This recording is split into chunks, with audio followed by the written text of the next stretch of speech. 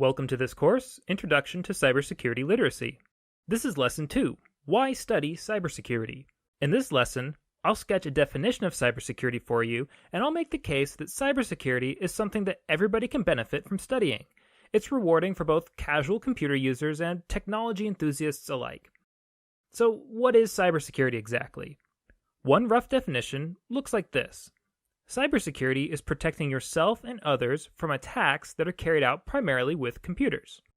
Now, because the overwhelming majority of computer-based attacks are attacks on information, we may use the term cybersecurity interchangeably with the term information security. Cybersecurity is a rewarding study because no computer is secure, including yours. Every computer and every system has security vulnerabilities, including Wi-Fi networks, the servers that host your email accounts, your bank, every retailer that swipes your payment cards, and any computers that you might be holding or wearing right now. Even if nobody knows what those vulnerabilities are yet, be assured they exist. Now, maybe at first that perspective makes it sound like cybersecurity isn't worth studying at all. Why worry about a problem that I can't fix, you might ask. The answer is that you can still be more or less secure, and the more secure you are, the less of a target you are. Cybercriminals who are out to steal passwords or credit card numbers or whatever else, they're usually going to target less secure machines and less secure systems. I mean, think about it. Imagine that you're a bicycle thief and you find two similar bikes sitting on a bike rack, one with a lock and one without a lock. Which one would you be more likely to steal? The lockless one, right? Criminals are practical like that. They attack weaknesses. All other things being equal, the more weaknesses you cover, the lower the probability of a security breach. Now, you might be thinking that all this talk of computer weaknesses doesn't apply to you. You might be thinking, but I use a Mac or a Linux machine. I thought Mac and Linux machines were secure. But that's not really the case. Mac and Linux machines are just less popular. Why does popularity matter? Well, think like a criminal again for a minute. Imagine that you are a bicycle thief, and imagine that everybody in your city has bought a new lock for their bike. Now imagine that 9 out of every 10 cyclists has purchased lock A, and 1 out of every 10 has purchased lock B. Which kind of lock would you learn to pick? Well, you'd learn to pick lock A, right? Because there's many more opportunities to pick that lock. Now imagine that it's computers instead of bicycles. It turns out that there are about 9 Windows computers for every Mac out there, assuming for now that we aren't including tablets and smartphones. And even fewer people run Linux machines. So for now, it's easier and more profitable for cybercriminals to focus their attacks on Windows PCs. But if the market were to even out so that Windows PCs didn't dominate like they do now, we would begin to see more attacks against Mac and Linux users as well. There is nothing inherently more secure about a Mac or a Linux computer. It's just easier for cybercriminals to focus their attacks on one kind of system, and it's more economical for them to attack the majority. But really, all this talk of attacking computers themselves is somewhat misleading. In reality, cybercriminals don't attack your computer at all. They attack you. We tend to think of cybercriminals as computer geniuses who use their technical mastery to hack into our systems.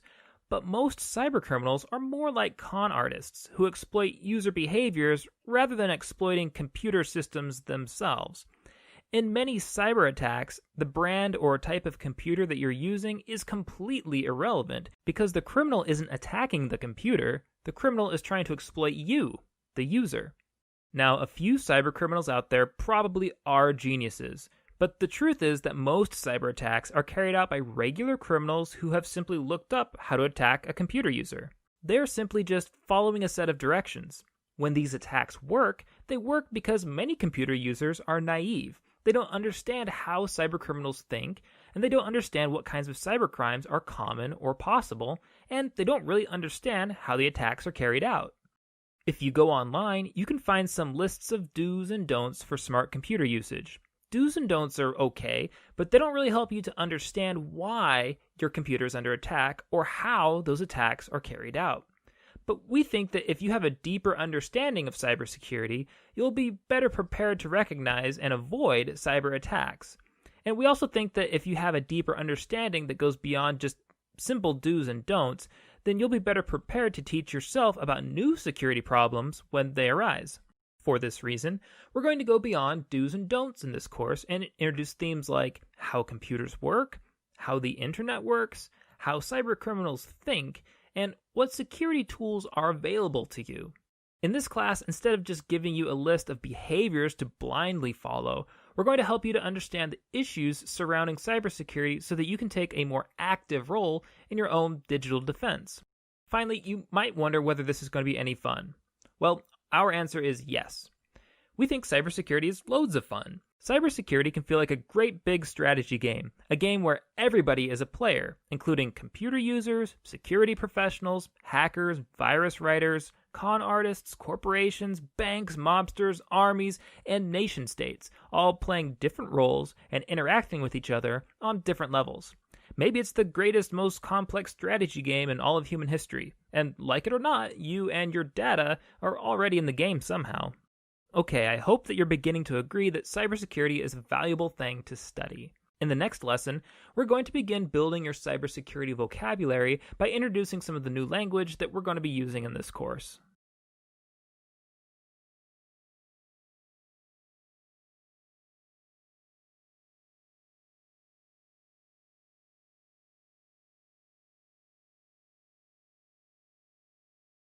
Welcome to this course, Introduction to Cybersecurity Literacy. This is Lesson 3, Cybersecurity Terminology. In this lesson, I'm going to identify a few vocabulary terms that we use in cybersecurity, and I'm going to tell you a few stories that use those terms.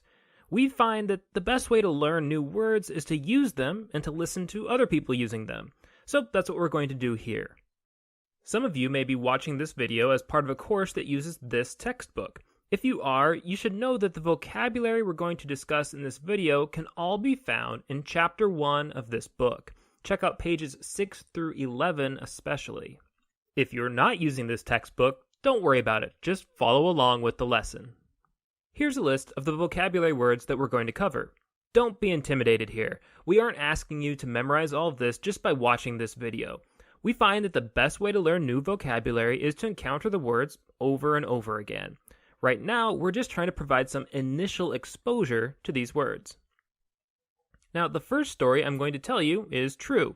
It's about a journalist named Matt Honan who was hacked by an anonymous cybercriminal. You can read about it in more depth at Wired.com. The story there is titled How Apple and Amazon Security Flaws Led to My Epic Hacking. And this isn't a typo, by the way, he spells Matt with one T. Okay, I'm going to tell the story now. You should just follow along. Pay attention to the vocabulary words. As they come up, I'll highlight them for you. In August of 2012, hackers erased all of the data on Matt Honan's iPhone, iPad, and MacBook. Among the data lost were Honan's daughter's baby pictures and Honan's digital copies of old family photographs. The hackers also accessed Honan's Twitter account and tweeted a number of inflammatory, homophobic, and racist messages. They also deleted Honan's Google account, including 8 years' worth of messages from his Gmail inbox. This attack compromised Honan's information on all 3 levels of the CIA model of information security. The hackers compromised the confidentiality of Honan's information when they accessed and viewed Honan's private, password-protected digital accounts. They compromised the integrity of Honan's information when they made unauthorized changes to it. These unauthorized changes included deleting his files and, in the case of his Twitter account, posting illegitimate messages.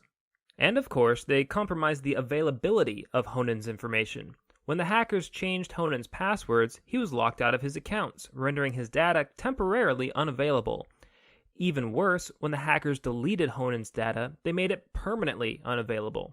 Or at least they attempted to do so. In the article on Wired.com, Honan expresses optimism that some of his information is recoverable.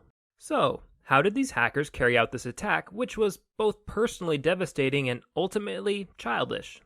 Some of you may find this surprising, but these attacks were carried out without writing a single line of attack code. They required no special computer programs, nor did they require any particularly impressive technical skills.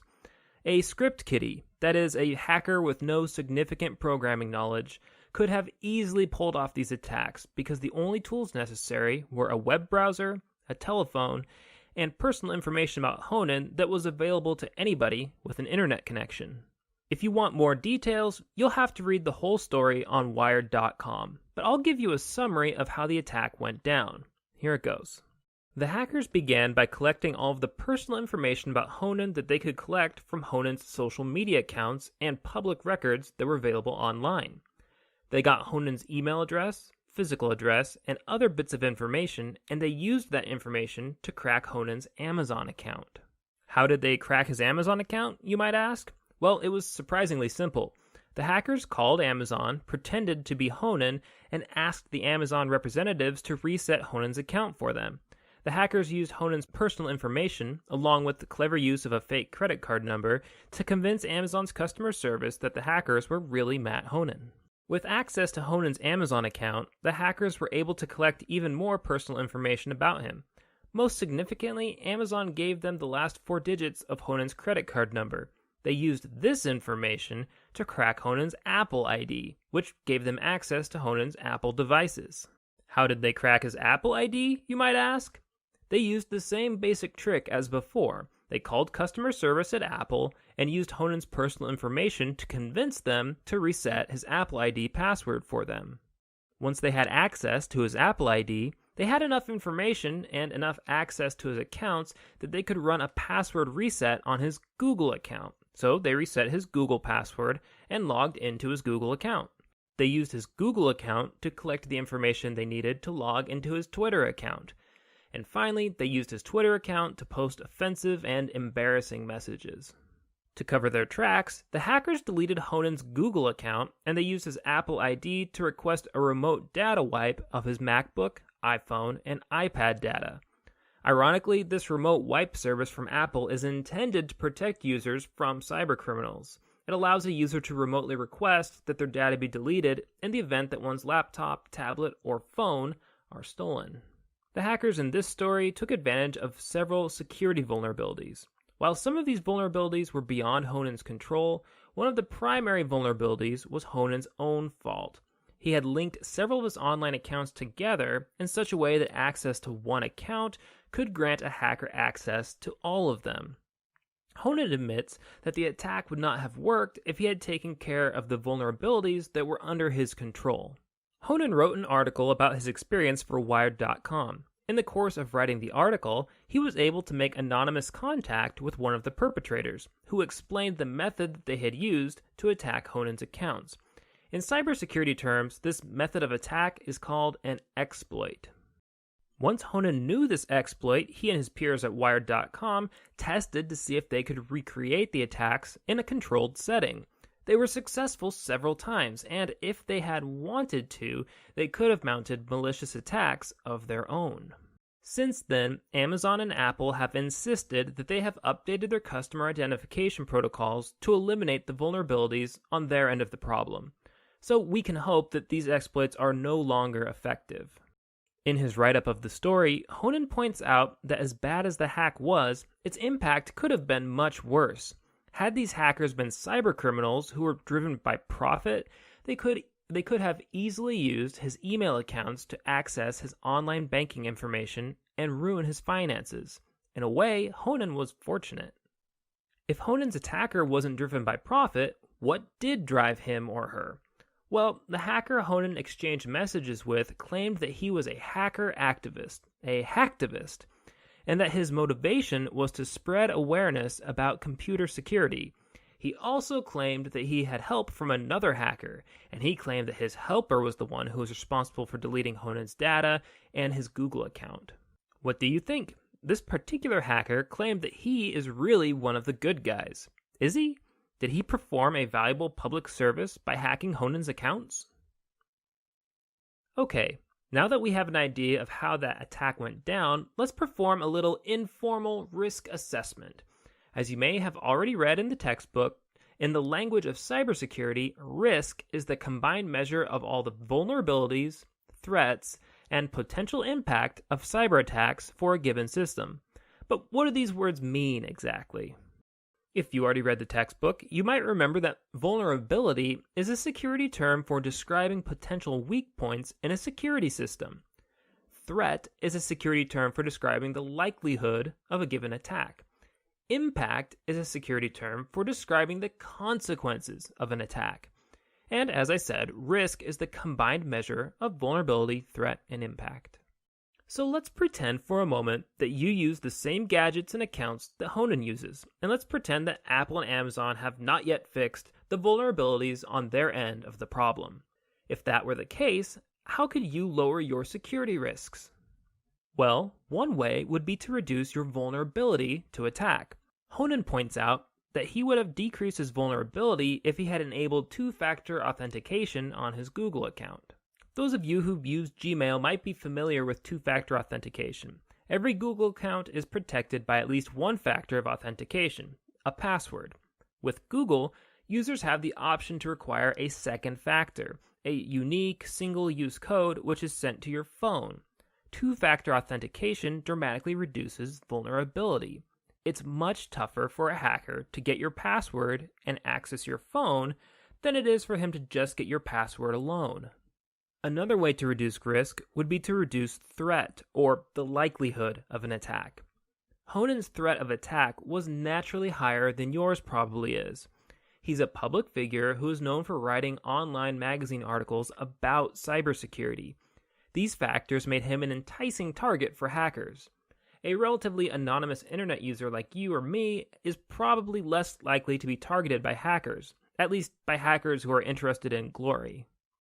As a rule of thumb, consider this.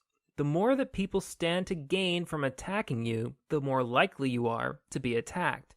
This means that high-reward targets faced increased threat, which translates into increased risk. Finally, we might reduce risk by reducing the potential impact of an attack. For example, Honan's attack would have been much lower impact if he had backed up his daughter's baby pictures on disks or on an external hard drive, or on some other data storage device. If he had backups, he could have recovered more easily from his epic hacking experience.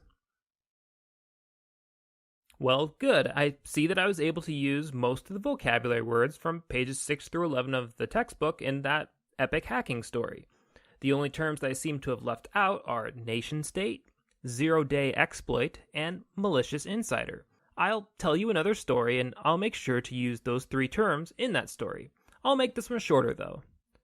The following story, a story about a cyber attack that was probably carried out by a nation-state, is based on a profile that ran on CBS's 60 Minutes in 2012. The story goes like this. In June of 2010, a small security company in Belarus discovered a computer virus programmed to attack Siemens brand industrial control systems. An industrial control system is a computer that controls big industrial systems, such as a factory floor or a citywide electrical network. Industrial control systems are relatively small in size, but they do a lot of work. They direct most of the equipment in large facilities. Most factories, power plants, and other such facilities that you know of probably use some kind of industrial control system. This particular virus became known as Stuxnet. As security professionals analyzed Stuxnet, they made a surprising discovery.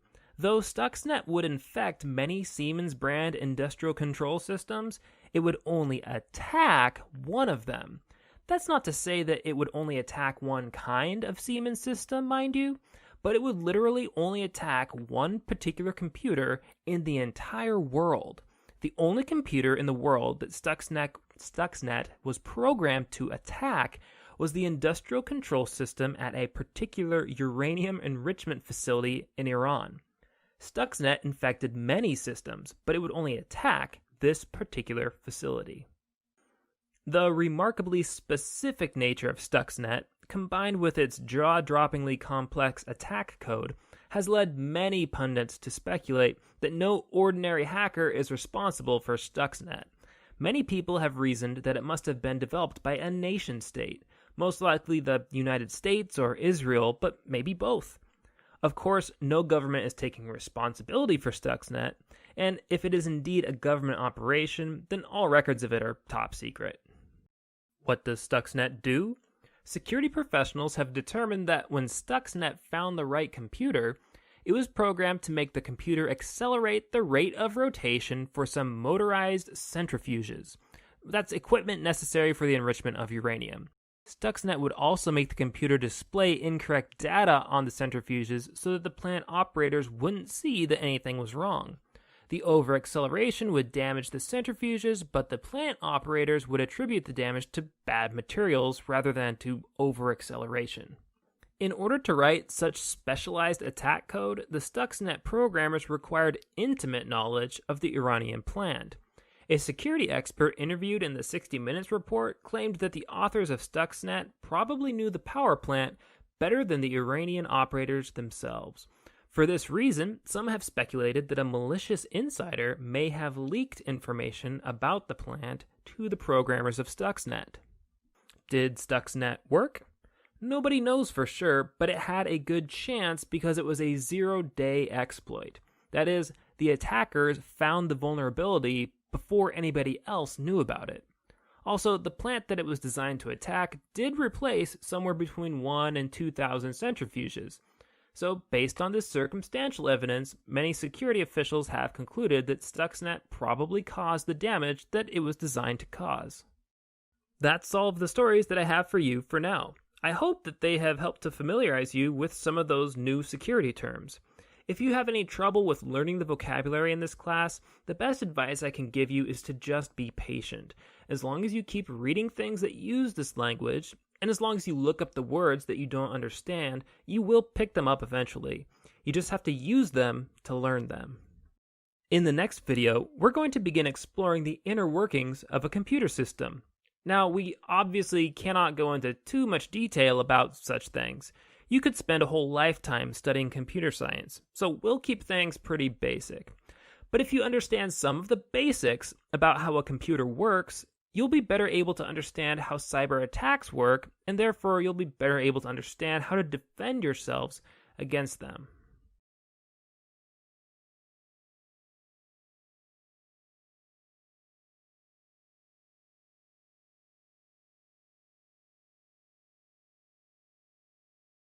Welcome to this course, Introduction to Cybersecurity Literacy. This is Lesson 4, Demystifying Computers, Part 1 of 2.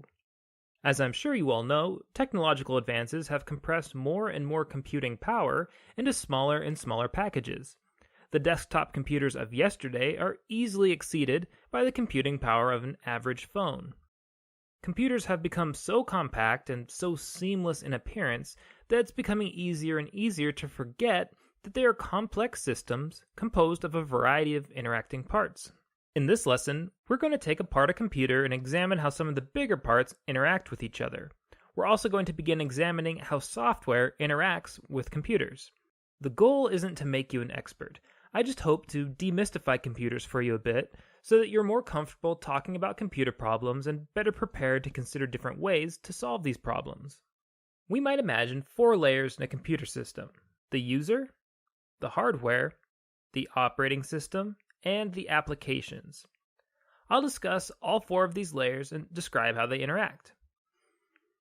Layer 1 is the user, and that's easy enough to describe. The user is you. Well, you and anybody else who wants to accomplish some task with a computer. When you connect a computer to the internet, you connect to other computers, but you also potentially connect to countless other computer users. Most of these users are people who you want to connect with: friends, journalists, bankers, retailers, etc. But a few of them are cybercriminals of some kind, so keep that in mind. Layer 2 of the computer system is the hardware of the computer, its physical parts. We'll spend the bulk of this lecture describing hardware. We'll begin demystifying hardware by examining what we can see from the outside of the computer. Then we'll break open the computer and poke around at the hardware on the inside. To begin, let's consider a desktop system. We can see several different parts already: a monitor, a keyboard, a mouse, and a computer case, also known as a tower. Perhaps a printer is also lurking around somewhere nearby. The monitor, keyboard, mouse, and printer all need to communicate with the computer inside the tower, so they will usually be connected to the computer via cables. In some cases, these devices are able to connect wirelessly, either via Bluetooth connections or, especially in the case of printers, via a wireless internet router. but for the sake of keeping things obvious, we'll assume for now that these devices are networked together with cables. The devices that draw the most electricity, so the computer inside the tower, the monitor, and the printer, will all need a power cable. We didn't include power cables in this illustration, but you can imagine where they would go. Smaller devices, like the keyboard and the mouse, normally don't require a direct connection to a power outlet. The Universal Serial Bus, or USB, connections that connect the keyboard and mouse to the computer are built to carry both data and electrical power, and so low-power devices like keyboards and mice normally route electricity from the computer tower. They just borrow power from the computer itself. In the case of wireless keyboards and wireless mice, they will be powered by batteries, of course. Now, the primary function of a monitor and a printer is to display information. We can think of information flowing from the computer into the monitor and printer, which display it for the user. Have you ever thought of a printer as a very slow, paper-based computer monitor? In some sense, that's what a printer is. The primary function of a keyboard and mouse is to input information and input commands into the computer. We can think of the information starting with the user and flowing into the computer via the keyboard and the mouse. Most desktop computers will also be connected to the internet. For now, let's assume that they use a physical Ethernet cable rather than a wireless connection. Through this Ethernet cable, the computer can communicate with the internet, sharing potentially huge amounts of information with the outside world. So this is what the whole system looks like from the outside. Electricity flows from a power outlet into the tower, and from the tower, some of the electricity is allocated to the keyboard and the mouse. Electricity also flows from an outlet to the monitor and from an outlet to the printer. The computer sends information from the tower to the monitor or printer, which allows the user to see it. The user inputs information and commands into the computer via the keyboard and the mouse. Finally, the computer is able to trade information with other computers via its internet connection. Now let's open up the tower and see what's inside that. We should find a large greenish plate fixed to one side of the tower. This plate is called a motherboard, and all the hardware inside the computer is connected together through this motherboard. We should also see a small fan fixed to the motherboard. This fan marks the presence of the Central Processing Unit, or CPU, of the computer. This CPU processes information and executes a multitude of various instructions that the CPU receives from the software programs that are running on the computer. The overwhelming majority of actual computing that the computer does takes place here at the CPU. One helpful analogy is to think of the CPU as the brain that does the thinking in the computer. Though the CPU performs an astonishing number of computations in the blink of an eye, the CPU is a small device. It's just a small silicon chip. It's a lot smaller than the fan apparatus that covers it, and that's all you can see here in this picture. The fan helps to cool the CPU, maintaining it at an operable temperature. Near the CPU, we find small cards of random access memory, or RAM. RAM is the working memory inside a computer. If the CPU is doing all of the thinking, then the RAM provides content for the CPU to think about. Sometimes people will refer to RAM simply as memory. In computer language, the terms RAM and memory are informally interchangeable. If somebody asks how much memory is installed on a computer, they're probably referring to its RAM.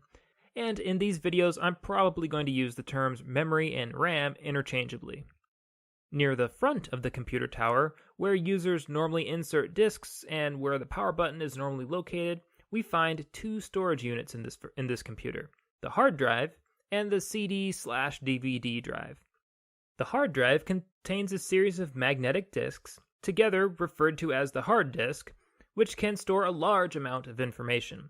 The hard disk can usually store tens or hundreds of times more information than can be held in the computer's RAM.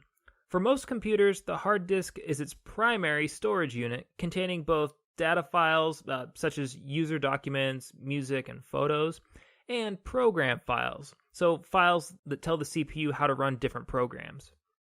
But users don't have to store data in the computer's hard drive. Users can also store files and programs on removable media, such as CDs and DVDs. Files stored on CDs and DVDs are accessible via a computer's CD/DVD drive. The advantage to keeping files and programs on removable disks is that they become easier to transport, and they're also safe if the computer or hard drive happens to fail completely. The advantage to keeping files and programs on the computer's hard drive are that they should always be accessible whenever you have access to your computer, and that they should load much faster from the hard drive than they would have from a CD or a DVD. Now, these days, people don't use CDs and DVDs nearly as much as they did, say, 10 years ago, but you still might see a CD/DVD drive on a desktop computer. Sometimes people confuse a computer's memory with its storage, but we will be using those terms in different senses here. Memory, like I said, is the RAM. It's the information that the CPU has immediately available to it. Storage, on the other hand, is all of the information that the CPU has access to through drives like the hard drive or the CD/DVD drive. There are other types of storage drives too, like say flash drives. A CPU might have access to information that's in storage, but for the CPU to perform rapid and efficient operations with that information, the CPU must first load that sort of information into its memory. To help illustrate the difference between computer memory and computer storage, I'm going to ask you to perform a little thought experiment. To start, close your eyes and picture your very first school teacher. Can you remember what he or she looks like? If you can't remember your first teacher, picture the earliest teacher that you can remember. Do you have somebody in mind? Now good. Open your eyes if you haven't already opened them up. Now consider this. How long has it been since you thought about that person? Probably quite a long time, maybe even years. In any case, I bet you weren't thinking about him or her right before I asked you to. When the memory of that person was sitting dormant in your brain, that was kind of like computer storage, like you'd find on a hard drive. It's in there somewhere, but you aren't doing much with that information. It's just sitting there. When you recalled that memory to your mind, that was kind of like computer RAM. You accessed some information from storage, and you began operating with it, so you were conscious of it. The last piece of hardware I'm going to discuss in this lecture are input and output cards. A motherboard will normally contain a number of expansion slots for various input and output cards. For example, this motherboard has a slot for an Ethernet card, and in fact there is an Ethernet card plugged into that slot. The Ethernet card has a port for an Ethernet cable, and this port will be exposed at the back of the computer tower so that the user can easily plug an Ethernet cable into the computer. The computer connects to the internet through this Ethernet card, and as you can imagine, the internet allows for both inputting information into the computer and outputting information from the computer. This computer also has a number of other slots for input and output cards, but in this image, those slots are empty. Other common expansion cards include graphics cards and sound cards. Graphics and sound cards will have some sort of audio or video ports, which will be exposed at the back of the computer for user access. Upgrading the graphics and sound cards can improve a computer's audio-visual outputs, and so such upgrades are popular among gamers and artists.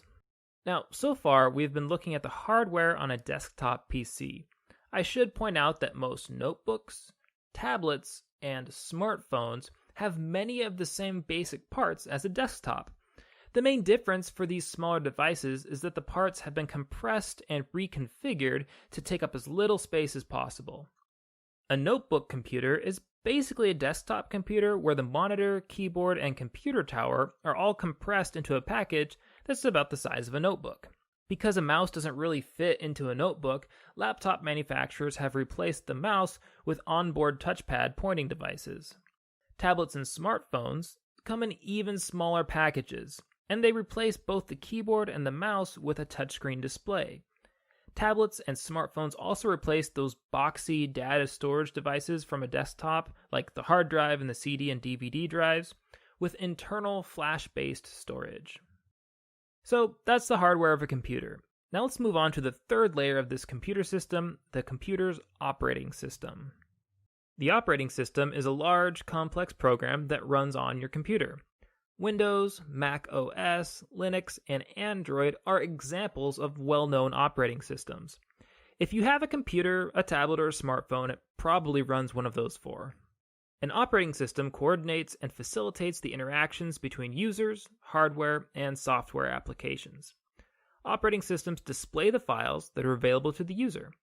When the user commands the operating system to run a program or to open a data file, the operating system is responsible for accessing the appropriate file and coordinating its interactions with the computer's hardware. Pretty much every interaction that you have with a computer is mediated through the computer's operating system. The fourth and final layer that we're going to discuss in this lecture is the layer of computer applications. Applications are programs that are designed to perform specific tasks for the user. For example, most operating systems come with a calculator application that's pre-installed. Your web browser, such as Firefox, Chrome, or Safari, is another example of an application. The operating system displays which applications are available to the user, and when the user selects an application, the operating system opens the application and coordinates its interactions with the computer's hardware. Applications are normally stored on the hard disk of a computer, though it's possible to store them in other places as well, perhaps on a CD or DVD, or on a thumb drive. Okay, in this lesson I introduced you to 4 layers in a computer system: the users, the hardware, the operating system, and the applications. That will be all for now on Demystifying Computers.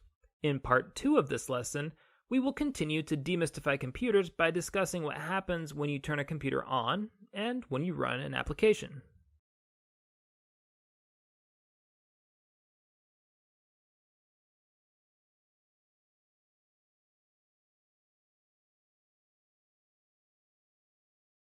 Welcome to this course, Introduction to Cybersecurity Literacy. This is Lesson 5, Demystifying Computers, Part 2 of 2. In the last lecture, I tried to demystify computers a little bit by identifying and examining 4 layers in a computer system: the user, the hardware, the operating system, and the applications. In this lecture, I hope to illustrate and to clarify how these layers interact with each other by examining what happens when you turn a computer on and what happens when you run an application. In this lesson, I'm going to walk you through a couple of illustrations out of this textbook, which some of you may be using in a class that assigns these videos. But don't worry if you aren't using the textbook, just follow along with the video. We'll start with this illustration, which diagrams what happens when we turn on a computer. When we press the power button on a computer, the computer's power supply begins to distribute current to the different parts of the computer so that they can operate. When the CPU receives current from the power supply, the CPU searches for a special program that helps to load the operating system into the computer. For PCs, this program is called the Basic Input-Output System, or BIOS. As you can see in this diagram, it's labeled BIOS. Now, as you may remember from the last lesson, most of the program files on your computer are stored on a hard disk. However, the BIOS is a special program hardwired into the motherboard itself. What does it do? Well, the BIOS grants the CPU access to all of the hardware components that are connected to the motherboard, and it helps the CPU to access the computer's startup code, which is called boot code. Most computers store boot code in the hard disk, but it's also possible to configure a computer to boot from another storage device, such as a CD or a USB flash drive. The boot code is loaded from the computer's storage into its RAM, and the CPU runs the boot code from the RAM. The boot code tells the computer to load the operating system into the computer's memory, and so the computer loads the operating system. Like the boot code, the operating system is normally stored on a computer's hard drive, but it's possible to store an operating system on some other storage device, such as a CD or a USB device. Wherever the operating system is, the computer will load it into RAM so that the CPU can run it. Once the operating system is loaded, it will automatically tell the CPU to run a number of automatic startup applications, such as device drivers, firewalls, antivirus software, the computer's clock and calendar, and other applications that run in the background on the computer. Much like the boot code and the operating system, these automatic startup applications are stored on a storage device, and they must be loaded into RAM before the CPU can run them. Once those automatic startup applications are up and running, the user may begin to interact with the computer via the mouse and keyboard. If you have a username and password set up on your computer, this is the point where you'd be prompted to enter it. So that's what happens when you switch on a computer. Now let's take a look at what happens when you load and run an application. For this, let's look at a different illustration. This illustration shows what happens when you load an application onto your computer. I already said that the operating system will run a number of applications automatically, but many applications are configured to only run when the user commands the operating system to run that application. For example, your computer usually won't run a web browser unless you tell the computer to open the web browser. This curvy red arrow represents a user entering the command to run a program, say by double-clicking on the program with the computer's mouse. This command is processed by the operating system, which is running on the computer's memory. The operating system then accesses the program file from a storage device. Let's imagine that the program that the user wanted to open is a web browser. The web browser file loads into the computer's memory, and the web browser runs from there. The web browser will normally display something for the user to see on the computer monitor, and the user can usually input information and commands into the application through the keyboard and the mouse. For example, users can navigate to web pages by typing a web address into the browser's address bar, and they might interact with web pages by clicking on different parts of the page with the mouse pointer. And here's something more that you should know. As we have seen, applications run through your computer's operating system. That means that anytime you're running an application, it can potentially access anything that the operating system can access. Because the operating system has access to every file and every piece of hardware connected to your computer, every application on your computer may also potentially access any file or any piece of hardware on your computer. So in principle, an active application can access everything in your computer system, even if the user isn't aware of it. This means that it's possible to write applications that use your own computer against you. For example, it would be possible to write an application that records all of the keystrokes that a user punches into their keyboard, and then secretly uses an internet connection to send that keystroke information to some third party. And then that third party could mine your keystrokes for sensitive information, like usernames and passwords or bank account numbers. In fact, many such applications already exist. They are called keylogging programs, and cybercriminals would be delighted to install one on your computer. Okay, that's all for now on these two illustrations. Obviously, there is much more to learn. I just wanted to give you an overview so that you could get an idea of how your computer system is tied together. Understanding how the different parts of the system are connected together should eventually help you to understand what kinds of weaknesses the bad guys like to attack. In the next video, we're going to continue laying the groundwork for basic understanding of computer science. And remember, we're doing this so that you'll be better prepared to understand how cybercriminals use the wonders of computing against you. These past couple lessons, we've been discussing individual computers, but now we're going to move on to a vast network of computers that are all connected together, and that is the Internet.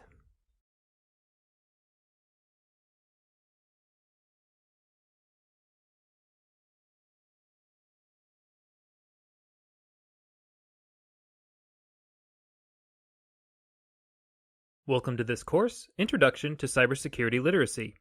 This is Lesson 6, Demystifying the Internet, Part 1 of 3. What is the Internet, really, and how does it work? Addressing these questions now will help you to understand some of the security vulnerabilities that we will discuss in later lessons. To begin, imagine for a moment that you live in a world with computers, but without the Internet. Imagine that you are, say, a physicist, and imagine that you use your laboratory computer to collect and store data from your physics experiments. Now imagine that several of your coworkers, fellow physicists and lab assistants, require access to your data as well. Now, one way to grant your coworkers access to this data is to let them use your computer. Sharing computers is nice as far as it goes, but it has some obvious limitations. For example, what could happen if everybody needed to use the computer at the same time? Because it's not always practical to share computers, you and your coworkers would probably look for some way to share the data itself instead. You could copy the data onto disks or flash drives and walk it over to your coworkers' workstations, but that too would have some obvious limitations, especially if some of your coworkers' workstations were on another floor of your building, or maybe even in a different building altogether. Another way to share data would be to network your computers together, allowing them to share data directly. Such a method could allow thousands of users to share huge stores of information almost immediately across a large number of individual workstations. Indeed, this is what countless organizations have chosen to do. Most companies and large organizations have some kind of computer network. An organization with a computer network enjoys many advantages over an organization with unconnected computers. For example, networked computers make it easier to access, distribute, and back up important information. They can provide users the flexibility to log into their workstation or into their network account from multiple locations. And networks allow users to connect individual workstations to some kind of central work hub, such as a printer and copy center or a conference room. So now let's imagine that you and your physicist coworkers have developed a computer network that allows you to share important data with users across your organization. Furthermore, let's imagine that another group of physicists on the other side of town also works on their own network of computers. It's easy to imagine that these two groups of physicists would know each other and they might naturally be interested in each other's research. So maybe they would get together and maybe they would decide that it would be mutually beneficial if they could join their networks together into one big data sharing network. When multiple networks join together like this into a network of networks, that is called internetworking. The internet is one giant piece of internetworking. It's a network of many computer networks, all internetworked together. The internet is not the only example of internetworking, but it's the biggest example in the world, and as you know, it's the one that you are most likely to interact with on a daily basis.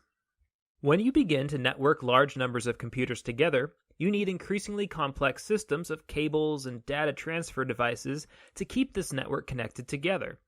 When these networks connect diverse people, organizations, and business interests over a large geographic area, a few important questions naturally arise. One is, who owns the networking devices that make the internet possible, and who is responsible for fixing them when they break? The short answer is that organizations called Internet Service Providers, or ISPs, own and maintain the physical networking cables and networking devices that facilitate the internet. And who are the Internet Service Providers, you might ask? They are mostly big private companies, such as Time Warner or Comcast, while some others are government agencies. Another question that's useful to answer is this: how do computers communicate across the network? For computers to communicate with each other, they need a well-defined set of communication rules. That's because computer messages have precise, unambiguous meaning. We humans are used to dealing with ambiguity. If we hear an ambiguous sentence from another human, we can ask for clarification, or we might make an educated guess at what the person meant to say. But computers don't work this way. Computers need precise, unchanging, and unambiguous rules in order to communicate well with each other. Any strict, fixed set of communications rules is called a communications protocol. In order to network computers together, the computers on the network must share a common protocol. And as you could probably guess, in order to internetwork multiple networks together, these networks must also agree on a common internetworking protocol. Every device that is networked together on the internet uses a particular protocol called Internet Protocol, which is usually abbreviated IP. One of the features of Internet Protocol, which will come up later in this course, is that Internet Protocol requires a unique address, called an IP address, for every device that is connected to the internet. All of the web pages, files, and software that is accessible on the internet has to be stored on some kind of device that's connected to the network. Every time one device requests a file from another device on the internet, it needs to specify where the file is stored. Now, IP addresses allow devices to do that. And whenever that data request is fulfilled, the device providing the data needs to know which other device it's supposed to deliver the data to. Again, IP addresses allow devices to do that. Running the internet without IP addresses would be a little like running the postal service without mailing addresses. So, in summary, the internet is a vast network of other networks all networked together. Internet Service Providers, or ISPs, are the organizations that own the cables and networking devices that the internet runs on. Computers need strict sets of communication rules, called protocols, in order to communicate with each other. and the communications protocol of the Internet is called Internet Protocol, or IP. Finally, every device on the Internet gets its own IP address. That's all for now. In the next lesson, we'll discuss how the Internet is structured and how IP addresses get assigned to all those devices on the Internet.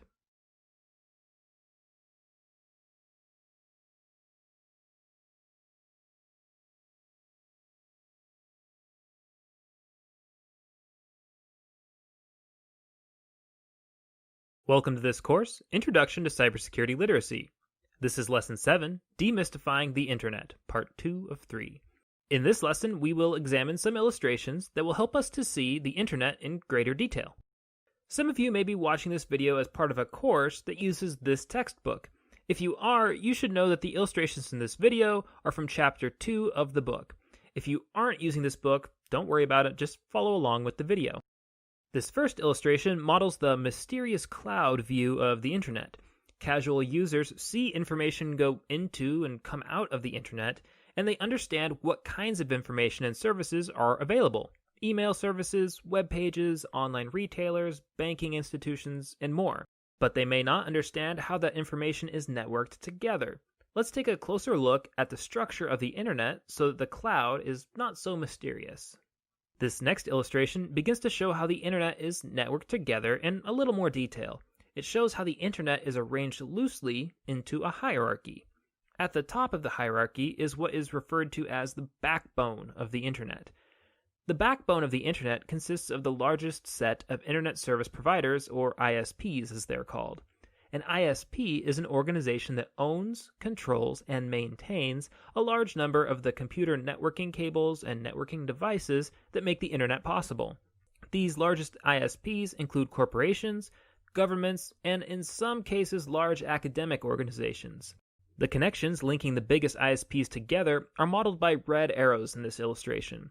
These arrows represent the network cables that carry the most information. Most Internet traffic must travel through one of these backbone connections at some point as it travels across the net.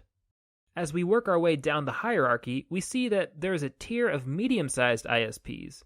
These medium-sized ISPs are responsible for considerably less Internet traffic and considerably fewer cables and networking devices than the backbone ISPs are. But they are still responsible for a huge amount of traffic. In this illustration, the blue arrows represent the Internet traffic between these medium ISPs and the backbone ISPs above them. The green arrows represent the connection between the medium ISPs and an organization further down the hierarchy. As we can see in the illustration, a business with its own private internal network might connect its many users directly to one of these blue medium-sized ISPs. However, a residential user might connect to the medium ISPs through an even smaller local ISP. These small, local ISPs that connect residents to the Internet are often controlled by a local cable company or a local phone company. The connection between the smallest tier of ISPs and an individual residence is represented here by a purple arrow. The connection represented by the purple arrow might carry a lot of information, streaming video, file downloads, or maybe online games. But that quantity of information is just nothing compared to the quantity represented by the arrows higher up on the hierarchy. So there it is. This illustration shows us how Internet service providers are organized into a hierarchy, with the ISPs on the top handling the most data and the ISPs and residents on the bottom handling the least data. This next illustration shows something else. As you may already know, every device that is connected to the Internet has a unique address called an IP address. This illustration shows a couple different ways that IP addresses get assigned to devices. This diagram includes three fictional networks: the XYZ Office Network, the ABC Office Network, and the Joe's Coffee Shop Network. To keep the diagram relatively simple, the rest of the Internet has been condensed down into a cloud in the middle of the illustration. First, let's take a look at the XYZ Office Network on the left side of the illustration. Those red numbers are the IP addresses for the whole network. Every IP address is numerical like that. They are always written as 4 sets of digits, each separated by a period. Each of these 4 sets of digits can be any number from 0 to 255. So take a look at the IP address of the XYZ network. It's 197.12.15.0. all of the devices connected to the XYZ network will be assigned IP addresses that begin with the first three sets of digits, 197.12.15. Device IP addresses ending in 0 are restricted, and device IP addresses ending in 255 are also reserved, so in practice, the range of possible IP addresses for devices on this network are 0.1 to 0.254. As we can see in the illustration, the router at the XYZ office network has been assigned the IP address ending in 0.254. Meanwhile, Carol's desktop computer has been assigned the IP address ending in 0.10. There are 252 IP addresses remaining in the available range for this network. The XYZ office network uses static IP address assignments. Static IP addresses are unchanging. That means that for the foreseeable future, Carol's desktop has been permanently assigned this particular IP address. 197.12.15.10 is permanently reserved for her computer. The opposite of static IP address assignment is dynamic IP address assignment. For an example of dynamic IP address assignment, let's take a look at the ABC office network over on the right side of the illustration. The ABC office network is at the IP address 207.10.2.0. Just like in the case of the XYZ office network, devices connecting to the network can use any IP address starting with those first three numbers and ending with any number from 1 to 254. For example, on this network, the router took the IP address ending in 254, Bob's computer took the address ending in 15, and Alice's computer took the address ending in 5. But unlike the XYZ network, the ABC office network uses dynamic IP addresses instead of static IP addresses. This means that some of these IP addresses are subject to change. You see, the ABC office network has a special piece of hardware called a Dynamic Host Configuration Protocol Server, or a DHCP server, as it's often abbreviated. The Dynamic Host Configuration Protocol Server assigns a device one of the 254 possible network IP addresses each time a device begins a new internet session. The DHCP server will lease each IP address for a set period of time, and after that time passes, then the device will have to renew its lease. I know that I'm throwing a lot of new information at you, but I promise that the underlying concept isn't very difficult. All we're saying is that, for example, Bob's computer has the IP address ending in 0.15 for now, but it might be assigned a new IP address once the hour is up. What are the advantages and disadvantages of dynamic IP addresses versus static IP addresses? Well, the advantage of a static IP address, like Carol has on her computer, is that her IP address is always available to her. She has a reserved place on the router. When IP addresses are assigned dynamically, as they are for Bob's computer over here, then there's a chance that there won't be any room for him when he tries to connect to the network. If the DHCP server has already assigned all the IP addresses available to it, then there won't be any left for Bob. The advantage of dynamic IP address assignment is that dynamic assignments are more flexible. Thousands of different devices could connect to the ABC network, and as long as they don't all try to connect at the same time, the DHCP server can assign them all an IP address on the network. Let's look down at the bottom of this illustration to see one more network configuration that also uses dynamic IP address assignments. Joe's Coffee Shop network is at IP address 207.10.3.0. This means that devices connected to it can take the IP addresses beginning with those three numbers and ending with a number between 1 and 254. Over the course of, say, a month, a coffee shop could probably expect to have many more than just 254 devices connect to their wireless connection. But at any given time throughout the day, they would probably have only a few devices connected, maybe 50 or so. This is a perfect situation for dynamic IP address assignments. The network only has 254 IP addresses that it can assign, but it can easily accommodate all of its users by assigning these addresses on a temporary basis only to the users who are active on the network. But remember, when we were examining the ABC office network connection, we saw that a network needs a dynamic host configuration protocol server in order to accommodate dynamic IP addressing. Where is the DHCP server at Joe's Coffee Shop? The answer is that at Joe's Coffee Shop, the DHCP server is combined with the internet router. Instead of the router and the DHCP server being two separate devices, they're integrated together into a single device. This is pretty common. Most home internet routers also have DHCP servers built into them, and so most home networks can accommodate dynamic IP address assignments. So, what are the big takeaways from this illustration? I want you to see that a computer's IP address usually depends on a router's IP address.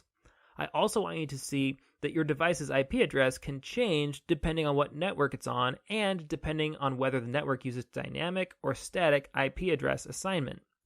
Finally, I want you to note the structure of an IP address, that it's 4 numbers separated by periods. The last illustration that we will examine in this lecture models the difference between a public IP address and a private IP address. In our discussion of IP addresses so far, we have not been making the distinction between public and private IP addresses. I've been speaking as if all IP addresses are the same, but there is a significant difference between public IP addresses and private IP addresses. This illustration shows 2 different networks that are connected to the internet: Alice's home network and Bob's home network. Alice's home network is composed of 2 devices, a router and Alice's computer. Bob's home network is composed of 4 devices, a router, Bob's computer, Carol's computer, and a printer. Let's take a look at Bob's home network on the right side of this illustration. Bob's local internet service provider has only assigned him 1 IP address, but he would like to connect 2 computers to the internet, his and Carol's, and furthermore, he'd like to connect his wireless printer to his home network. The rules of IP require that every device has its own IP address, but Bob's internet service provider has only given him 1 IP address to work with. So what does Bob do? He will use his router to create a private home network to connect his 4 devices together, and then he'll connect his entire home network to the public internet through the IP address that his internet service provider has assigned him. From the perspective of somebody outside on the public internet, Bob appears to have only 1 device connected to the internet, and that's his router. But Bob's router can coordinate Bob's public internet connection with multiple devices on his private network. So from within the private network, we can see that there are really 3 more devices connected to the public internet through Bob's router. Now let's compare Bob's home network to Alice's home network on the bottom left portion of the illustration. Both networks have a public IP address, and those public IP addresses are unique. Indeed, every public IP address must be unique. However, Bob's and Alice's routers help them to create private networks, and these private networks can reuse the same IP addresses. For example, we can see that Alice's computer's private IP address is identical to Bob's computer's private IP address. This repetition is possible because of the distinction between their private IP addresses and their public IP addresses. It's kind of like how every apartment building in a city must have a unique street address for the post office to deliver mail to. But at each unique street address, the apartment buildings can reuse the same apartment numbers. Okay, I know that we've covered a lot of ground here with these illustrations, so let's take a break.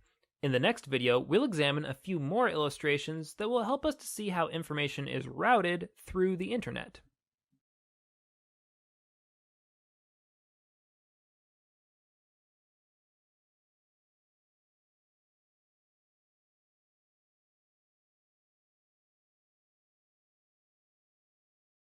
Welcome to this course, Introduction to Cybersecurity Literacy. This is Lesson 8, Demystifying the Internet, Part 3 of 3. In this lecture, we will examine a few illustrations that help us to see how information travels through the many twists and turns of the internet. When you use the internet, what you're doing is using your computer to send information or requests for information to other computers. These computers that store and deliver information are examples of networking computers called servers. Here's an image of a technician who's examining a large network server. When you send an email, you are telling your computer to send a message to be stored on a mail server. When you read your own email, you're asking your computer to access messages that have been stored for you on a server.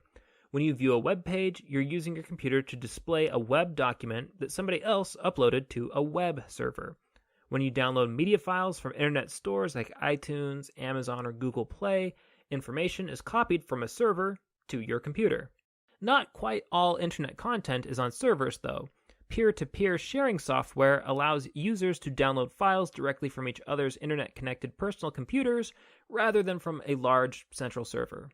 In either case, internet activity is the activity of machines sending information and information requests to each other. As we learned in previous lessons, every machine connected to the internet is affiliated with a unique IP address. When machines send information and information requests to each other, they send them to these IP addresses. And as we've seen in previous lessons, IP addresses are long strings of numbers. Computers have no trouble working with long, apparently random strings of numbers. But as you can imagine, we humans have trouble reading and remembering long strings of numbers like that. Think about it. How many IP addresses can you name from memory? I would guess that the answer is 0.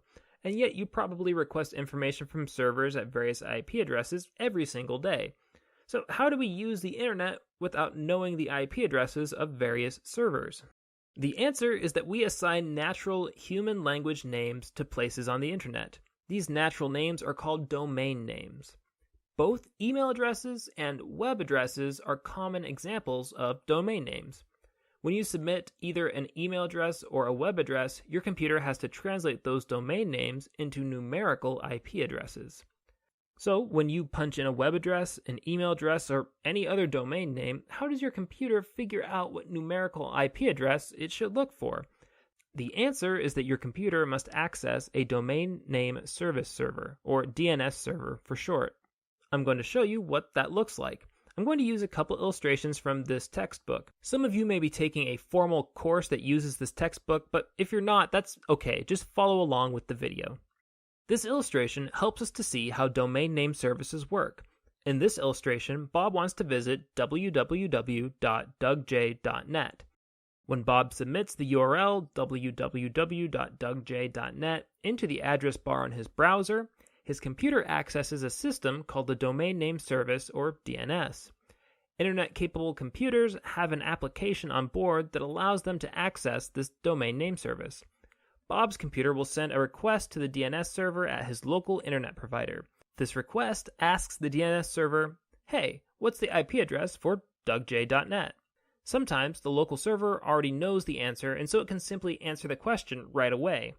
However, the local DNS server may not know the answer, and in that case, the request gets sent further up the server tree to a higher level DNS server, and the question gets repeated. If the question isn't answered, it gets sent even further up the tree to a root server. A root server is responsible for a tremendous number of domain names. For example, a root server might be responsible for all domain names that end in .com, or all domain names that end in .net. The root server must either know the IP address for all of these domains, or at least it must know where to find these IP addresses. If the root server doesn't know the IP address for dougj.net, it knows how to route the request so that it makes it to a server that does know. The root server might send the request back down the tree to a different lower level DNS server, which might eventually send the request to the local DNS server for dougj.net. If this domain name exists, then the local DNS server will definitely know its IP address. In this case, the requested IP address is 129.186.105.24. The IP address gets sent back through the network of DNS servers. And eventually, it makes it back to Bob's computer. Once Bob's computer knows the proper numerical IP address, it can make an information request from the machine storing the web page data. Bob's computer might now store the IP address for later use. Although it takes a while to explain the process of accessing an IP address from a DNS server, the computers involved carry out this operation so rapidly that we normally don't even realize that anything has happened. Okay, that's how DNS servers help coordinate IP addresses. Now let's look at another common networking device, routers. Throughout this introduction to the internet, I have mentioned machines called routers, and I have referred to some information being routed across the web. But with all of the millions of devices connected to the internet, how exactly do routers direct traffic to the right IP addresses? Well, let me show you. This next illustration helps us to see how information is routed. In this illustration, we have two networks, Network 1 and Network 2. You might notice that Router 1 is connected to both networks, and so it has two different IP addresses. When you're looking at Router 1 as a member of Network 1, then its IP address is 192.168.1.1. But when you're looking at Router 1 as a member of Network 2, then its IP address is 207.20.15.1. So those two IP addresses don't refer to different devices, they just refer to the same device from different perspectives on different networks. Network 1 consists of 3 devices: Alice's computer, Bob's computer, and router 1. Network 2 also consists of 3 devices: Carol's computer, router 1, and router 2. Notice that network 1 has no direct connection to the internet. Network 1 can only connect to the internet through network 2. Every device on a computer network has something called a route table. A route table contains instructions for routing information to a given IP address. To keep the clutter down, we have only included 3 of these route tables in the picture: the one for Alice's computer, the one for router 1, and the one for Carol's computer. But the other computers and routers would also have their own route tables too. Let's look at Alice's route table first. Alice's route table has 2 columns, the destination column and the next hop column. When Alice's computer wants to send information to an IP address in the destination column, it follows the directions in the next hop column. The first row on her route table tells us that information going to any IP address on network 1 will be sent directly to that IP address. For example, Alice's computer can send information directly to Bob's computer. These computers are networked together directly, so there's no need to relay the information through another network. But what happens if Alice's computer tries to send information to any other IP address, one that's not listed on the route table? For IP addresses not listed on the route table, Alice's computer will send information to the default next hop, which in this case turns out to be router 1. Once router 1 receives the information, it will run the destination IP address through its own route table. So let's take a look at the route table for router 1. If information is destined for any IP address on network 1 or network 2, then router 1 will send this information directly to that IP address. It can do that because it's connected directly to both of those networks.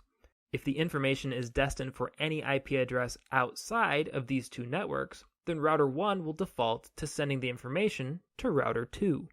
From router 2, this information would continue on through the internet, most likely to be directed by several more route tables before reaching its final destination. So if Alice wanted to send information to Bob's IP address, then Alice's route table would direct that information directly to Bob's computer.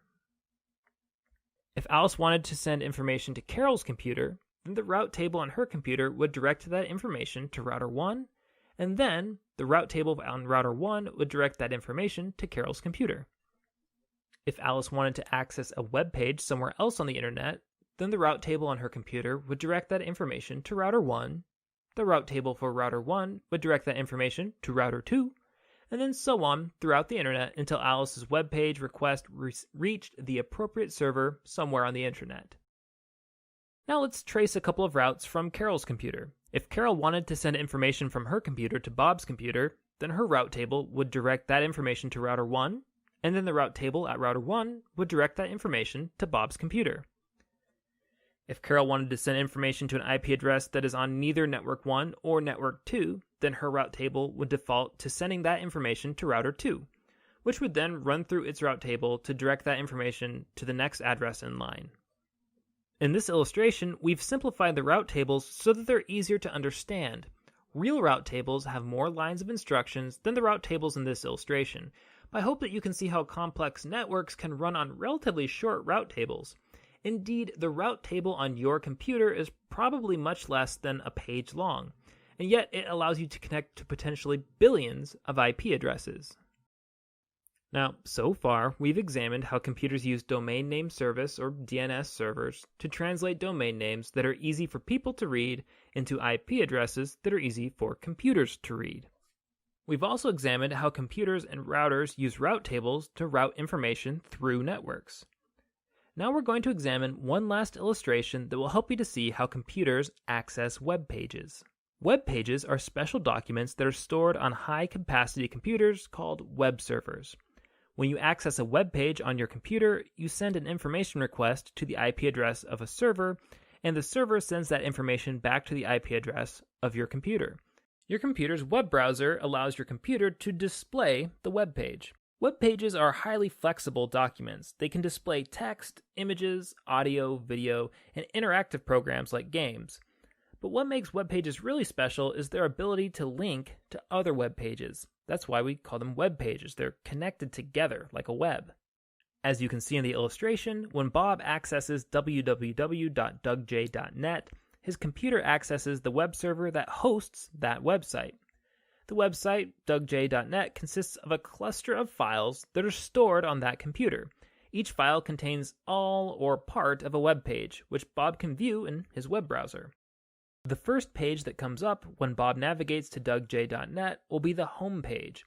Because of the interconnected nature of the web, this home page can link to several other web pages. Furthermore, any of these web pages could link to any other page on the web.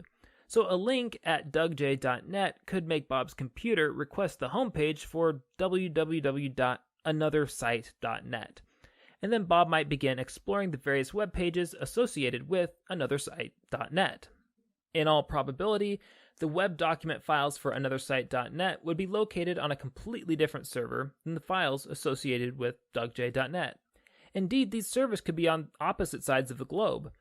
But if Bob has a good internet connection, he can browse through those web documents stored on servers thousands of miles apart more quickly than he could browse through a book on the other side of his office. This is all thanks to the lightning quickness of electric signals and the shrewd networking techniques that we've been describing in these lessons. Okay, that's all for now on the internet. I hope that it's a little less mysterious now than it was before.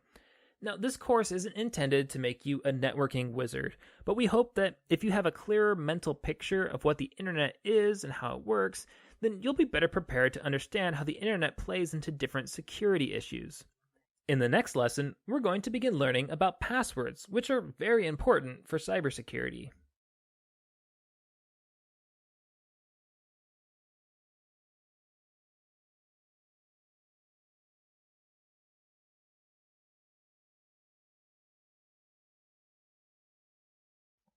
Welcome to this course, Introduction to Cybersecurity Literacy. This is Lesson 9, Passwords and Hash Functions. In this lecture, we're going to talk about passwords, and we'll begin talking about how hash functions help to keep passwords secure. We'll start with a short story. Passwords are nothing new. For example, there's a story in the Bible that's over 2,000 years old where two groups of people are at war, the Gileadites and the Ephraimites. According to the story, during the war, the Gileadites captured an important river crossing on the Jordan River. They didn't want their enemies, the Ephraimites, to have free passage across the river, but they also couldn't tell who was and was not an enemy just by looking at them. Every once in a while, an Ephraimite would pretend to be a Gileadite and try to use the river crossing. But there were Gileadite guards who stayed at the river crossing and asked everybody who wanted to cross to pronounce the Hebrew word shibboleth. It turned out that the Ephraimites had grown up pronouncing that word differently, so instead of saying shibboleth, they would say sibboleth. When that happened, the Gileadite guard would execute the Ephraimite. So passwords are nothing new, but they're probably more common today than they ever have been before in the past. Think about it. How many password-protected accounts and devices do you have? Pause the video for a moment and try to count them up. Unpause it whenever you're ready. Did you count them? Good. How many password-protected accounts and devices do you have? I wouldn't be surprised at all if you had 20 or more.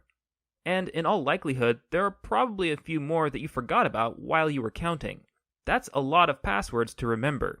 Ideally, these passwords keep your information secure. Computers can't keep your information secure unless they can limit access to particular people. But they can't check your photo ID, or scan your retina, or read your DNA. So passwords are the preferred means of proving that you are who you say you are. And really, passwords are much simpler and more convenient than trying to use photo IDs or retina scans or DNA evidence to prove your identity. Of course, for a password to be useful, both you and the service that you're logging into have to have a copy of it. Let's say you want to log into an online banking account. When you log into your online account, you normally submit a username and password. The bank will check your username and passwords against a list of usernames and passwords in one of its servers. If the username and password that you have submitted matches the one stored on the server, then they let you in. As you can imagine, those servers full of password files are tempting targets for cybercriminals. Imagine just one hack that could provide access to thousands of bank accounts or millions of email accounts. To help keep passwords secure, companies like your bank use a special mathematical function called a hash function to encrypt passwords before storing them on their servers. A hash function converts a string of letters, numbers, and symbols into a completely different string called a hash value. As you can see from this illustration, a hash value looks nothing like the original password. It uses completely different symbols, and it converts passwords of all lengths into one standard length, so that the length of the hash value can't be used to guess the length of the original password. Even similar looking passwords will result in completely different looking hash values. In this example, we just added the number 1 to the end of Alice's password, but the resulting hash value is completely different. Even if a hacker breaks into the password files at your bank and steals the hashed passwords, and even if they know the mathematical formula for the hash function, hash values are of little use to them because the hacker can't translate the hash values back into the passwords. The hash function only works one way. It can only scramble the passwords, not de-scramble them. So hash functions are, for all practical purposes, irreversible, even for people who understand how the function works. The person who originally wrote the hash function would be just as unable to reverse it as any hacker would be. That might seem a little counterintuitive at first. How can a mathematical function only go one way? To show you how a function could be irreversible, I'm going to refer to some mathematical terms. If you have a little trouble following along, don't sweat it. You won't be quizzed on the math parts of this lecture, at least not by me. I'm just including some math because I think many of you will find it interesting, and also because I think a mathematical illustration can help to make sense of the counterintuitive idea that a hash function could be totally irreversible. First, let's consider two prime numbers. You're going to time yourself as you multiply them together. For this example, let's use 13 and 41. In a moment, I'd like you to pause the video, and I'd like you to check how long it takes you to multiply these two numbers together. Ideally, you should use pencil and paper for this exercise, but you can use a calculator if you want to. Time yourself to see how long it takes to finish the problem. After you find the solution, unpause the video and continue on. Are you ready to pause? Good. Pause it now. Are you finished? About how long did it take to multiply the numbers together? Make sure you write that time down. Now, the answer that you should have gotten is 533. I suspect that it didn't take you very long to find that answer, especially if you were using a calculator. Now, let's do a similar problem, but let's do it in reverse. This time, let's consider the number 3,127. 3,127 is the product of two prime numbers, just like how 533 is the product of 13 and 41. Can you figure out which two prime numbers multiplied together produce 3,127? I'll even give you another hint. Both prime numbers are 2 digits long. Okay, got that? Pause the video now and try to calculate which two prime numbers multiplied together equal 3,127. If you get stuck, just unpause the video and move on. Don't worry about it. Ready? Good. Pause the video now. Did you figure it out? Don't feel bad if you didn't. This was supposed to be a difficult problem. The numbers you were looking for were 53 and 59. What this illustration shows is that some mathematical functions are much easier to figure out forwards than they are backwards. It's much easier to multiply two prime numbers together than to find the prime factors of a large number. Even computers struggle to find prime factors when the numbers involved are big enough. Hash functions are the same way. It's relatively easy to turn a password into a hash, but there's no known way to reverse a hash function. Okay, that's all for now on passwords and hash functions. As we've just seen, your passwords are usually pretty safe when they're kept on servers. That's because the people who put passwords onto servers use hash functions to scramble them. But cybercriminals will also use a variety of other tactics to steal your usernames and your passwords. In the next video, we will discuss several of those tricks and develop some strategies for avoiding them.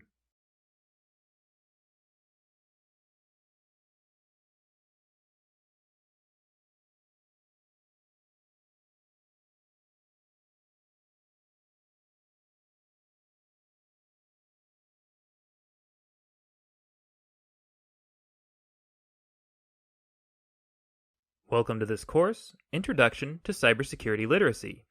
This is Lesson 10, Common Password Threats. In the last lesson, I introduced passwords, and I explained how businesses use encryption formulas called hash functions to help keep your passwords a secret. It would be nice if that were the final word on the matter. That is, if hash functions would ensure that passwords would remain secure always and forever. But of course, that's not the world we live in. In the real world, our passwords remain vulnerable. In this lecture, I'll introduce you to 10 common threats to your passwords: user disclosure, social engineering, phishing, keylogging, wireless sniffing, brute force guessing, dictionary attacks, unencrypted password files, exposed passwords with known hash values, and security questions. Throughout this video, I'll suggest ways in which you can minimize these threats. As you will see, it's important to have a strong password, but it's even more important to handle your password wisely. Password threat 1 is user disclosure. Now, this might seem obvious, but you shouldn't tell other people your passwords. You can never tell for certain who is and who is not trustworthy. You might respond, "Oh, I trust this person. I know that she's not a cyber criminal." And there's a good chance that you're right. However, are you sure that you trust all of the people that this other person trusts? What if she discloses your password to a criminal somehow? And even if you don't believe that this trusted person would intentionally disclose your password, are you really sure that she wouldn't do so accidentally? If you let your mind wander for a moment, it's easy to think of dozens of scenarios in which a trusted person could accidentally lose or disclose your private password. The bottom line is that as soon as you share your password, you lose control over how that password is shared by others. Why take such an unnecessary risk? Just keep them to yourself. You should especially avoid emailing or messaging your password to other people. Even if you trust the recipient with your life, you can't guarantee that somebody else isn't reading their emails or won't read them sometime in the future. You should also avoid writing your password down in obvious places. If you do have to write a password down, don't keep it near your computer. And for goodness sake, don't keep a list of passwords on your computer under the file name passwords. Avoid keeping your passwords on a computer file altogether unless you're using a trusted password management software. If you keep a handwritten list of passwords, keep that list somewhere secret and safe. Remember, no matter how strong your password is, its strength does you no good if you simply disclose it to the bad guys. Password threat number 2 is social engineering. Sometimes, as we've just seen, users might disclose their passwords simply by being careless. Other times, however, cybercriminals work behind the scenes to create social situations that encourage users to disclose their passwords. This is called social engineering. A cybercriminal is unlikely to simply call you up on the phone and shout, "Hey, you, give me your passwords." They will be more sneaky than that. They might call you on the phone and say that they're an IT professional from your school or your work, and under this disguise, they might ask you for your password. Don't fall for such schemes. And this telephone trick is only one example of social engineering. There are many, many kinds of social engineering out there, and we'll discuss social engineering a little more in later videos in this course. Password threat number 3 is phishing. Phishing is one kind of social engineering. It might be the most common kind. In phishing scams, a cybercriminal sends out bait, often in the form of an email. And that bait encourages unwitting users to voluntarily disclose their passwords. Here's an example of a real phishing email that I received in my university email inbox. "Dear Chase customer," it says, "your online account will expire today on Thursday, February 13th, 2014. To keep your account updated, please click Log On to Chase Online and proceed with the verification process. Copyright 2014, J.P. Morgan Chase & Company. There are a lot of red flags in this email, but the most significant one is that I do not bank at Chase, so this is clearly a fraud. What do you think would happen if I clicked on that link?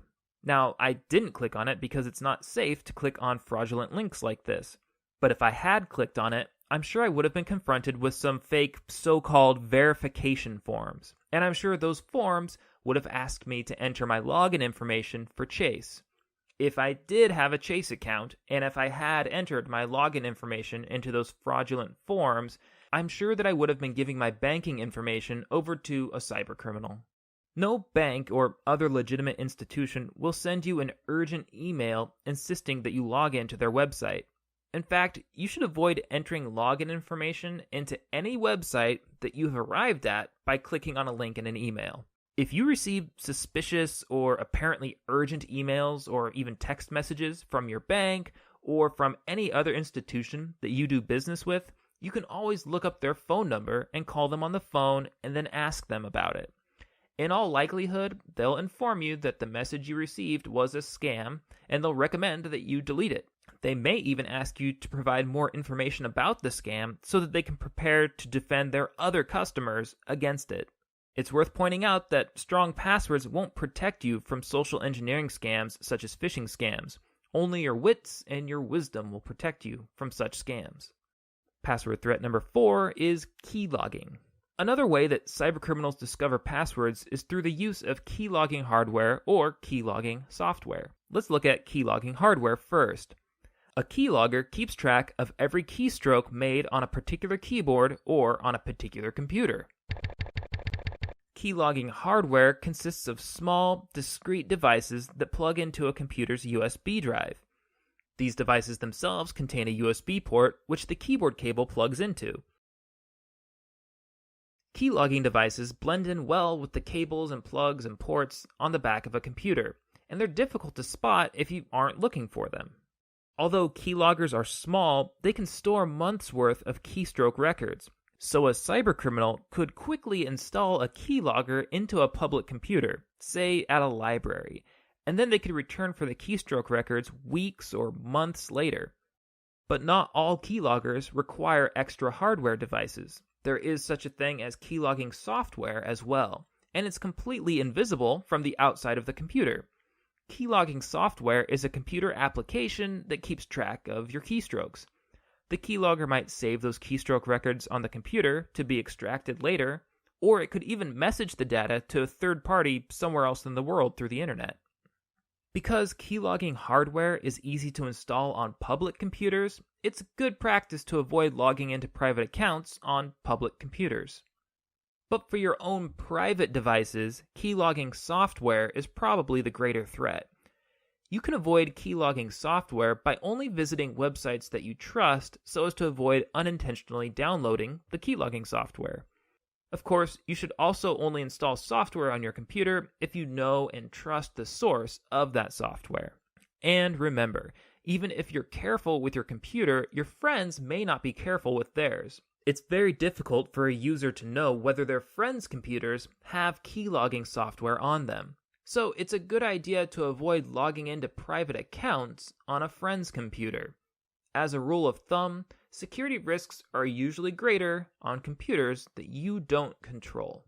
So, can a strong password protect you from keylogging devices and keylogging software? Unfortunately, no.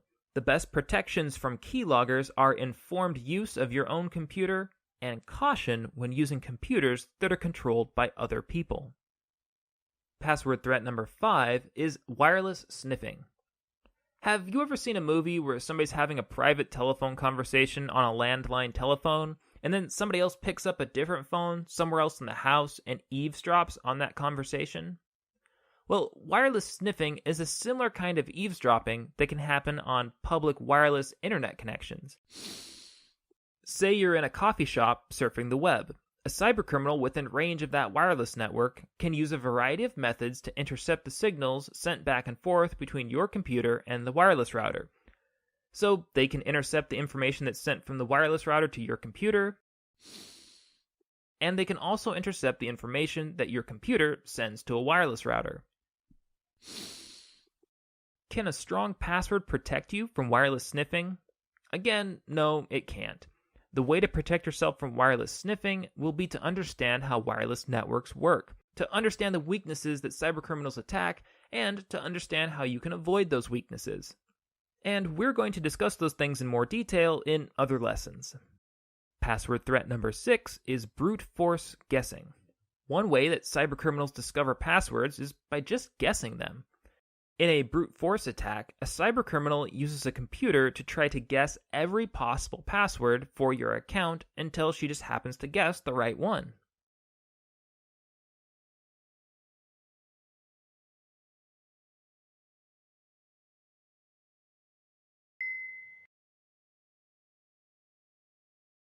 Can a strong password protect you from brute force guessing?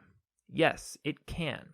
Short passwords take much less time to crack by these methods than long, strong passwords do. Every character that you add to your password makes your password exponentially more difficult to randomly guess. Furthermore, adding more kinds of characters will also make your password more difficult to guess. A long password consisting of lowercase letters is difficult to randomly guess, but a long password consisting of both lowercase and capital letters is much, much more difficult to randomly guess.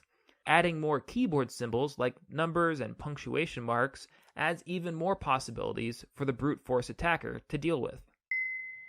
Websites will also help to protect you from brute force attackers by requiring users to complete a completely automated public Turing test to tell computers and humans apart, or a CAPTCHA as it's commonly abbreviated.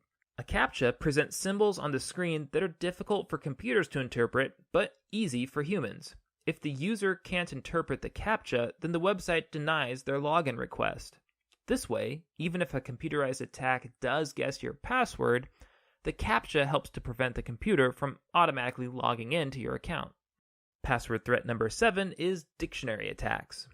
Because there are practically innumerable possible passwords and cybercriminals don't have infinite time to spend trying to crack them, brute force guessing is often pretty impractical. However, in reality, users don't usually choose literally random strings of characters as their passwords, because literally random strings of characters are difficult to remember. Users follow patterns when they create passwords, and many of them tend to follow the same patterns. Cybercriminals keep lists of popular passwords and popular password patterns, and they'll limit their password guessing to these lists. Such focused attacks are called dictionary attacks. Some dictionary attack lists will contain millions of potential passwords. That's a lot of passwords, and it's more than a person could work through on their own. But with the help of a computer, a cybercriminal can potentially work through such a list relatively quickly. Therefore, dictionary attacks are much more practical than brute force guessing attacks. Dictionary attacks usually target common passwords like the word password, 1, 2, 3, 4, 5, the home row keys A, S, D, F, J, K, L, semicolon, or the phrase let me in. They might also target public information about a user. For example, sometimes people will incorporate their own name, address, or phone number into their password. Cybercriminals know this, and so they'll sometimes add publicly available knowledge about a user into their dictionary attacks. Publicly available knowledge includes things like your name and telephone number, which might be available in a telephone directory. It also includes whatever information the public can see about you on your social networking sites like Facebook or Twitter. If you tweet about your cat, then a cybercriminal might decide to incorporate your cat's name into a dictionary attack. Can a strong password protect you from dictionary attacks? Yes, it can. A strong password avoids common keywords and patterns that cybercriminals exploit in dictionary attacks. Password threat number 8 is password files that aren't encrypted. In a previous lesson, I discussed the encryption of password files. In order to keep lists of user passwords safe, companies will normally encrypt them using an irreversible algorithm called a hash function. However, it turns out that not all companies hashed their passwords. In 2009, hackers broke into a social media service called RockYou and stole their password files. The passwords had not been encrypted, so the hackers obtained a list that displayed 32 million usernames and passwords in just plain old, ordinary, unencrypted text. Now, there isn't much that you can do to protect yourself from such an attack. You just don't have very much control over whether or not a company encrypts your passwords. But the RockYou attack has some instructive potential for us. The password list at RockYou went public, and so we can use that list to determine some common user-chosen passwords. Since the bad guys have this list too, we know to avoid common passwords such as those at the very top of the RockYou list. It's worth noticing that the top 3 passwords at RockYou were 123456, 12345, and 123456789. A strong password won't protect your password from being stolen off of a company server. However, these attacks at least help us to understand which passwords we should avoid in the first place. Password security threat number 9 is exposed passwords with known hash values. Sometimes, cybercriminals will steal a list of encrypted password files, even though they don't have the means to break the encryption. So how is this useful to them? Well, it turns out that cybercriminals can often get access to the same algorithms that the good guys use to encrypt passwords. So there really isn't anything to stop a cybercriminal from taking a known password, running it through the algorithm, and seeing what value it spits out. Here, we can see that the word password gets converted into a long string of numbers and letters starting with 5F4. It's possible, and relatively easy, for cybercriminals to obtain long lists of common passwords and then to determine the hash values for all of them. Now, if a cybercriminal steals a company's list of encrypted passwords, they can search the encrypted passwords for hash values that match the list that they've made themselves. In this example, the username Gadget has an encrypted password that matches the encrypted value that was obtained by encrypting the word password. So that means that Gadget's password must also be the word password. So if hackers steal a list of encrypted passwords from a company that you do business with, they can sometimes figure out your password. They'll compare the stolen encrypted passwords to passwords that they have encrypted for themselves. However, a strong password will help to protect you from this kind of attack. The stronger your password is, the less likely it is to appear on a list of passwords that cybercriminals have encrypted for themselves. Password threat number 10 is security questions. What happens if you forget your own password? Many online businesses offer a password retrieval service so that losing your password doesn't necessarily mean that you'll lose your account altogether. Many password retrieval systems rely on security questions. To retrieve your password, you must answer a supposedly secret question correctly. If you get the question right, the service will email you your password, or perhaps email you a link to a password reset service. The problem with this system is that security questions are often much easier to guess than the passwords themselves. Common security questions are, what is your mother's maiden name? Who was your childhood best friend? And what is your favorite pet's name? Sometimes it's really easy to obtain the answers to those questions. The answers might be posted on somebody's Facebook page, or maybe they'll be revealed in a tweet or an Instagram photo.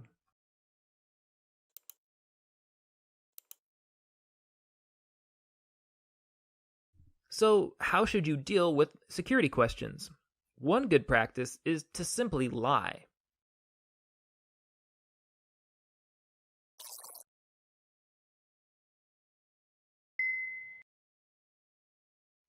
Another method is to tell the truth, but to add a random string of characters at the end of your true response. This random string amounts to a secondary password. Even if a hacker knows the answer to your security question, she'll have a hard time guessing this secondary password. Most companies' password retrieval systems will lock out the user after a few failed attempts to answer the security question. Whether you choose to lie or to use the truth plus a secondary password, the hacker is unlikely to guess your security response in just a few guesses. They'll probably get locked out. Whichever solution you choose, one difficulty will remain. How should you go about remembering your response to the security question? If you can forget your password, then surely you can forget your response to the security question too, especially if it's a lie or involves a second password. In a future lecture, I'll share some recommendations for password management. Many of these recommendations will apply equally well to security questions as they do to passwords. Okay, so let's review. In this lesson, we touched on 10 common password threats: user disclosure, social engineering, phishing, keylogging, wireless sniffing, brute force guessing, dictionary attacks, password files that are not encrypted, exposed passwords with known hash values, and finally, security questions. In the next video, we're going to talk about how to create a strong password.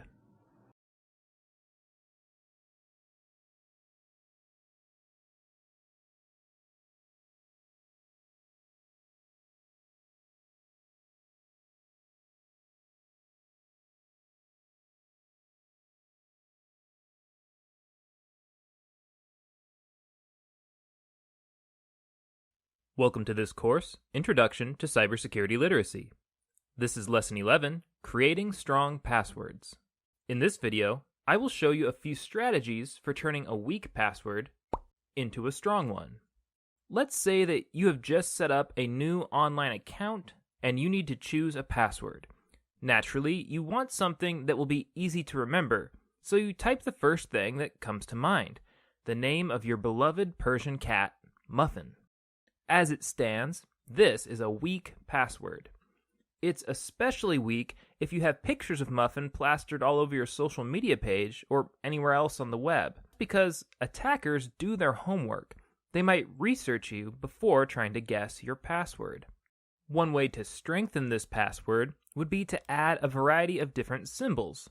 So far, it's written entirely in lowercase letters. It would help to add some capital letters, numbers, and other keyboard symbols. Okay, now we have a strong password, but it's so random that it's difficult to remember. How can we make this password both strong and memorable? One way to make a strong password memorable is to make it tell a story. Let's imagine that you adopted Muffin from the shelter on Christmas Day in 2012. Well, we could start that story with Muffin's name. And the animal shelter is sometimes called the Pound, so you could put a pound sign in there. And then you could shorten Christmas to just Moss. And then you could finish it off with the year, 2012. There you have it. That's a password that tells a story. You got Muffin from the Pound on Christmas in 2012. It's a story that you can remember, but one that other people are unlikely to guess. Notice that the password that we produced is long and contains a variety of symbols. Those are good things. Actually, this password is more than long enough. You could abbreviate some of the elements of this story if you wanted to. That might make it quicker to type. Another strategy for strengthening passwords is to replace letters with similar-looking symbols. For example, Muffin might become Muff!N. Strong passwords should be at least 8 characters long, so let's throw in a meaningful number. We'll use 12 because you adopted Muffin in 2012. There. We have once again created a reasonably strong password. You could also try using a sentence instead of a word as your password. For example, start with the sentence, Muffin likes yarn and treats. That would be a long password, and you might not want to type that much every time you sign into your new account. To shorten it, just take the first letter of each word and use that string of letters as your base password. From that base, you could substitute a symbol or two and maybe add a meaningful number. And presto, you have created a strong password. Another principle to consider is substituting sound-alikes for conventional spellings. So maybe I love Muffin could become something like this. Or you could try using symbols to separate words. For example, maybe Muffin is great could become something like this. One way to make your password especially memorable is to base it on memorable song lyrics or movie lines. For example, Muffins buying a stairway to heaven might be shortened to this. And then you could substitute characters and add meaningful numbers like this. As you can see, there are a lot of different ways to compose memorable passwords that are at least 8 characters long and that use a lot of different symbols. Now that you know what to do, I'm going to share a few tactics to avoid trivial passwords. Some of the most common passwords are password, 12345, the home row keys ASDFJKL semicolon, and let me in. These are all weak passwords. If somebody ever tries to break into one of your accounts, these will be among the first passwords that they try. Avoid relying on keyboard patterns for your password. For example, we have already seen that the keyboard pattern-based passwords 12345 and ASDFJKL are both weak. The password left bracket SDDEPTF is also weak for similar reasons. Can you see what's wrong with it? Well, let's take a look. You see, the word password is an exceptionally common and exceptionally weak password, and it's typed like this: PASSWORD.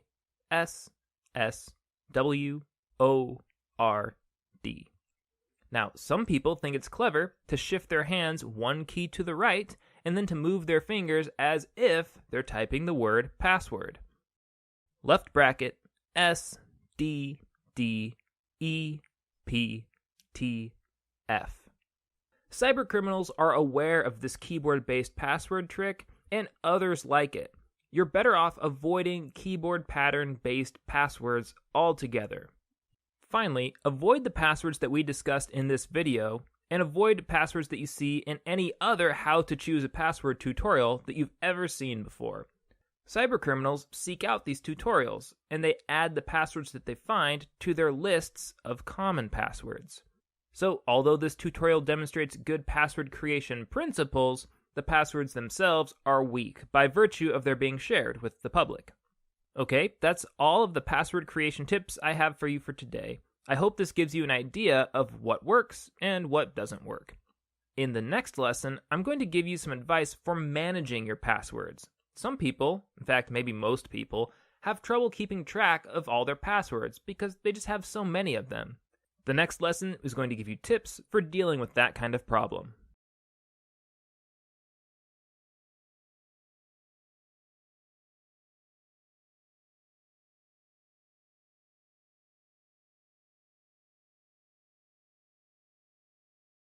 Welcome to this course, Introduction to Cybersecurity Literacy. This is Lesson 12, Managing Passwords.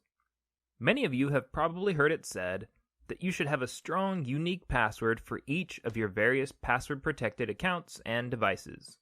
And you have probably also heard that you should change your passwords frequently, and never, ever write down your passwords. But let's be practical. Obviously, taking all these recommendations together creates problems for your memory. Most of us can't remember an array of complex, constantly changing passwords, at least not without some help.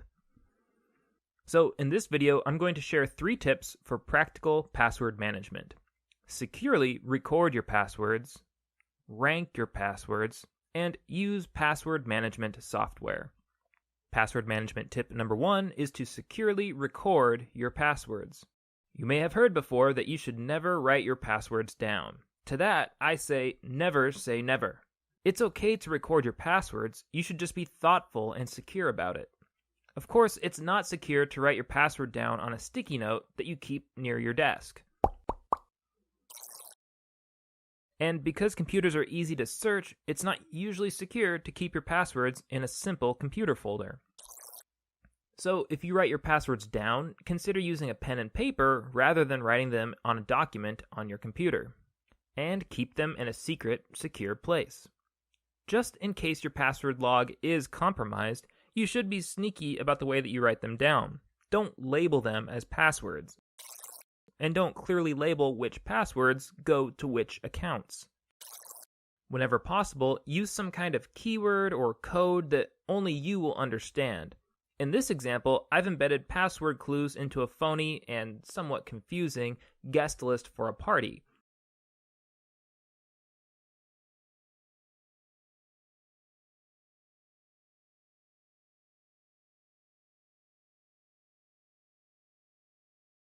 You should be able to come up with your own private system of clues that works for you, something that you understand and something that you can remember. Password management tip number 2 is to rank your passwords. One way to cut down on the number of passwords that you have to remember is to rank your accounts into 3 tiers and to treat your passwords differently depending on which tier it falls into. In the first tier are the accounts where you have the most at stake. For example, your primary email account and your financial accounts would be tier 1 accounts. For these accounts, you should choose a strong, unique password for each account and make a standing appointment with yourself to change these passwords every 6 months. In the second tier are the accounts where you have a medium amount at stake. For example, with Facebook, Twitter, and Instagram accounts, you probably have a medium amount at stake. These accounts are full of private information, but they can't normally be used to defraud you directly. People can't steal from you using Facebook, at least not yet. For these accounts, you should choose strong, unique passwords and make a standing appointment with yourself to change them once a year. For these accounts, instead of composing whole new passwords for every account, it might make sense to simply cycle through your passwords. For example, maybe you make your old Facebook password become your new Twitter password, and maybe your old Twitter password becomes your new Instagram password, and so on. In the third tier are accounts where you have little at stake. For accounts where you feel like you have little at stake, for example, maybe the login information that you use for an online newspaper, you should choose a strong password and just reuse it across several accounts. It's not really necessary to change the passwords on these lowest security accounts unless you have reason to believe that one of them has been compromised. If you think that an account has been compromised, you should change the password and also change the answers to any of your security questions that are associated with that account. If the account isn't particularly important to you anyway, then you might consider just deleting it altogether and starting over with a new account. Password management tip number 3 is to use password management software. Web browsers provide the option of remembering passwords for you, and this can be helpful. If your web browser remembers your passwords for you, then you're unlikely to forget your passwords. Also, the web browser will probably automatically fill in the passwords for you, which means you don't have to type your password quite so frequently. Typing your password less frequently makes you less vulnerable to, say, a keylogging attack, which is a kind of attack where cybercriminals use special hardware or special software to record the keystrokes on your computer. Of course, relying on your web browser to remember your passwords has its trade-offs. If your web browser stores all of your passwords, then anybody who gains access to your web browser also has access to your passwords. For this reason, if you're going to allow your web browser to remember your passwords for you, then it's a good idea to password protect your web browser itself. Most web browsers have security settings that allow you to set up a password protected account for the browser itself. You may also consider using another kind of password management software. For example, the Firefox add-on LastPass will generate strong passwords and remember them for you. But once again, using such software does have trade-offs. The management software itself becomes a single point of failure. Whether you're using a web browser or a web browser add-on to manage your passwords, these management programs are usually accessible by one single master password. If that master password to become lost, stolen, or shared, then all of your accounts could be compromised. Many security experts recommend that people use password management software, and so it is a good idea, but you still have to be very careful with your master password. Okay, that's all I have for you for now concerning password management. We've covered 3 tips in this video: to securely record your passwords, to rank your passwords, and to use password management software. I hope these 3 tips help you to find a password management strategy that works well for you. In the next video, we're going to begin learning about email and some of the security issues that come with it.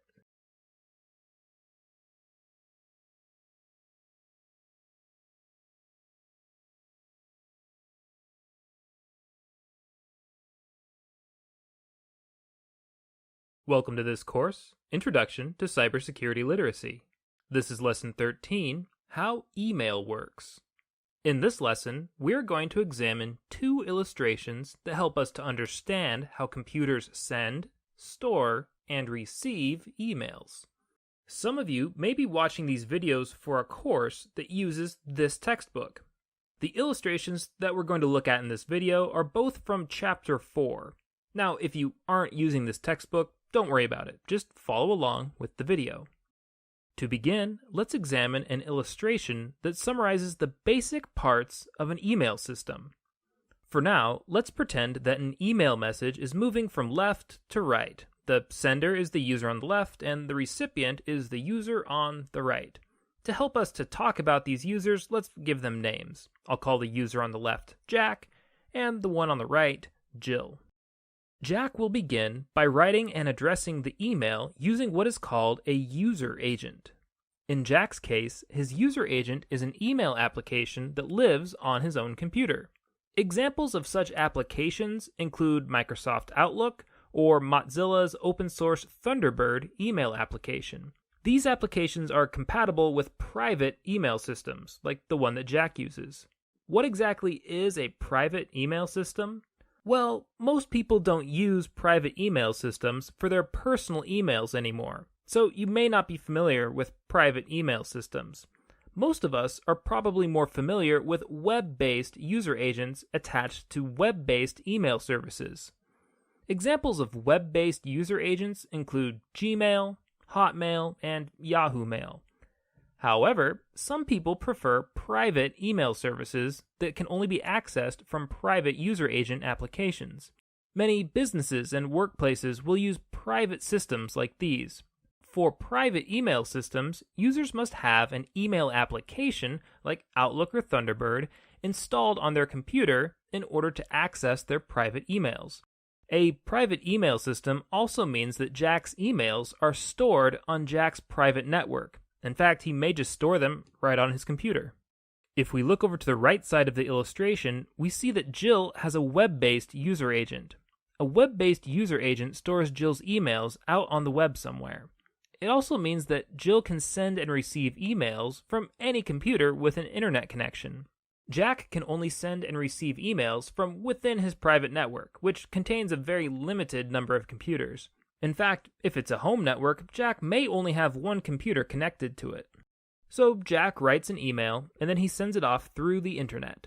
Jack's email must travel from his private email system through a series of servers called Message Transfer Agents, or MTAs, before it can reach its destination, over on Jill at the right side of the page. Jack composes his message in his user agent, and then when he hits send, the user agent sends the email to the first message transfer agent.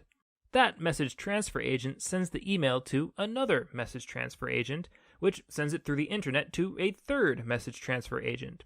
The final message transfer agent would store the message until Jill's web-based user agent requested access to new incoming emails. This user agent accesses the email for Jill, but since the user agent is web-based, the information has to travel through a completely different internet path between the user agent and Jill's computer.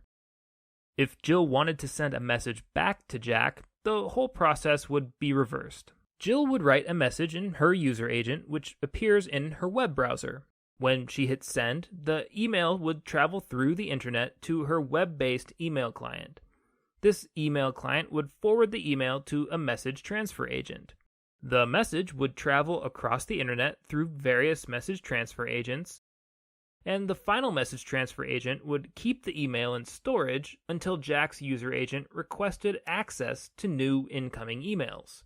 In this illustration, you can see that the connections between message transfer agents are labeled SMTP.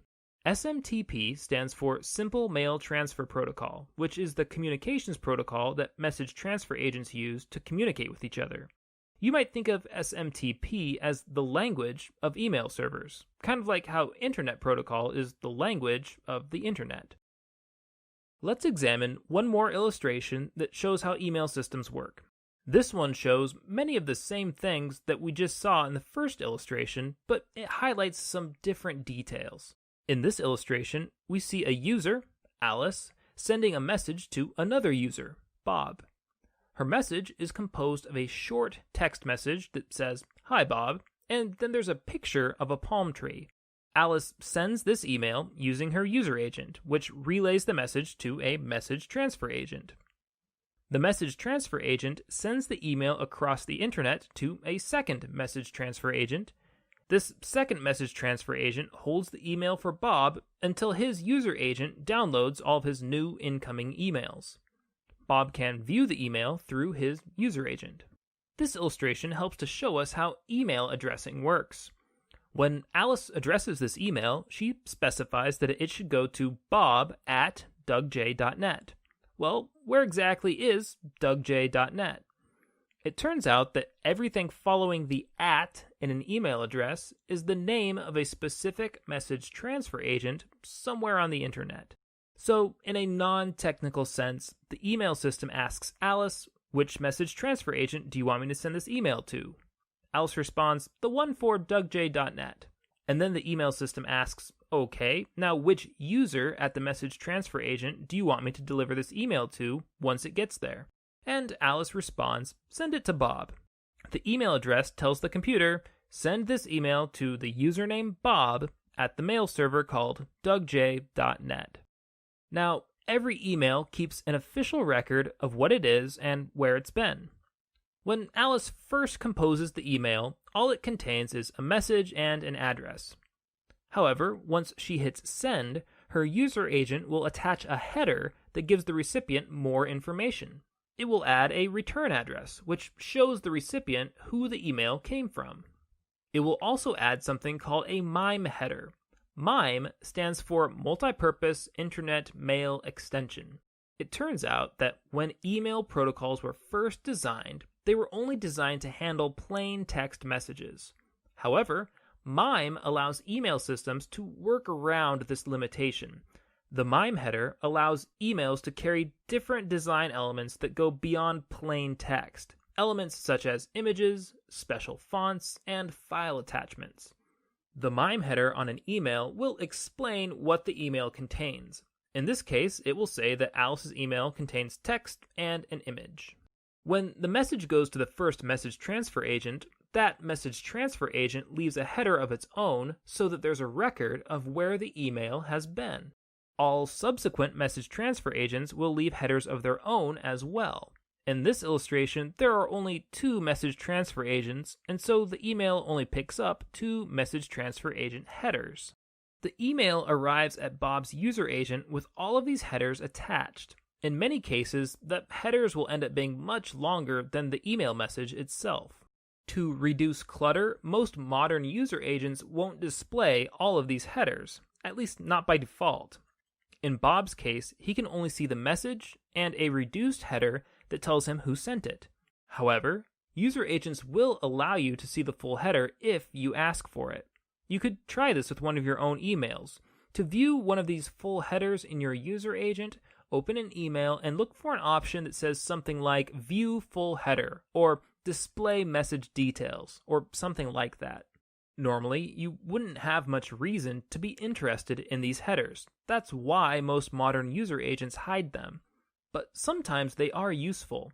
For example, it is useful that a header keeps a record of where an email has been.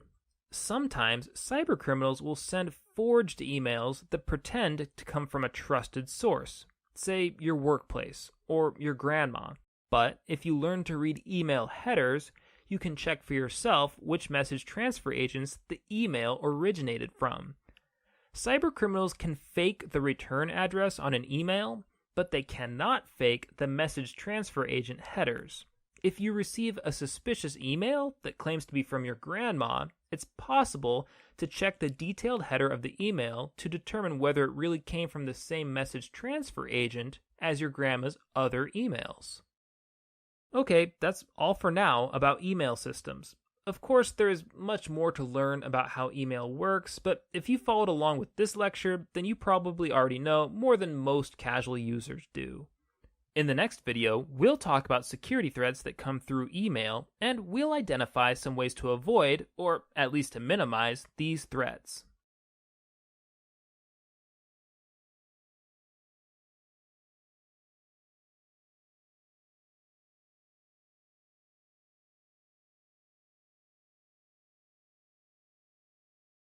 Welcome to this course, Introduction to Cybersecurity Literacy. This is Lesson 14, Email Security. In this lecture, we'll touch on 6 common email threats: eavesdropping, spamming and phishing, spoofing, malicious email attachments, replying and forwarding issues, and carbon copy and blind carbon copy issues. Email threat number 1 is eavesdropping. Eavesdropping is when other people observe your internet traffic without you knowing it. There are 2 primary eavesdropping threats. The first is the threat of somebody eavesdropping by simply observing you without your knowing it. Sometimes people will just look over your shoulder and watch what you're doing. They could observe things like your passwords, or they could read your emails if they're open on your screen. Another kind of eavesdropping is called sniffing.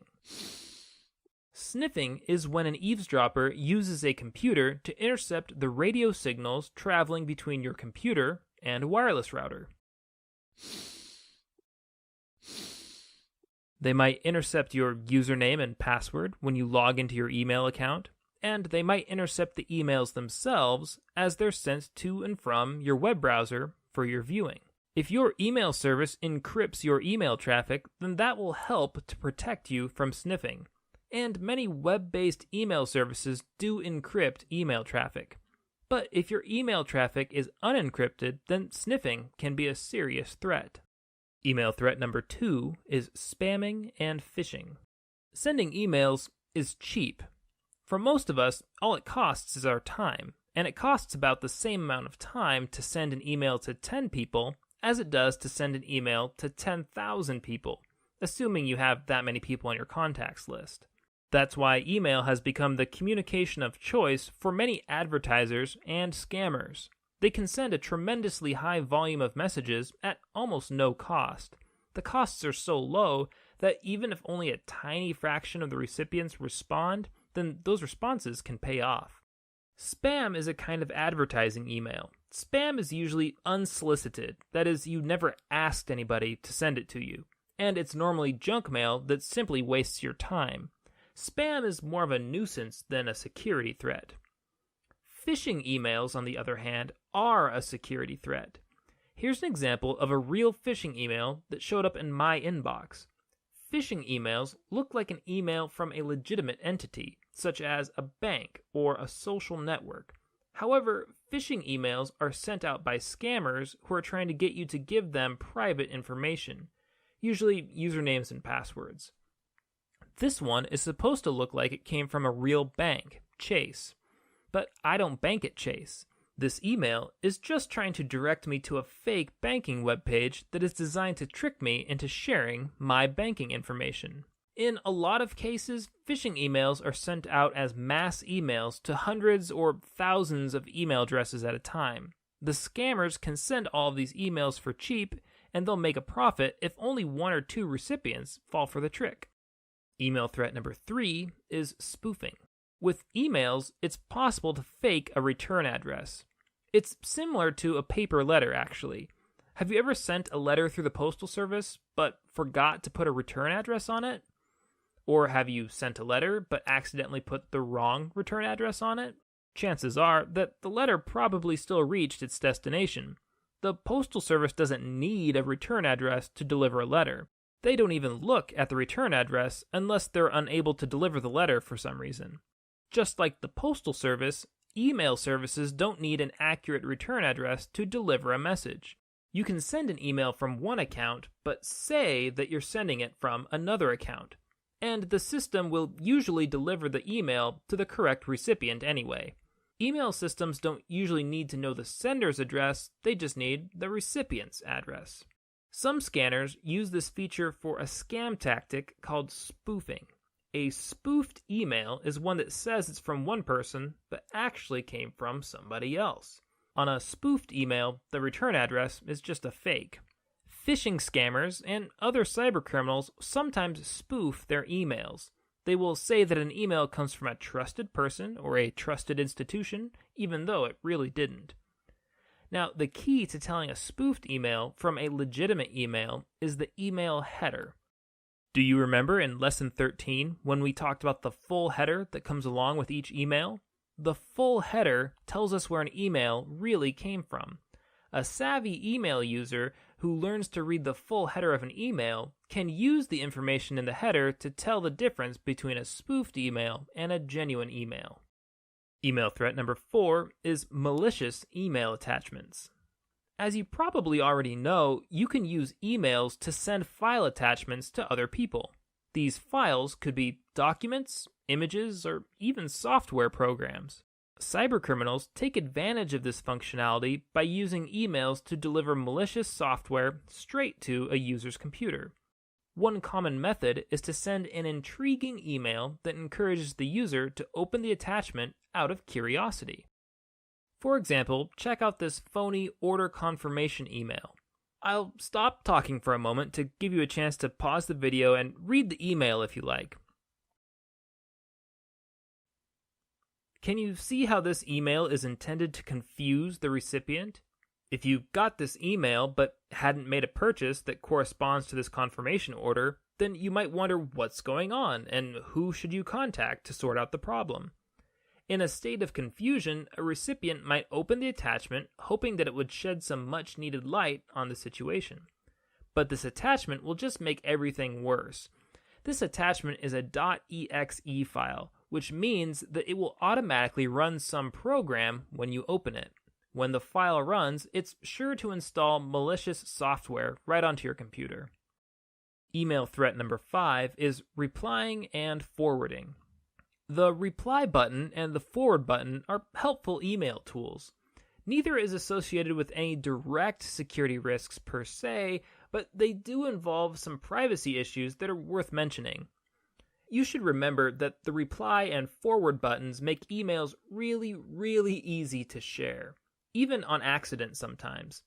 Before you do something silly like send passwords or embarrassing photos through email, consider how easy it is for the recipient to share that information with everybody in his or her address book. Don't hit send unless you really, really mean it. And be especially careful about what you send to your boyfriend or your girlfriend. It's sad and it's unfortunate, but a lot of people send sensitive information to a boyfriend or a girlfriend only to have that information forwarded to hundreds of other people after a nasty breakup.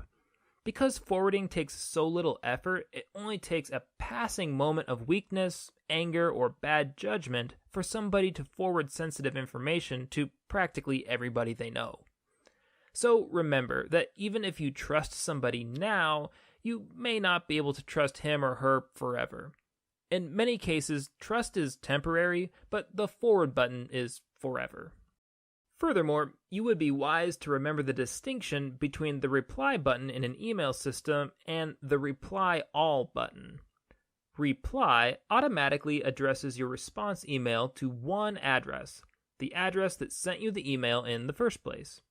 Reply all automatically addresses your response to everybody who received the email. Many email users have embarrassed themselves by accidentally hitting reply all and thereby sending a sensitive message to a large group of people rather than just sending it to one specific person. Email threat number 6 are the to, carbon copy, and blind carbon copy functions. Okay, this one is not technically a threat, but it's still a good idea to cover the difference between the to field, the carbon copy or CC field, and the blind carbon copy or BCC field in an email address bar. Most of you have probably used the to field before. That's where you type the address of a person to whom you want to send an email. Simple enough. To sends email to people. Easy peasy. Many of you have probably also used the carbon copy or CC field before. If you have, you know that your email user agent will also send an email to any address listed in the CC field. So what's the difference between to and carbon copy? Well, they function almost exactly the same. The only real difference is that the carbon copy field is intended for recipients other than the primary recipient. For example, imagine that you're working on a group project in a class, and imagine that your instructor has asked you to submit the project via email. On the day that you submit the project, you might write an email to the teacher and attach your project to the email. And then you might decide to include all of your partner's email addresses in the carbon copy field. That way, they'll get the email, and they can see that you submitted the project on time. When they receive the email, they will see that they're in the CC field instead of the To field, and they will know immediately that they are not intended to be the primary recipients of the email. They can then read or not read the email accordingly, from the mindset of a non-primary recipient. Some of you may have used the blind carbon copy or BCC field before, but I suspect that this field is unfamiliar to some of you. Blind carbon copy works just like carbon copy. It sends the email to non-primary recipients, but with one important difference. Blind carbon copy keeps these extra recipients a secret. When you CC people on an email, everybody who receives that email can see who has been CC'd on it. When you list addresses in the blind carbon copy field of an email, only the sender and the BCC'd receiver can see who is BCC'd in the email. So imagine that you're planning a surprise birthday party for a friend. You decide that you're going to take her out for bowling and then surprise her by having 10 of her friends waiting for her at the bowling alley. The day of the event, you might send her a confirmation to make sure that she's going to come out for the party. And you could list all of the surprise guests in the blind carbon copy field of the email. This way, everybody receives the confirmation email, but the primary recipient can't see that there are surprise guests who also received the confirmation.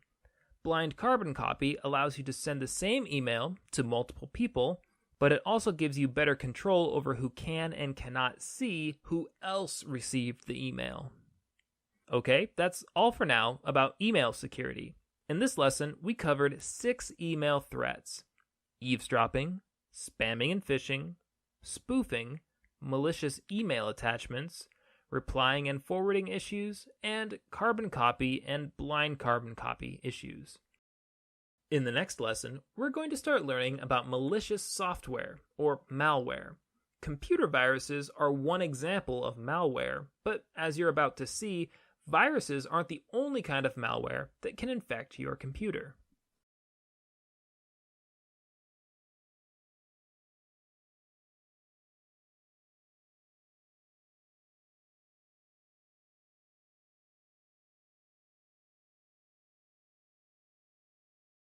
Welcome to this course, Introduction to Cybersecurity Literacy. This is Lesson 15, Varieties of Malware. In this video, we are going to discuss different kinds of malicious software. By malicious, we mean that this software is intended to harm computer users, to irritate them, or to steal information from them. In cybersecurity lingo, we combine the words malicious and software together into a single word, malware. In this lecture, I'm going to define several common varieties of malware: viruses, worms, Trojan horses, and bots. The first type of malware that I'm going to talk about is viruses. Most of you have probably heard the term computer virus before, but what exactly is a computer virus? In the traditional definition, a computer virus is an unwanted program that attaches itself onto a host file on a computer. This is similar to real biological viruses, which attach themselves to host cells in a body. There is another analogy between computer viruses and biological viruses based on the way that they spread between hosts. Viruses cannot spread from person to person unless those two people interact somehow, for example, by sneezing on one another. Computer viruses work in a similar way. A computer virus copies itself, but those copies don't just spread to new computers on their own. Instead, a host must do the spreading somehow. There are many ways that computer users can accidentally spread computer viruses. Some common ones include sharing infected USB devices, sharing infected files on peer-to-peer file sharing networks, or sharing infected files in emails. The second type of malware that I'm going to talk about is worms. On the traditional definition, worms are self-sufficient programs.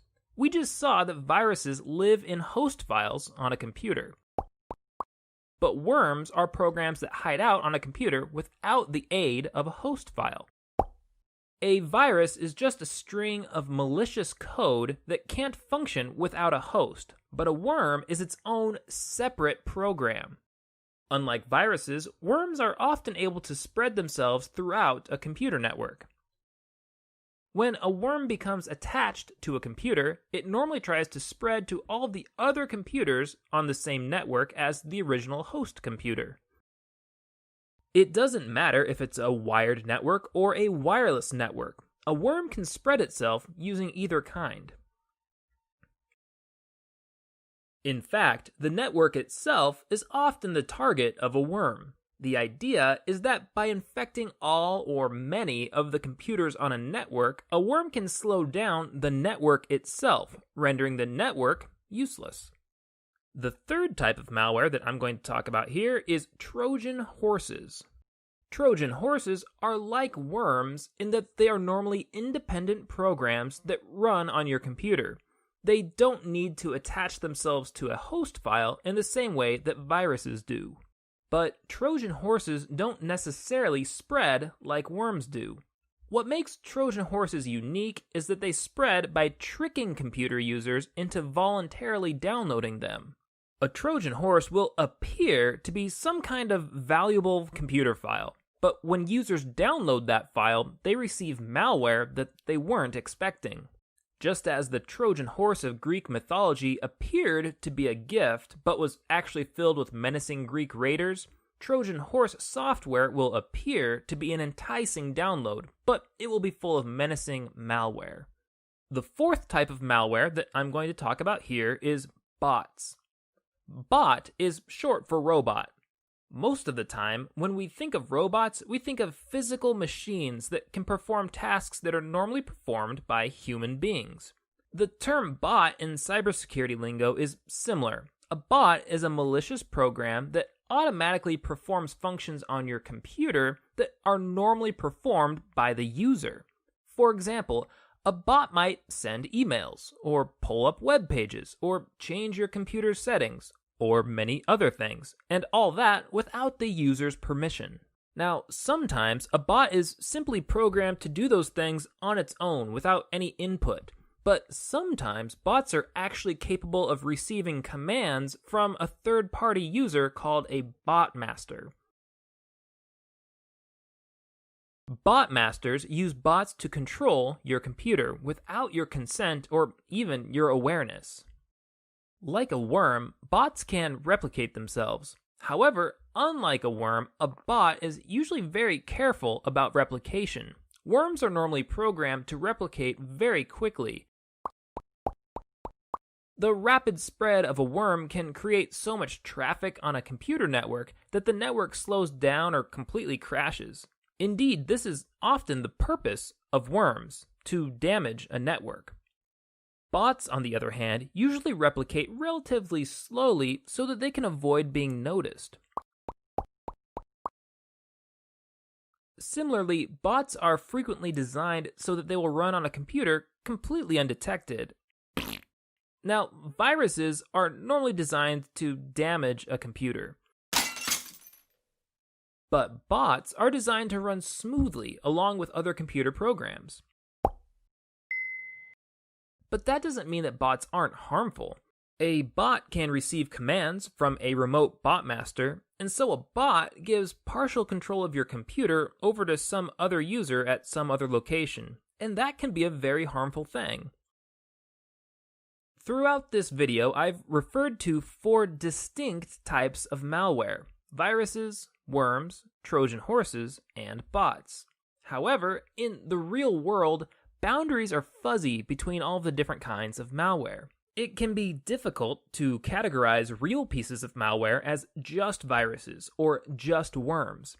Sometimes a piece of malware will attach itself to a file, like a virus does, but it will have the capacity to spread itself like a worm does. Or maybe it will be a Trojan horse download that leaves a bot on your computer. Now, the term virus has become the catch-all term for discussing malware in casual conversation. But as you can see, there are a great many varieties of malware out there, each with their own purposes, their own strengths, and their own weaknesses. Okay, that's all the further we'll go in this video. In the next lesson, we'll talk more about what malware can do to your computer.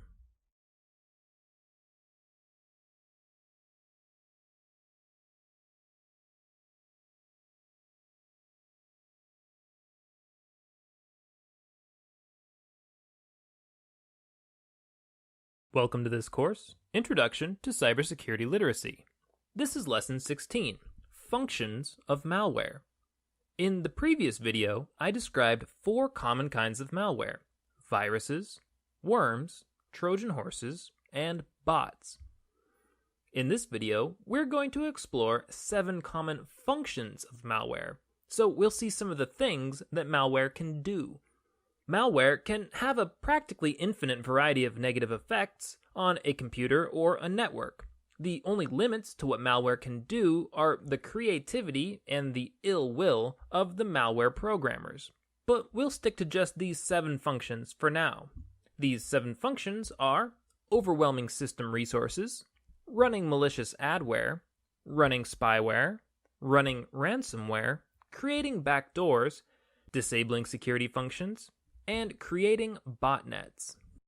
Malware function number 1 is overwhelming system resources. Some pieces of malware, especially worms, are programmed to reproduce and spread as quickly as possible. Malware like this can often overwhelm computer or network resources. The spreading worm might use up so much of the network's bandwidth that there just isn't enough left over to perform legitimate functions on the network. Some malware creates innumerable files on a computer, clogging up its storage drives and eventually slowing the computer's performance. Other malware might use up so much of the computer's computing power or its working memory that the computer is unable to run legitimate programs effectively. The common thread connecting these examples is that malware somehow overwhelms the system that it attacks, rendering the system sluggish or even useless until somebody removes the malware. This particular kind of malware attack is relatively less common today than it used to be in the past. Today's malware programmers are usually trying to make money, and there is generally not much money to be made from obviously compromising a system like this. When something is obviously wrong, users quickly figure out that they have a problem and they do something about it. Most malware today is more sneaky. It operates quietly in the background, preferring to remain unnoticed by the user. That's not to say that the malware doesn't still affect computer performance, but today's malware is less likely to affect it so quickly and so dramatically that users are likely to notice that something is wrong right away. Malware function number 2 is running malicious adware. All of you have probably seen adware before. Any software that displays advertisements is technically adware. The web is obviously packed with adware because most of the free websites that we use are funded, at least in part, by advertising revenues. Much of the adware that we encounter runs on a web browser, which simply displays the ads. Common, everyday adware might be a nuisance, and in some cases, people argue that it breaches user privacy, but in general, the costs of adware are the price that we choose to pay for the free websites that we use.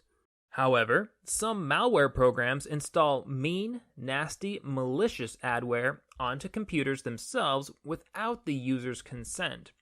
Rather than just displaying the paid advertisements that support websites, these malware programs can display ads that have no legitimate connection to the user or to the websites that the user visits. Malicious adware might display unwanted pop-up ads at inappropriate times, or it might install an unwanted toolbar on your browser window. Furthermore, malicious adware sometimes presents ads that most users find distasteful or offensive. Malware function number 3 is running spyware. Spyware is malware that spies on your computer activity. One example of spyware is keylogging software that secretly records the keystrokes that you make on your keyboard and then sends that data to some third party. Other kinds of spyware might secretly monitor your internet activity and use your browsing information to target you with malicious advertisements. Spyware programmers want their spyware to remain hidden on your computer for as long as possible. You normally will not notice a spyware program until you're looking for it, and even then, they're programmed to be difficult to find and easy to overlook. Malware function number 4 is running ransomware. Ransomware programs create screens that look something like the one that you see here. Let's read what this message says. User alerts. Your documents have been encrypted. They can only be decrypted for $500 American dollars. If you do not pay this decryption fee by 14 days, your documents will be permanently deleted immediately. Do not call the police or risk automatic permanent file deletion immediately. Click below to begin decrypting your files. You will need a valid credit card. Thanks you. Sometimes ransomware is a total lie. Cybercriminals will write programs that will display messages like this one, even if your files are completely unaffected. And sometimes ransomware really does encrypt your files. In either case, you shouldn't play along with a scheme like this. Even if your files are really encrypted, there's no guarantee that the cybercriminal will unencrypt them for you if you pay the ransom. And if you do pay the ransom, some cybercriminals will use your payment information to steal your identity or to suck you deeper and deeper into an even more expensive scam. If you fall victim to ransomware, you are much better off restoring your system from backup files than you would be if you paid the ransom. If you diligently back up your system, then ransomware should be a nuisance for you, but it shouldn't be a catastrophic loss. Malware function number 5 is creating backdoors. Many legitimate programs create links between your computer and another computer system so that your computer can receive important updates.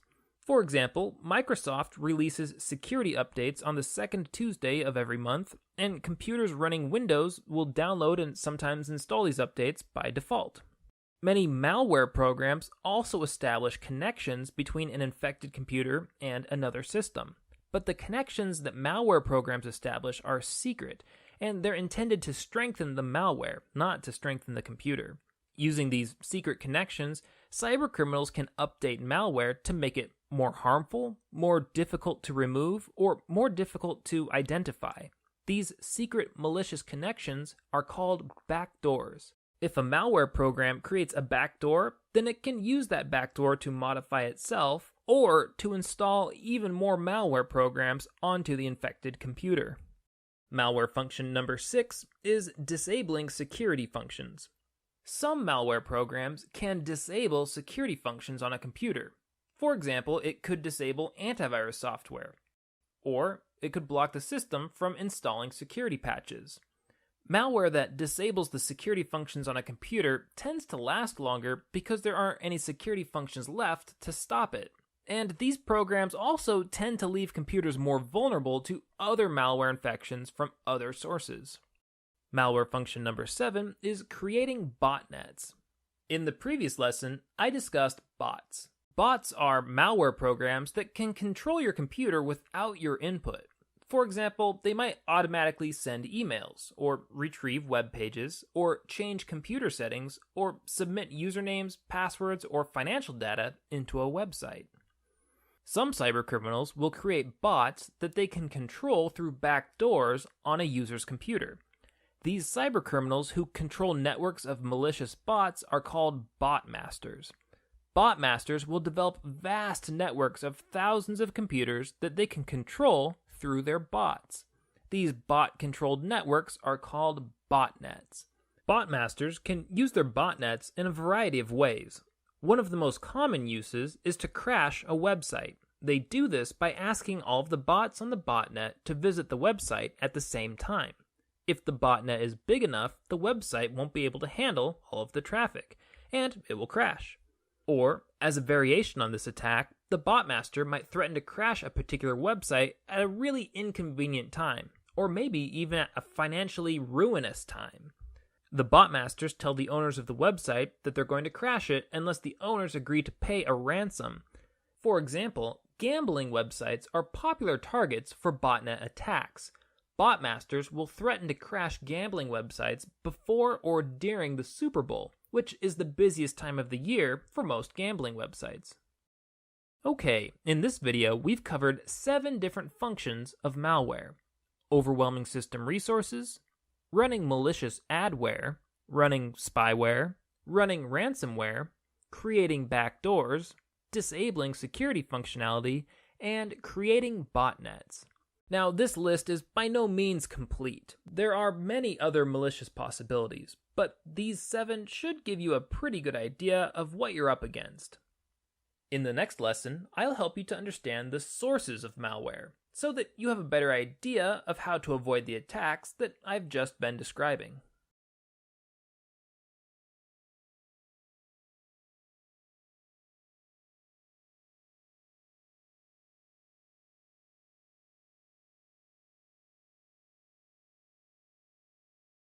Welcome to this course, Introduction to Cybersecurity Literacy. This is Lesson 17, Sources of Malware.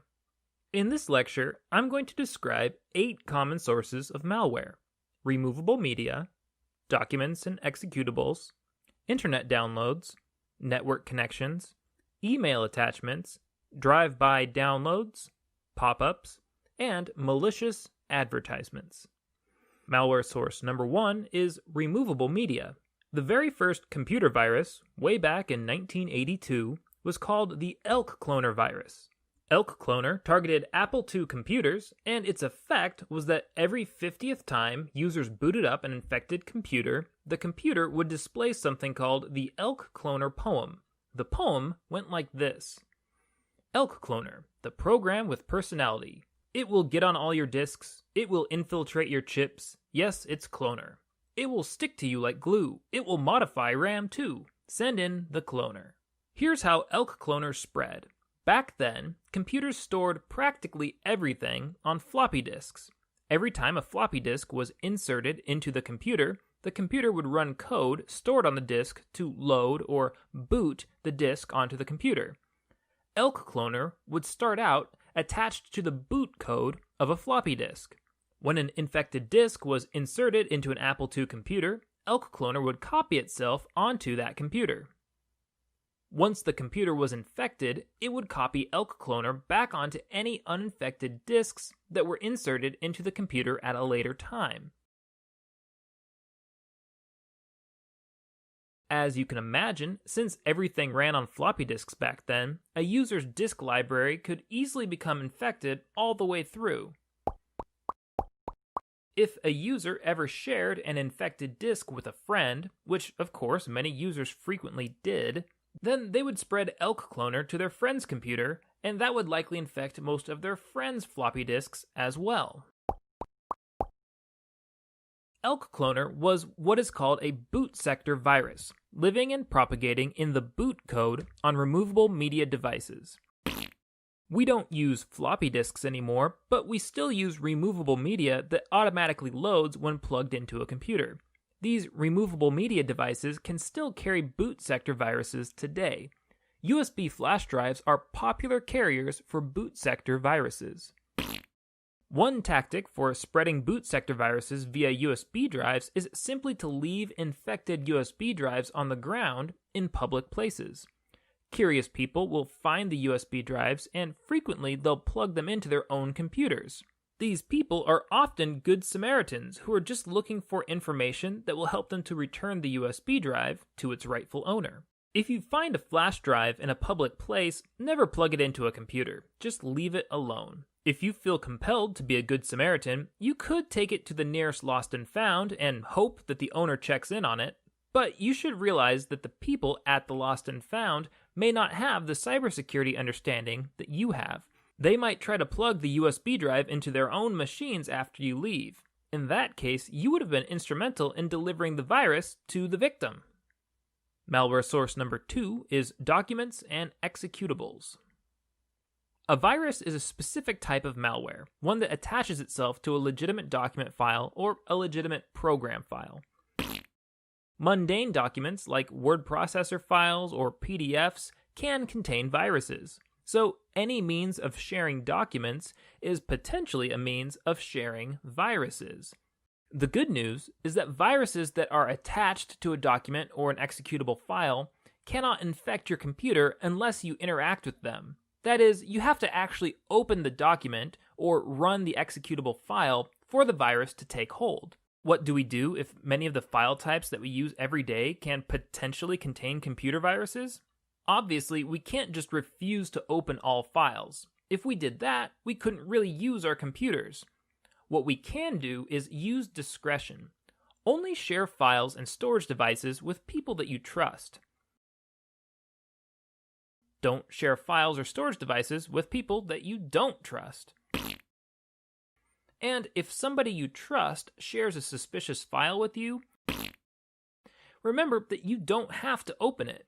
If something about a file from a trusted friend seems suspicious to you, you can usually just delete the file or call the person up on the phone who is sharing it with you to get more information about what it is that they're sharing.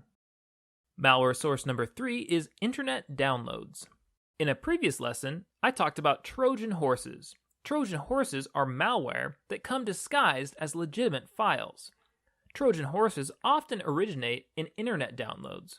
For example, a website might offer free downloadable games, but when you download the game files, they could install games and malware onto your computer, or perhaps just the malware and no game at all. Because of the danger of Trojan horses, it's important to know the sources that you download from. You should only download known files from people that you know personally or from vendors that you trust. When you see good deals on downloadable products online, you should always approach those deals with skepticism. If you do not trust the vendor, don't download the product. If you don't recognize the vendor, then the safest thing to do is to ignore the offer. If you don't know the vendor, but you feel like you can't ignore the offer, then you should at least research the vendor on a couple of trusted review websites before downloading anything from them. Malware source number 4 is network connections. Some malware don't even need human assistance to reproduce and to infect new computers. These malware, usually called worms, distribute themselves across networks without victims having to interact with them at all. Anytime you're connected to a network, either to a private network or to the public internet, it's at least possible that your computer could contract a worm from another computer on the network. It doesn't matter whether it's a wired internet connection or a wireless connection either. Worms can spread across either.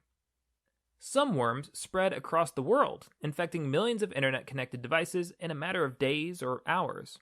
Of course, most of us connect to the internet every day, and some of us never disconnect from it. So how is it that we aren't constantly contracting worms? Well, worms can only spread if they can exploit some known security weakness in a system. When weaknesses become known, software companies usually send out remedies for these weaknesses. These remedies are called patches. Patches modify legitimate software to make them more resistant to security breaches. If you install patches for your software as soon as they become available, then your computer is much less likely to contract a worm. Another security measure that helps computers to resist worms is the use of firewalls. A firewall is a tool that controls the flow of information between your computer and other network devices. In this illustration, we see a firewall between a computer and a cloud, which represents the internet. The firewall will prevent unrequested internet traffic, like worms, from accessing your computer. It's a good idea to always run a firewall on your computer. Malware source number 5 is email attachments. One way that cybercriminals spread malware is through social engineering. Social engineering is the practice of setting up social situations that encourage computer users to let down their guard, to compromise their own cyber defenses. One common method of social engineering is to attach malware-infected files to emails. The email might claim to come from a known source, and the body of the email will usually say something that piques the reader's interest or makes them feel concerned. One example of a malicious attachment is the infamous love bug worm. The love bug spread itself through email attachments, and it would send itself to all of the addresses stored on a user's computer. It would arrive in a victim's inbox packaged as an attachment with the file name loveletterforyou.txt.vbs. Can you see how the file name attempts to hide the real file type of this email? The file type is really .vbs, but the title tries to make the reader think that it's a .txt file. If you already know a little something about file types, you know that .txt files are usually safe, but that .vbs files can contain malware. Many recipients were curious to see what this supposed love letter was all about, and so they opened the file, assuming that it was just a harmless note. Back in the year 2000, the love bug infected more than 500 million computers in just 1 week. Email attachments are incredibly useful, but it's important that you only open attachments that you can trust. Malware source number 6 is drive-by downloads. Many computer users realize that they can contract malware by downloading files from a malicious website. But what many users don't realize is that you can contract malware infections simply by visiting a malicious website. Whenever your computer pulls up a website, your computer is downloading and running code from a computer somewhere else on the internet. The web code that runs on your computer when you visit a website can contain malware. When simply visiting a website causes your computer to download malware, this is called a drive-by download. Because of the lurking threat of drive-by downloads, it pays to be aware of which pages you visit on the web. Avoid hyperlinks that take you to unfamiliar or untrusted web pages. Malware source number 7 is pop-ups. Some web pages allow advertisers to display pop-up advertisements, which are advertisements that appear on your monitor in a separate browser window. Many of these pop-ups are just annoying, but some of them are legitimate security threats.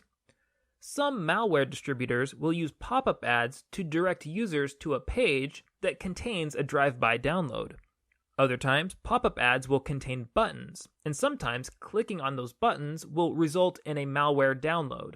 One particularly sneaky variety of pop-up is called scareware. Scareware pop-ups display browser windows that are designed to look like an antivirus program. The scareware window will claim that it has scanned your computer and that it's discovered that you have a bunch of malware infections. To help induce fear, scareware windows will often claim that your computer is practically overrun with malware. The window will usually contain several buttons, and if the user is tricked, he or she might click on one of those buttons. Clicking on scareware windows is a bad idea. If you click on them, they will normally direct you to a malicious website where you're likely to contract malware infections like the ones that the scareware window claimed that you had in the first place. Malware source number 8 is malicious advertisements. Malicious advertisements are difficult to distinguish from regular advertisements. Malware distributors will sometimes pay for advertising space on legitimate websites. Unlike regular advertisements, if you click on a malicious advertisement, it will take you to a malicious web page, which may contain drive-by downloads, Trojan horses, or links to other web pages that contain some kind of malware. Now, to be clear, I'm not trying to imply that any of the advertisements on this particular page are malicious. In all likelihood, they are perfectly safe. However, you should understand that it's always possible for malware distributors to buy ad space. Of course, you can avoid malicious advertisements simply by refraining from clicking on advertisements altogether. You might find it helpful to download ad blocking software for your web browser, such as AdBlock Plus for Firefox. This program will prevent most ads from displaying on your web browser in the first place. Okay, let's review. In this video, I've shared 8 potential sources of malware: removable media, documents and executables, internet downloads, network connections, email attachments, drive-by downloads, pop-ups, and malicious advertisements. My hope is that the better you understand where malware comes from, the better prepared you will be to avoid malware altogether. In the next lesson, we'll go into a little more depth on the topic of defending yourself against malware infections.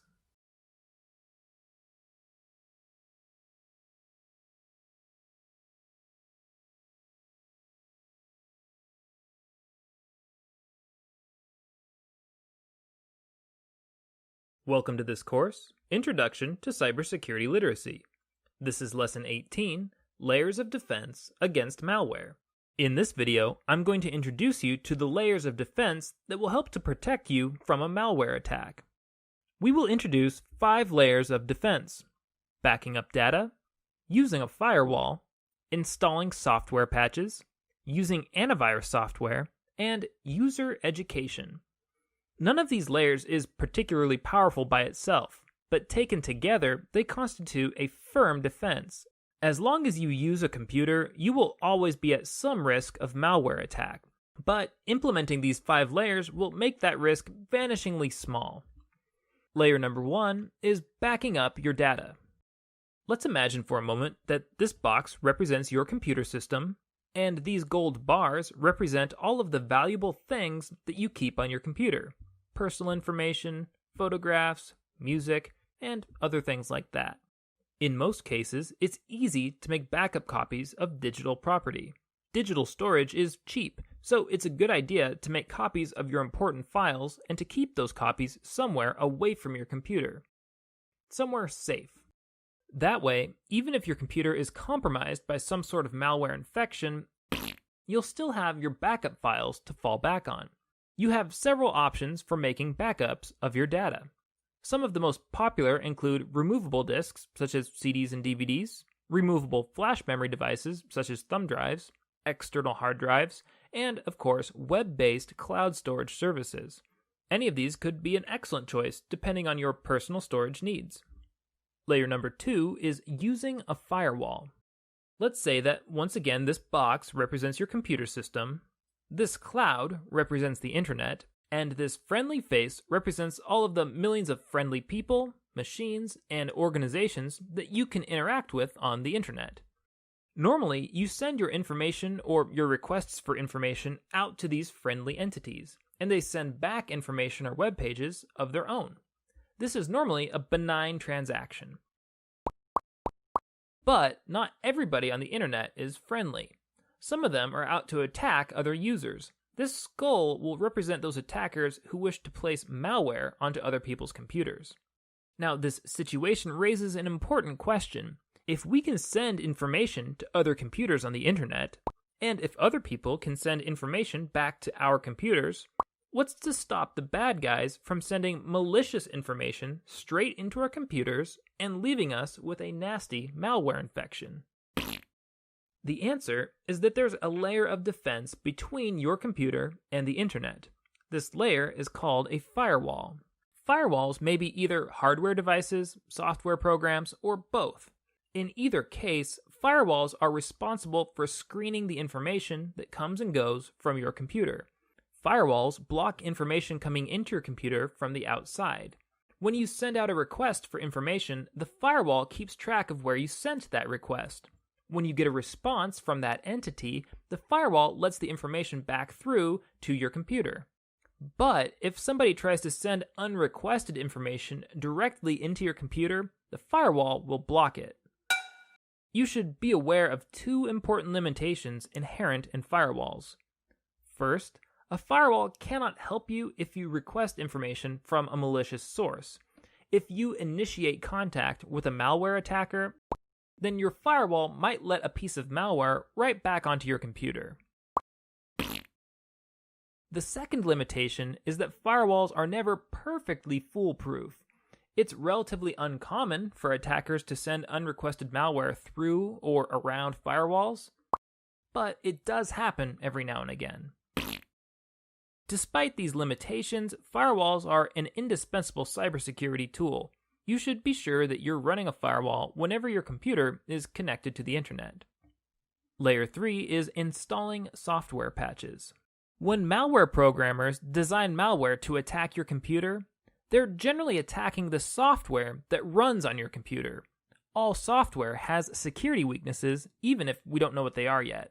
That's why we're using a dotted line to represent the boundary around your computer, to emphasize that there are gaps. Malware attacks must exploit one of these software weaknesses in order to succeed. Many malware attacks are unsuccessful. We may never even know that they occurred because they failed to exploit a weakness. For example, malware that is written for PCs will be ineffective against users who use Mac computers because Macs and PCs have different weaknesses. But malware programmers are constantly searching for security weaknesses in popular software. When they find them, they write new malware that exploits those weaknesses. But legitimate software developers are also constantly searching for security weaknesses in their products. When they find them, they release security updates called patches. Patches cover the known weaknesses in a program so that attackers can't exploit them. This is why it's important to install software updates for your computer whenever they become available. Layer 4 is using antivirus software. In the world of cybersecurity, antivirus software functions kind of like a guard dog.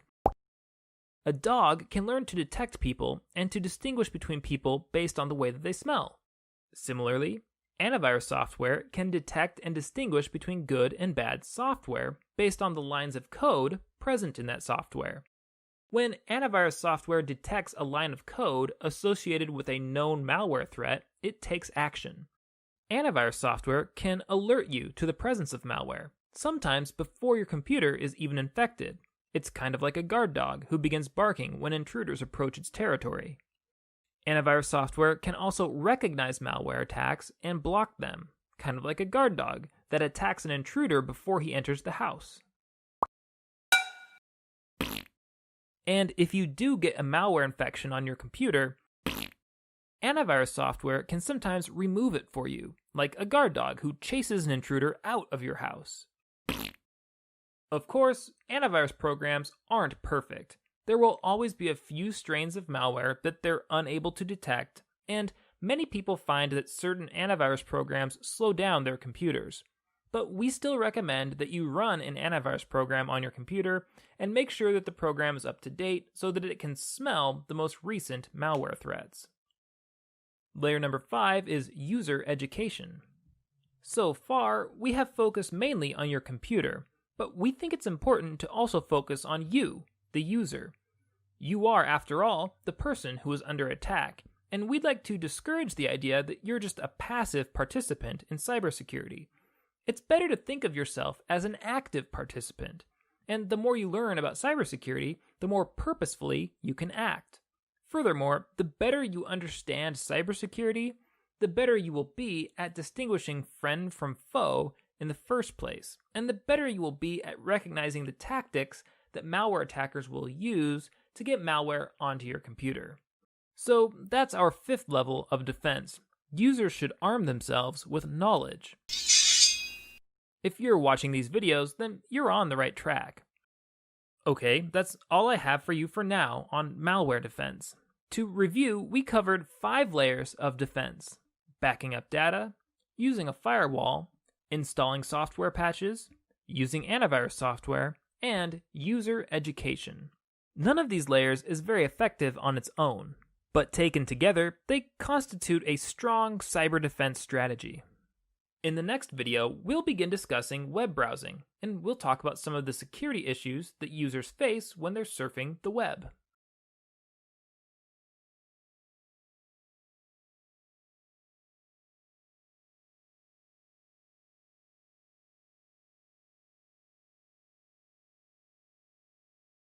Welcome to this course, Introduction to Cybersecurity Literacy.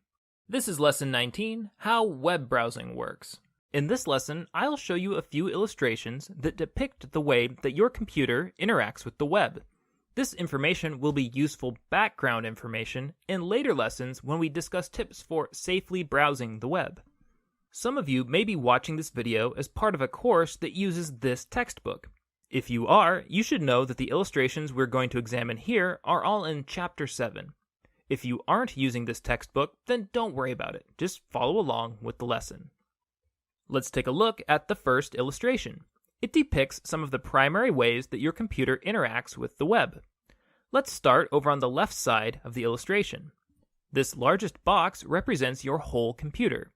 In your computer, there's an application called a web browser that allows you to interact with the web.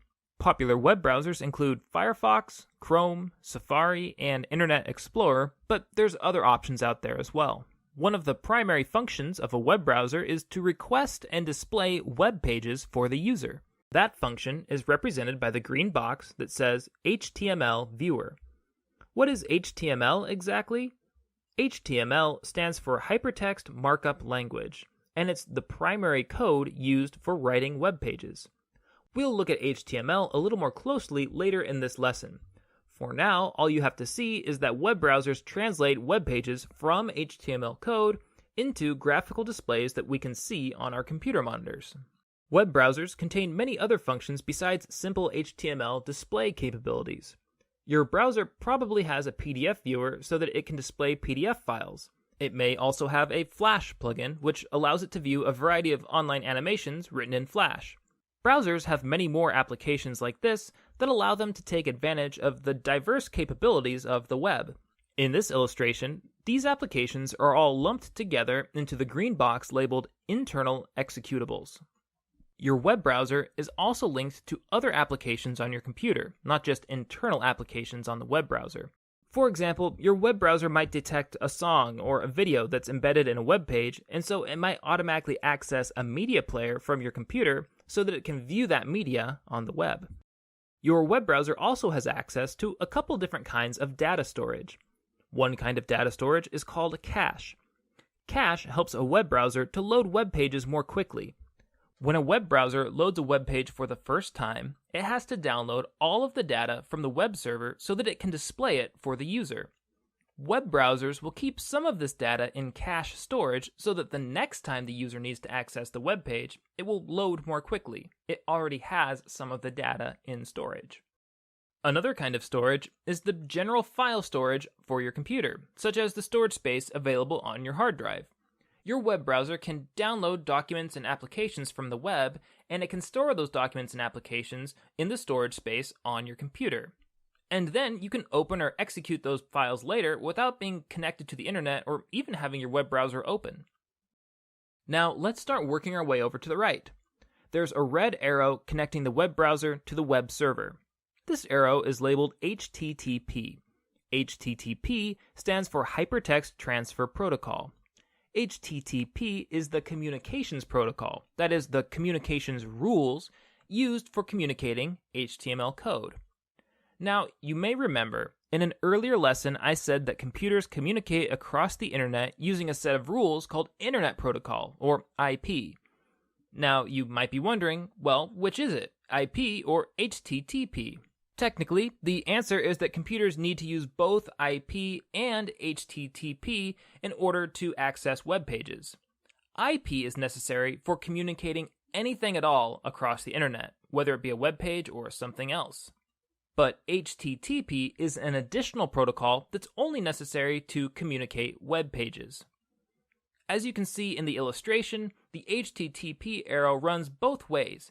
HTTP defines the rules for your web browser to communicate with the web servers, and it also defines the rules for the web servers to communicate back with your web browser. Moving further to the right, this diagram includes a web server. The web server is a storage computer that's located somewhere else on the internet. It's a remote computer containing a document called a web page, and your web browser is the application that allows you to access the web page from your computer. In this illustration, it kind of looks like your computer has a direct connection to the web server, but remember that that's not really the case. Between your computer and the web server is the whole internet, a vast system of networking devices. The web server contains web pages, and web pages contain two different kinds of content: static content and dynamic content. What's the difference between static content and dynamic content? The main difference between the two is how interactive they are. Static content is less interactive. It stays the same every time you access it, regardless of what you do with it. Text and photos are examples of static content. Text and photos are often meant to stay the same for every user who accesses them. Dynamic content, on the other hand, is interactive. It's usually some kind of interactive program embedded in the web page. Because it's interactive, dynamic content is potentially different each time you access it.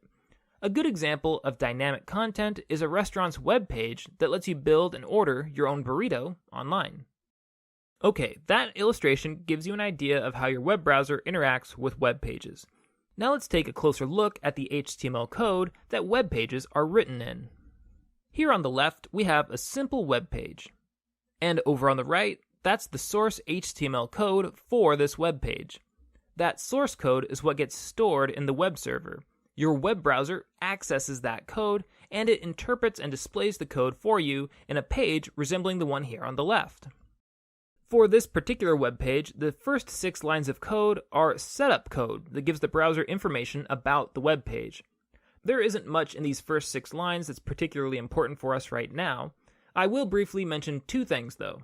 First, for this web page, the setup code is only 6 lines long, but for most professionally built web pages that you would interact with on a daily basis, there would be a lot more code than you see here. This is just an example. Second, I want to point out that the title of the web page is written between these 2 title tags here. Notice that the title is what is displayed in the tab on your web browser. Technically speaking, the title of a web page is this text that's displayed in the tab on your web browser. So, if you're ever trying to cite a web page for a paper, now you know where you can find the official title of a web page. Let's move down to the code contained between these 2 body tags. The code between these 2 tags defines what the bulk of the web page looks like. We can see a heading at the top of the web page that reads sample web page, and if we look over at the code, we see that the heading corresponds to the information between these H3 tags. Everything else on the web page is contained between a series of P tags. In web coding, P tags like this define paragraphs. A new P tag tells the browser to skip down a line and begin displaying a new paragraph of content. As we can see, each P tag here corresponds in order with another line of content over on the web page.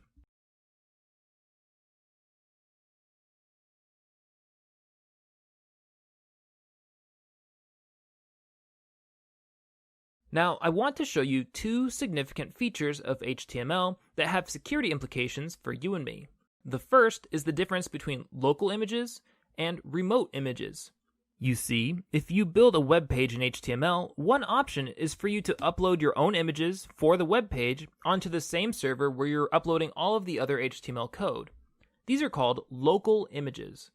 This first picture of a fish is a local image. The person who built this web page uploaded this image to the web himself or herself. However, HTML also has the ability to display images from other web pages in your web page. This isn't always legal, depending on how you use other people's images, but in principle, it's very easy to define a remote image from another web page as the image to be displayed on your web page. This second picture of a fish happens to be a remote image. Somebody else uploaded it to a different web page, but whoever built the web page that we're looking at has written the code so that it will take this image from somewhere else on the web and display it here. If you look over at the HTML code for this web page, you can see the web address where this picture is being hosted. If you are just looking at the web page, you can't tell whether an image is local or remote. You have to view the source code to make that distinction. So how is the distinction between local and remote images significant for cybersecurity?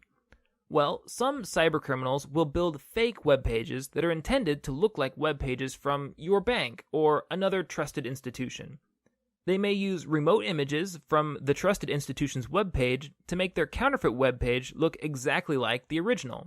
You can't really tell that an image is from a remote source if you just look at the page itself, but if you learn some basics of HTML, it's not very difficult to check if a suspicious web page is relying on remote images like this one. All web browsers will allow you to view a web page's source code, so in theory, you could check for remote images on any web page. Let's look at one more feature of HTML that is relevant to cybersecurity. In HTML, it's extremely easy to lie about the destination of hyperlinks. Here, you can see the title of a hyperlink in black. That's the part that gets displayed on the web page.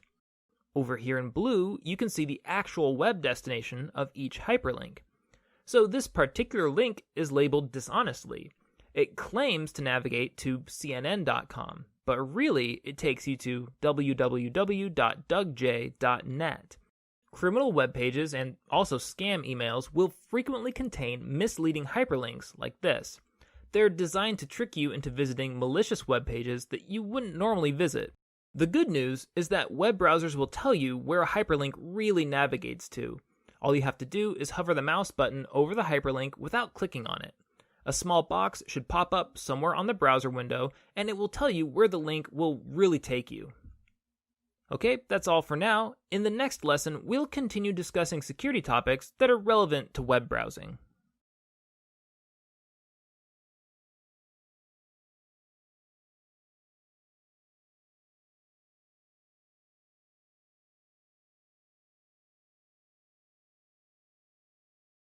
Welcome to this course, Introduction to Cybersecurity Literacy. This is Lesson 20, Safely Navigating the Web. In this lesson, we'll discuss 4 web safety issues: handling files on a web browser, accepting cookies from websites, using a more secure version of HTTP called HTTP Secure or HTTPS, and keeping and deleting a web browser's history. Safe browsing issue number 1 is handling files. Some of you may be watching this video as part of a course that uses this textbook. If you are, you should know that we're about to examine some illustrations from Chapter 7 of this book.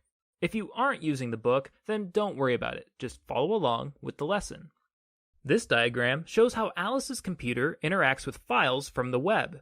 If you understand how a web browser interacts with files from the web, then you will stand a better chance of avoiding malware from the web. Let's examine this diagram beginning on the right side of the page. Web pages are a type of electronic document, and they are stored on remote computers called web servers. Your computer accesses web pages on web servers through the internet. The red line in this image represents the internet connection between Alice's computer and the web server. Now, you may remember that when computers communicate, they can only understand each other if they stick to a strict set of communications rules, and these rules are called a protocol. The web browser on Alice's computer and the web server are using a protocol called Hypertext Transfer Protocol, or HTTP. Web browsers and web servers almost always use HTTP to communicate with each other. The most common exception to this rule is that some web pages use an encrypted version of HTTP called Hypertext Transfer Protocol Secure, or HTTPS. We'll talk about HTTPS a little more later in this lesson. For now, I just want you to see that when you browse the web, your web browser and a web server somewhere are trading information back and forth using some version of HTTP. When your browser sends out a request for information, the web server will normally return some web page that you have asked for. The web page itself is coded in a programming language called Hypertext Markup Language, or HTML.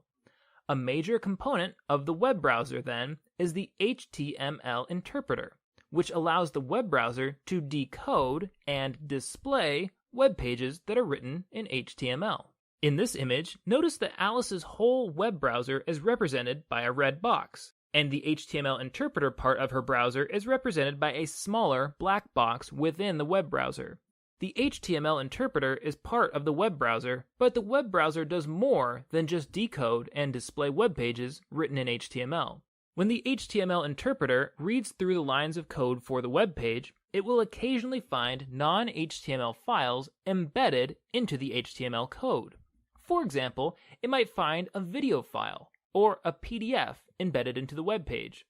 Videos, PDFs, and other embedded files aren't written in HTML code, so the HTML interpreter cannot display these files without some help. Alice's web browser has several plugins, that is, several helper applications that are programmed into the web browser itself to help it to interpret non-HTML files that are embedded into web pages. In this image, we see that Alice's web browser has 3 kinds of plugins. Executable plugins run programs embedded into web pages, programs written in coding languages like JavaScript. Document plugins allow Alice to view documents, such as PDF files, straight from her web browser. Viewer plugins allow Alice to view or listen to other image, audio, video, or graphics files from her web browser. Sometimes, Alice's web browser will encounter a file embedded in the HTML of a web page that it's not able to interpret with either its HTML interpreter or with any of the other plugins that it has available. When this happens, the web browser might ask a helper application located somewhere else on Alice's computer to open the file. Alternatively, Alice might choose to download a file from a web page. When she does this, the file is downloaded onto her computer, normally someplace on her hard drive, and she can open that file later, even if she is disconnected from the web server or from the internet altogether. So, as you can see, Alice's web browser encounters a number of different file types, and it can handle those file types in a number of different ways. As a user, Alice has some control over how her web browser handles files that are embedded into web pages. Let's imagine for a moment that Alice uses the Firefox web browser. If Alice opens the Options window in Firefox and selects the Applications tab, she can control what action her browser takes when it encounters any given type of file. For example, she can control whether the web browser will execute the file automatically, or if it will ask for permission first. In this illustration, we see that Alice's web browser is set up to automatically open several file types with Adobe Acrobat. We can also see that Alice's browser is set up to open various audio-visual files automatically with a QuickTime plugin, which is also located in her browser. However, whenever her browser encounters a compressed folder, it will ask for permission to open it or to save the file. Alice doesn't want her browser to automatically open or to automatically save compressed files. She wants to process those files manually. This next illustration shows how Alice can change the way that her computer handles files. In Firefox, she clicks on the bar displaying the action for a given file type, and a menu drops down with several options. She can command the browser to always ask her how to handle a given file type, or she can command it to always save a given file type to a particular location, or she can command the browser to always open the file. Her browser is recommending that she always open Microsoft Word documents using Microsoft Word. But if Alice prefers a different word processing software, she can specify that a different program besides Word handle these files. Alice can adjust these settings for any file type that she might encounter in her browser. So, what should you do? Should your browser automatically open files embedded in web pages, or should it ask you for permission first? Now, obviously, the most convenient option is to allow the web browser to just automatically process files. If it's automatic, then you don't have to think about it. But because some files might contain malware, automatically executing all files is also the most insecure option. The best thing for security is to pick and choose manually which files your computer opens. You will have to strike a balance between security and convenience based on your own computing habits and your own needs. Do you encounter a lot of files from unknown sources? If so, you probably want to screen those files. But do you stick to relatively few, familiar, and trusted web pages? Then maybe for convenience sake, you could allow your browser to open files automatically. Now, you may not use Firefox, or maybe you do use Firefox, but our images may have become outdated because of a recent upgrade, which is very possible given the speed at which technology develops. But no matter which web browser you use, it should allow you to control how it handles files one way or another. So do some exploring and figure out how you can do that in your web browser. Safe browsing issue number 2 is cookies. Cookies are small files that websites leave on your web browser. Cookies allow websites to remember users' behaviors and preferences on a given website. They enable a lot of the features that web users like. For example, cookies are what allow a website to remember whether or not you're logged in with your user account. Cookies also allow shopping websites to remember what items have been placed in a user's shopping cart. Furthermore, cookies are simple text files, so they can't contain any code that would run a program, and therefore they cannot execute malware infections on your computer. So cookies are great for convenience, and they are malware-free. But cookies have a downside too. One particular kind of cookie, called a tracking cookie, can track user activity across the internet. Many users feel like tracking cookies are a violation of privacy. For example, if you shop for baseballs on baseballgear.com on Monday afternoon, you might notice that a new website starts showing you ads for baseball bats and gloves on Monday evening. These targeted ads imply that your behaviors are being observed and shared between websites and between different companies. This is made possible by tracking cookies. Tracking cookies are ultimately all about advertising. As you can imagine, advertisements are much more valuable if they're tailored towards your personal interests. The more targeted the ads are to you, the more effective the ad usually is. That's why advertisers advertise toys during children's shows and beer during football games. The people who are interested in children's TV shows are statistically more likely to be interested in toys, and the same people who are interested in football games are statistically more likely to be interested in beer. Tracking cookie companies pay websites to run software that writes tracking cookies onto your browser. These tracking cookies can collect information about you on any website that runs the software by the tracking cookie company. Over time, the tracking cookie company builds a profile on the user behavior associated with your web browser, and it can use that profile to direct targeted ads to your browser. It reads the cookie, it observes your browsing behavior, and it says to itself something like this: I see that you've been reading about baseballs and buying baseballs. I guess I should show you these baseball bat advertisements because it seems likely that you're the kind of person who'd be interested in buying a baseball bat. Another issue with cookies is that they can allow users to stay signed in to online accounts on their browsers. Now, on the face of it, there's no major issue here. Why would it matter if you stayed logged in on your own private computer? Well, it only becomes a problem if somebody is allowed to snoop through your computer. For example, you might leave your computer in a public place. Or, more likely, you might leave your computer out at home during a party or a gathering. Or if your boyfriend or girlfriend has access to your computer, then they might have automatic access to your accounts. In any of these situations, somebody else could use your active login information to access your online accounts. So although cookies are more convenient for you, keep in mind that they're also more convenient for people who snoop through your computer. And of course, if you're using a public computer, then make sure that it does not remember the password for your online accounts. You don't want people in public to log into your private accounts. One final security issue with cookies. If you are using an unsecure wireless connection, then eavesdroppers can intercept cookies sent to and from your computer. If the cookie in question happens to be an authentication cookie that's used for logging into an online account, then the eavesdropper can save this cookie and use the information on it to log into your account later. Safe browsing issue number 3 is HTTPS. Earlier, I mentioned that web browsers communicate with web servers using a protocol called Hypertext Transfer Protocol, or HTTP. Regular HTTP is a set of rules that governs the way that code is sent back and forth between web browsers and web servers. Regular HTTP sends code back and forth in clear text. That is, the code is easily readable for anybody who has access to it. So if somebody happens to be eavesdropping on your browsing session on an unsecured wireless network, they can easily read any information that is sent through HTTP.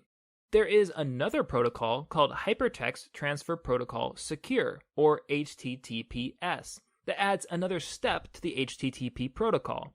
Instead of sending code back and forth in clear text, HTTPS adds a step of encryption. If you navigate to a web page using HTTPS, then the website encrypts all of the code that it sends to your web browser, and it gives your web browser a unique key for decrypting that code.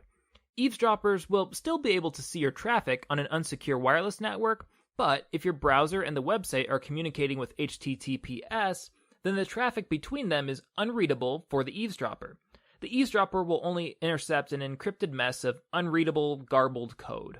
Many web pages use HTTPS for their login pages so that your login credentials are secure as they move across the internet.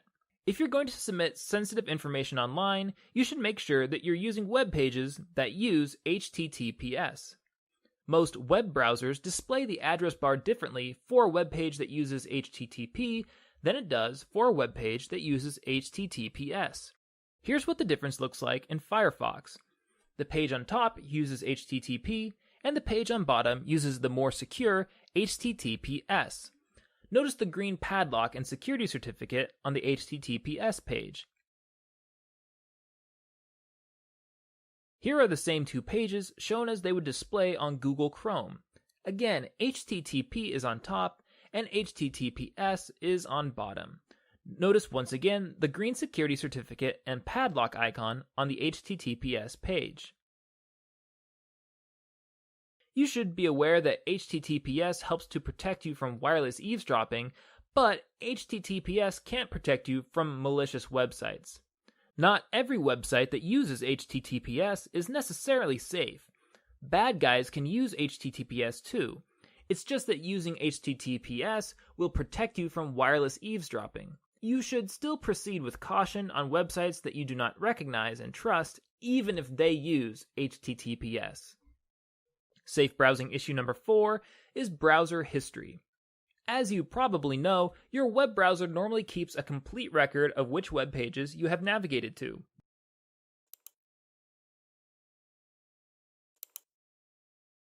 This history can be convenient. It helps you to remember things that you have read online, and it helps you to navigate to frequently accessed web pages more quickly.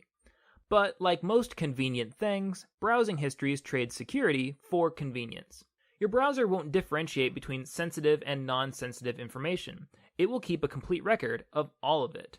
Anybody who cares to snoop through your browsing history will be able to see what you've been doing online, perhaps including where you do your banking, whose Facebook pages you have visited, or what kinds of medication you've been researching.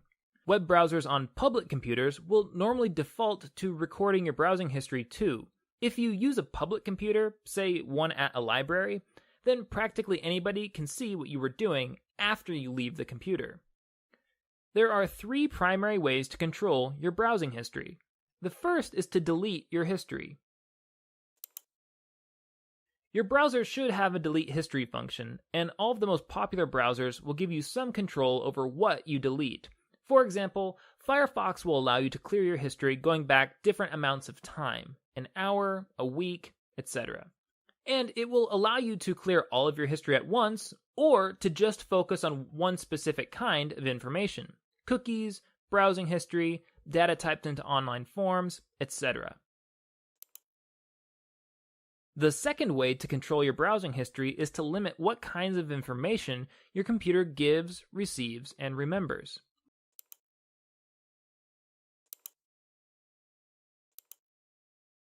For example, in Firefox, you can control whether the browser remembers your browsing and downloading history.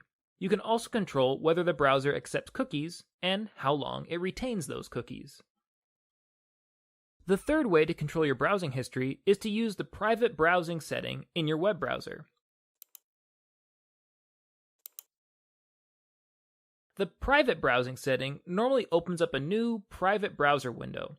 When you decide to close this window, it will automatically delete all of the history and cookies that you picked up during that browsing session. When you open a regular browsing window again, your browser will default back to whatever default settings you normally use. Okay, to review, we covered 4 web safety issues in this lesson: handling files, accepting cookies, HTTPS, and browsing histories. In the next lesson, we're going to talk about the most common security issues that we face when we shop online.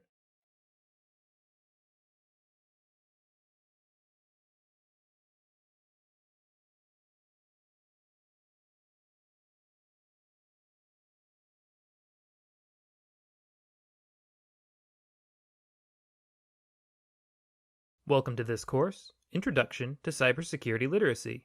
This is Lesson 21, Online Shopping. Online shopping is big business. With so much money being exchanged, it's no surprise that many criminals target online shoppers. Many of the security issues that we have discussed previously are relevant to online shoppers.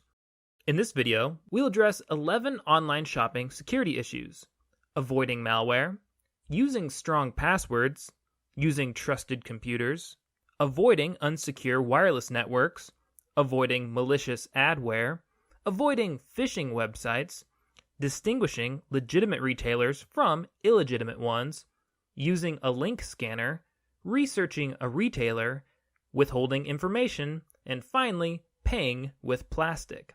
Online shopping issue number 1 is avoiding malware. In previous lessons, we talked about how to protect yourself from a number of different kinds of malware: viruses, worms, Trojan horses, and bots.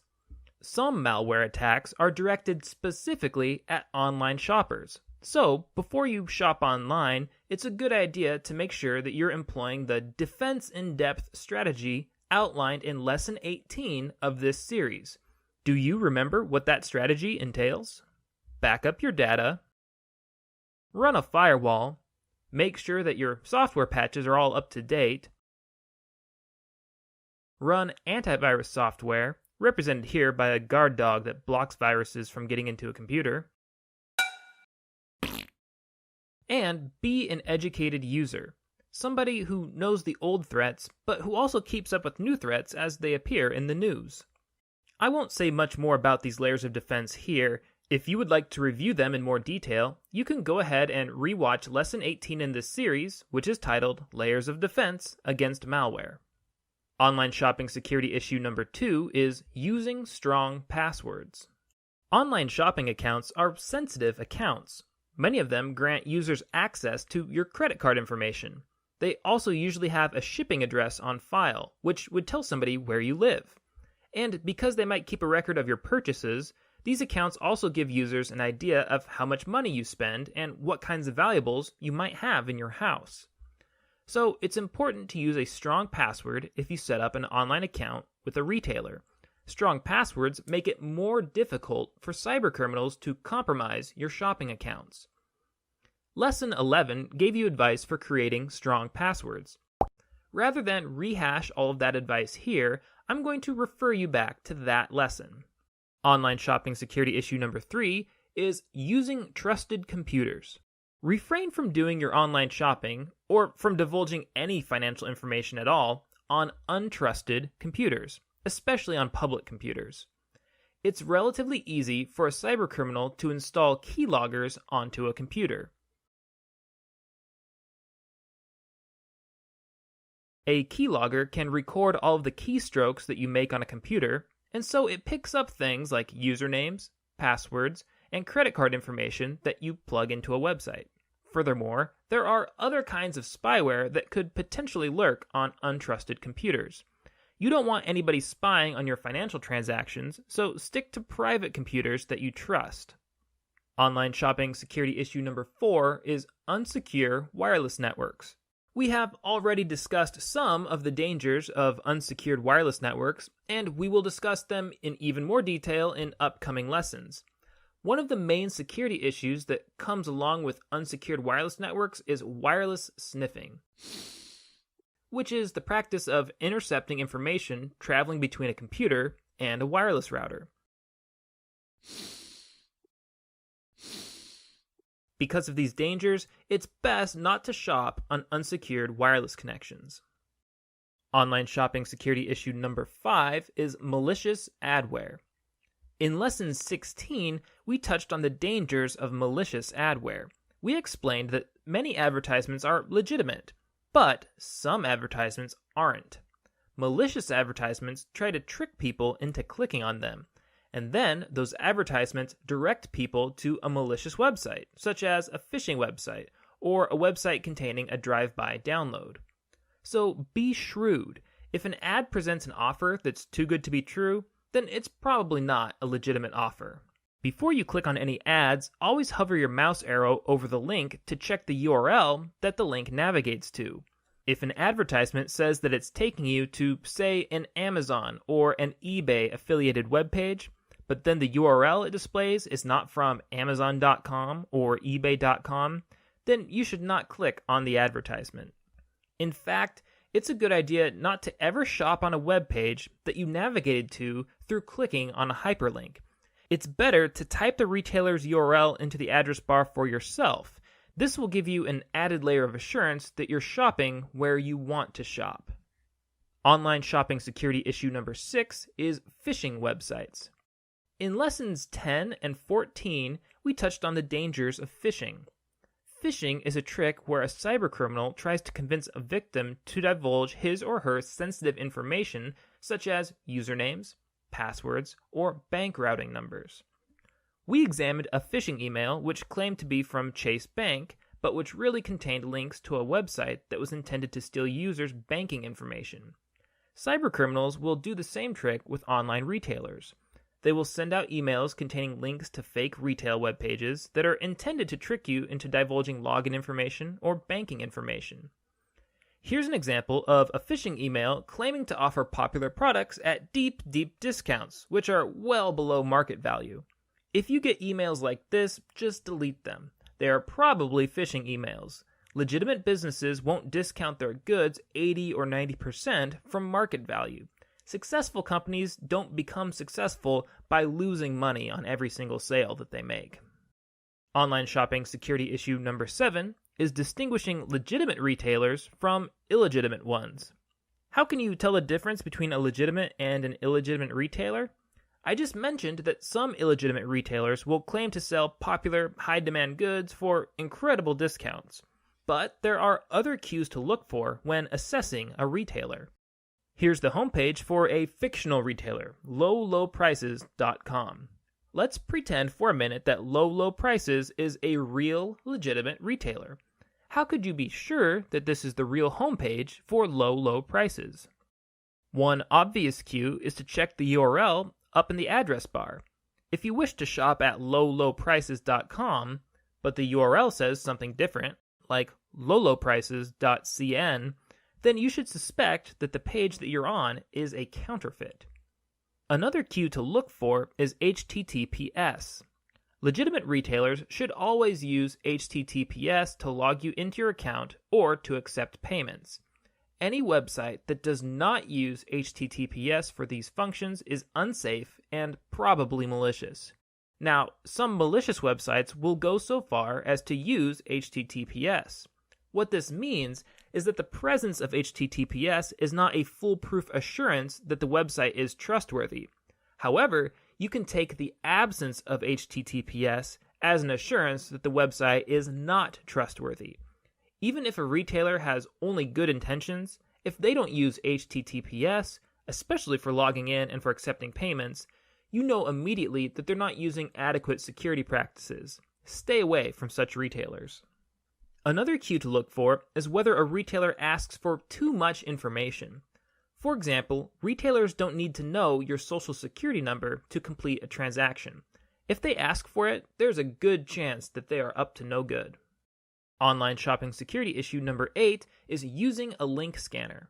One tool that can help you to shop more safely is a link scanner. So, what's a link scanner? Link scanners are applications that you can add onto your web browser. Link scanners check hyperlinks against a security database, and they tell you if there's any known security issues with the web pages associated with each hyperlink. There are several link scanners to choose from.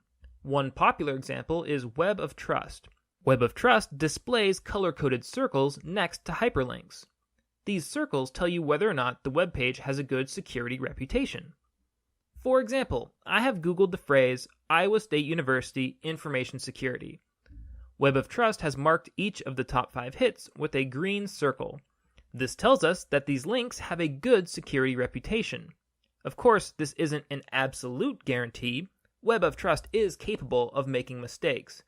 But the green circle is a strong indicator that the website is probably trustworthy. But here, I have Googled the phrase free iPad. The first hit is marked with a red circle, which means that the link is known to be untrustworthy. The second hit is marked with a gray circle, which means that Web of Trust has little or no information about this link. The website has no reputation, one way or the other. The third hit is marked with a green circle, which means that Web of Trust users have reported that this web page is trustworthy. But I have to say, I'm skeptical of this particular link. First off, notice that the URL for this web page is doctorsandtobacco.org. I don't know anything about that URL, but I'm having a hard time seeing what Doctors and Tobacco would have to do with free iPads. We can also see from the Google preview that this page includes the sentence, "Everyone who participates has over 40% chance to win a free Apple iPad."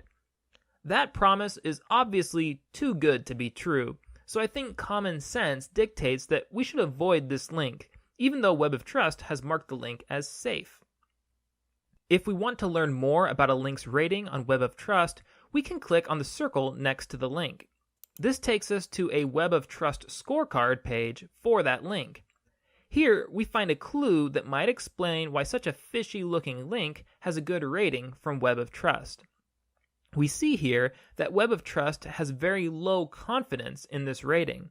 So, as far as Web of Trust knows, this is a safe link. but Web of Trust admits that it doesn't yet have very good information on this particular link. It's possible that this link is a scam, and the scammers themselves could be the ones who gave the link such a high rating. Online shopping security issue number 9 is researching a retailer. If you would like to make a purchase through a retailer that you've never used before, you should do a little research on the retailer before giving them any of your financial information. Here are some things to look for. First, their website should have a phone number. Legitimate businesses will usually have a phone number that you can call so that you can ask about their business practices. Second, the retailer should have a physical location somewhere, at least an office or a warehouse. So where are they based? If they don't have a physical location, then they're likely to be illegitimate. Third, you should look up some online reviews of the retailer. If other people have shopped there before, then some of them have probably left reviews somewhere online. Try Googling them. But be careful. Sometimes scammers will write positive reviews of themselves and then post those reviews online.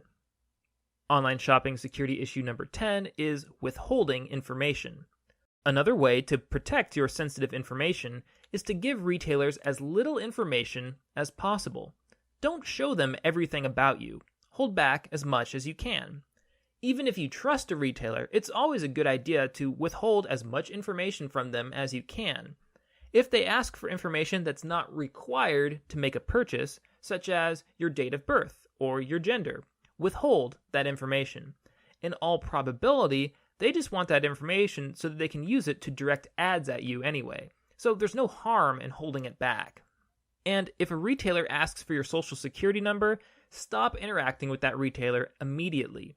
Social security numbers are never necessary to make a purchase. Only crooks ask for a social security number to complete a purchase. Online shopping issue number 11 is shopping with plastic. You can further protect yourself by opting to shop with a credit card instead of a debit card.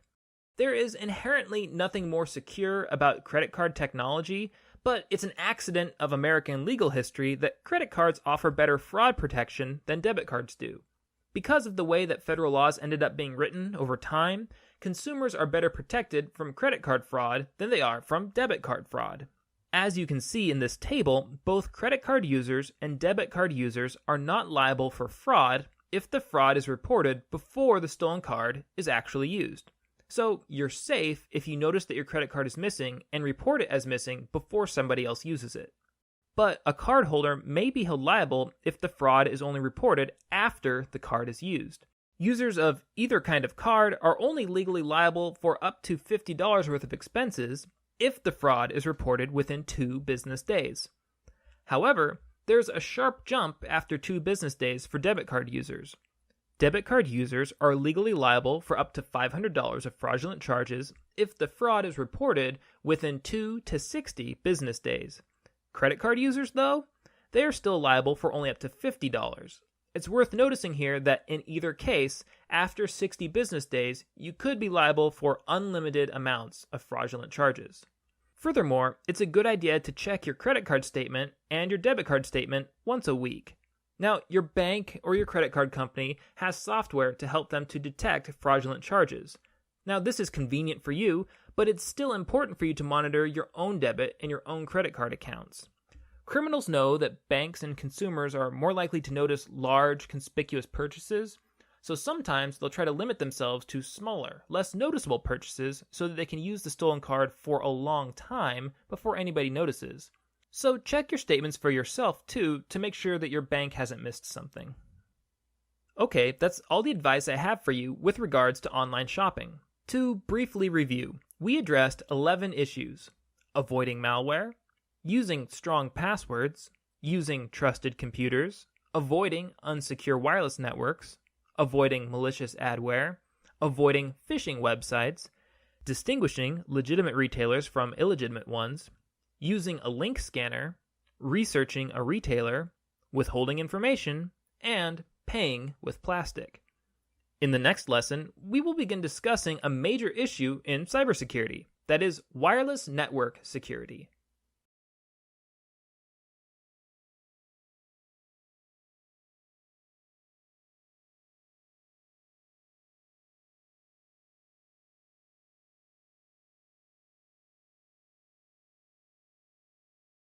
Welcome to this course, Introduction to Cybersecurity Literacy.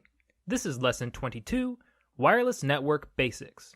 In this lesson, I will introduce you to wireless networks. In later lessons, we'll talk about the security risks associated with wireless networks, and I'll suggest some ways in which you can use and administer wireless security networks more securely.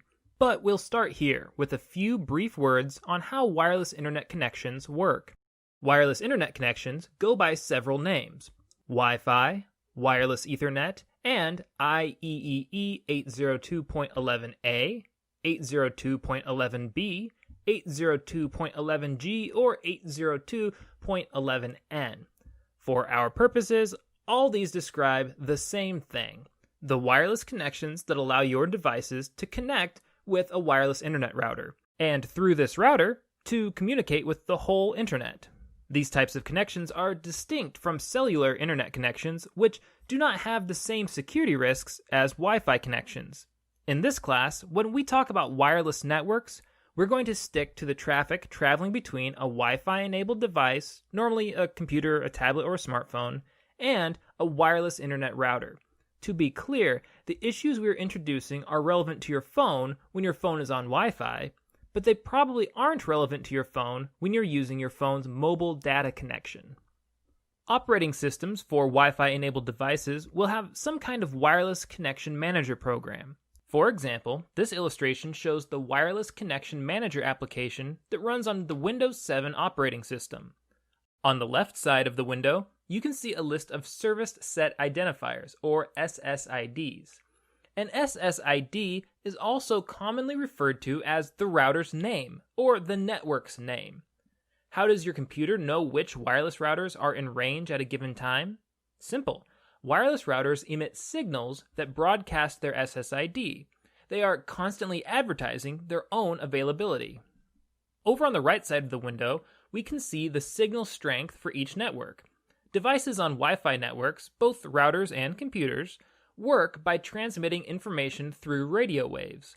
These green bars let users know how strong the radio signal is between the router and the computer. In Windows 7, unsecure wireless networks are marked with a yellow exclamation point icon. Routers and computers have the ability to encrypt their transmissions. An encrypted signal means that even if somebody intercepts your Wi-Fi traffic, they shouldn't be able to read it. But this yellow icon tells you that transmissions to and from this network will not enjoy such encryption. Let me repeat that. This yellow icon means that the information carried by the radio waves between the computer and the router will not be automatically encrypted. Let's see what happens when a user selects one of the networks from the list. When a user selects an SSID, the application asks whether the user wants to connect to a given network, and it reminds the user whether or not the requested network is secure.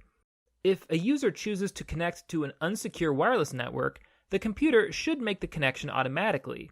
If it's a secure network, then the router will ask for a security key before allowing it to connect.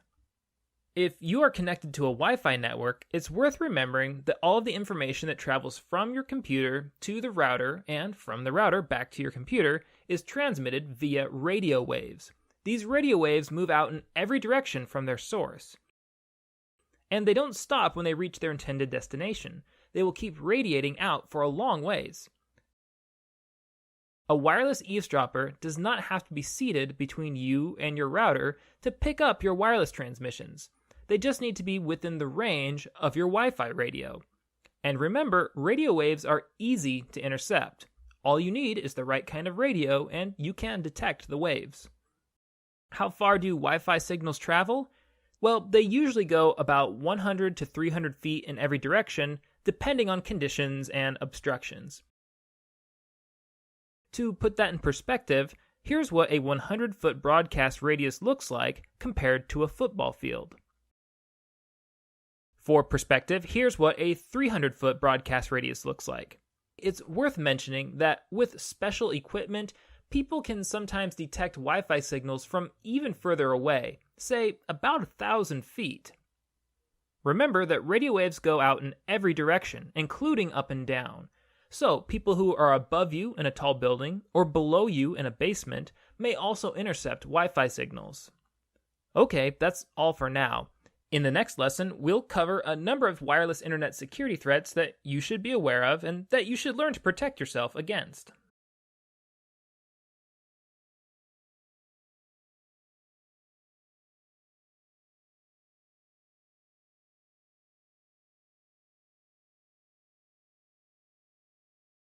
Welcome to this course, Introduction to Cybersecurity Literacy. This is Lesson 23, Wireless Internet Security Threats. In this lecture, we're going to introduce some of the most common security threats that wireless users have to deal with.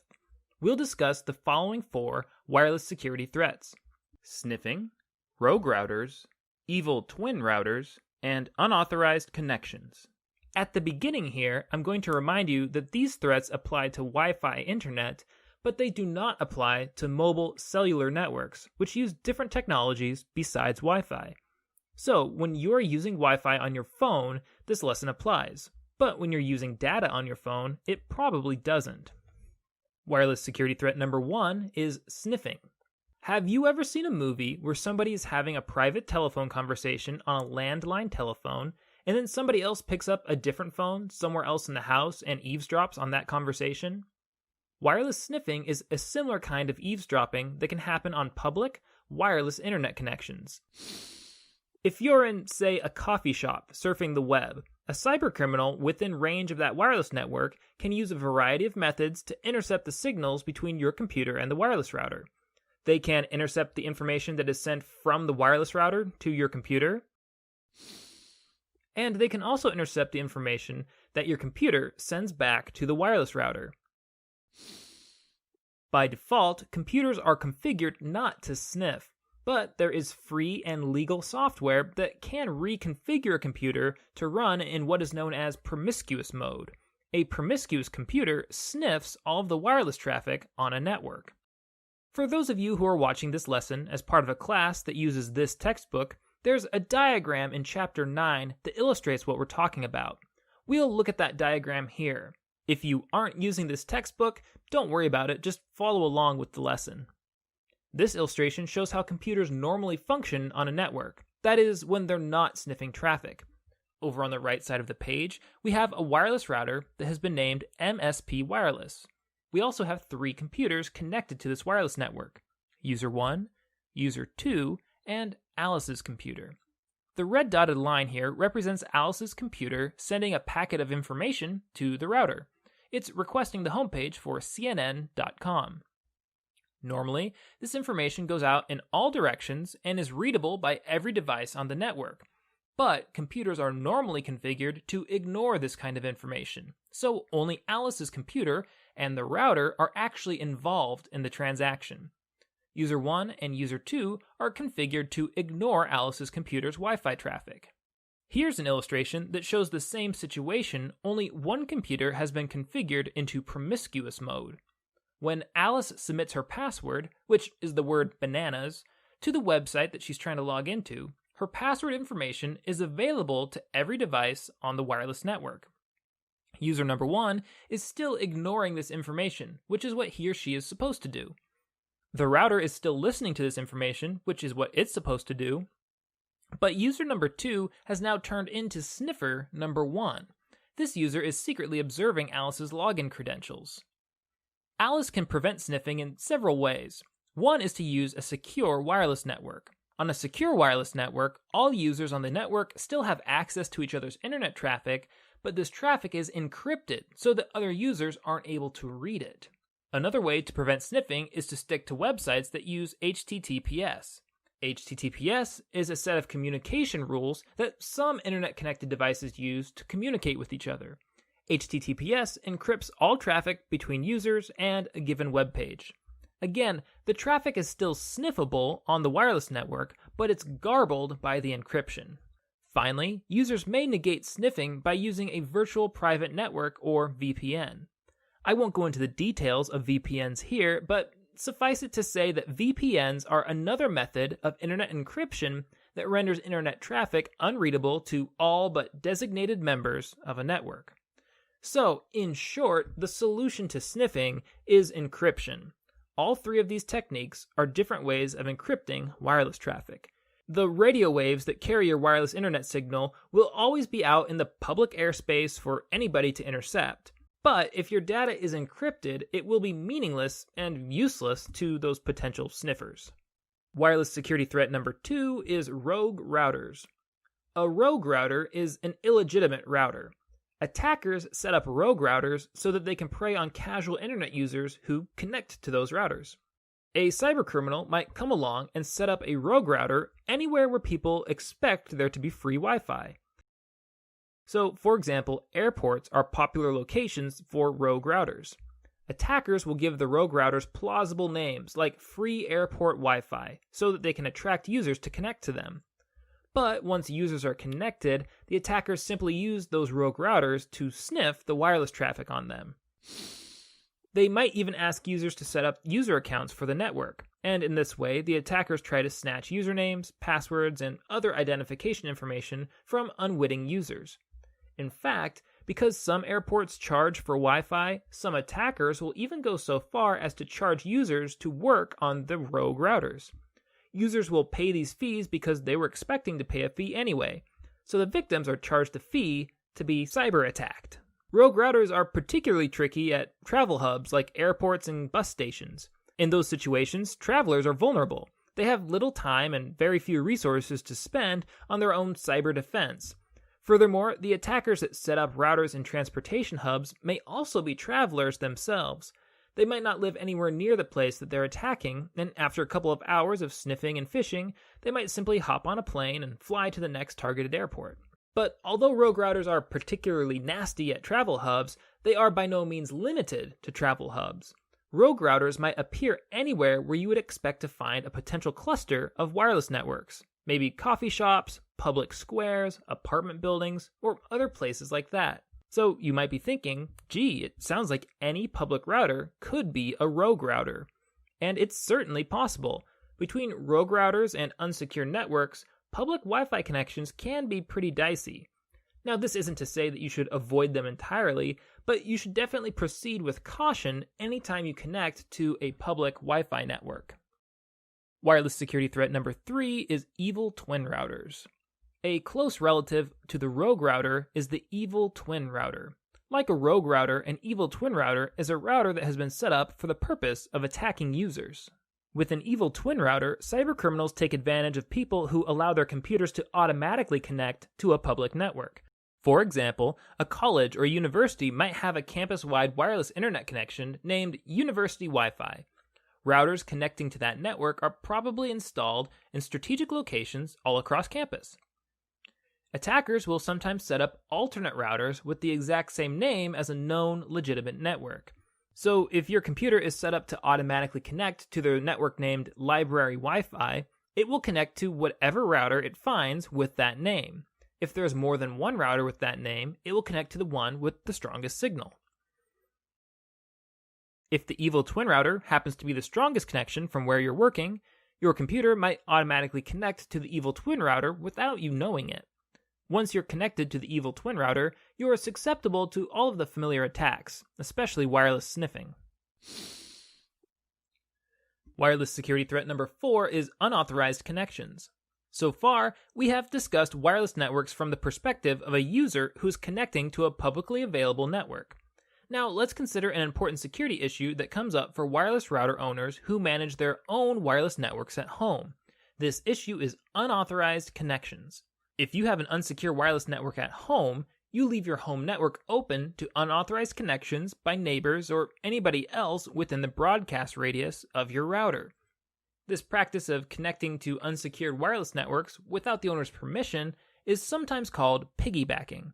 In many cases, piggybacking is more of a nuisance than a threat. That's because having extra users connected to your router can slow down your internet connection. But there can be other costs associated with piggybacking as well: financial costs, security costs, and legal costs. You could incur financial costs from piggybacking if your internet plan includes a monthly limit on the amount of data that you can download or upload. If you have a data limit, then you probably don't want to unknowingly share your internet connection with piggybackers, such as neighbors or people parked on the street near your home. There can also be security costs to piggybacking. Unauthorized network users might be able to access your router's settings and change them to make your network less secure. And as per usual, you have to consider the possibility of sniffing attacks from other users connected to the network. Perhaps most importantly, there are potential legal consequences to piggybacking. If somebody connects to the internet from your router, then all of their online activity can be traced back to your network. Any illegal activities that they participate in, such as uploading or downloading malware, pirating media, or downloading illegal pornography, will appear to be happening in your home. For example, back in 2011, the FBI raided the home of a man in Buffalo, New York on the suspicion that he was downloading child pornography. The ensuing investigation eventually revealed that a neighbor had used the man's unsecure wireless connection to download the pornography. So fortunately, in this case, the innocent man didn't get into serious trouble, but his unsecure wireless network made him a suspect in a very serious criminal investigation that could have had dire consequences if he hadn't been vindicated.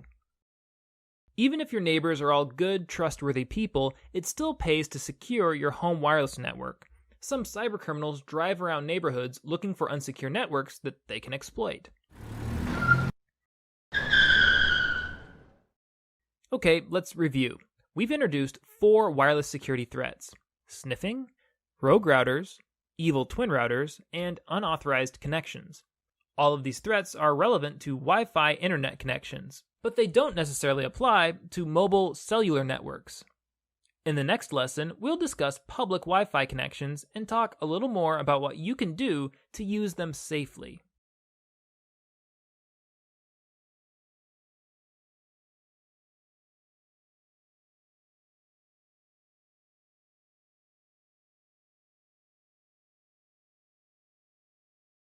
Welcome to this course, Introduction to Cybersecurity Literacy. This is Lesson 24, Using Public Wireless Networks. In the last lesson, we looked at a few examples of wireless security threats. With these threats in mind, I want to suggest some tips that will help you to use public wireless internet connections more securely.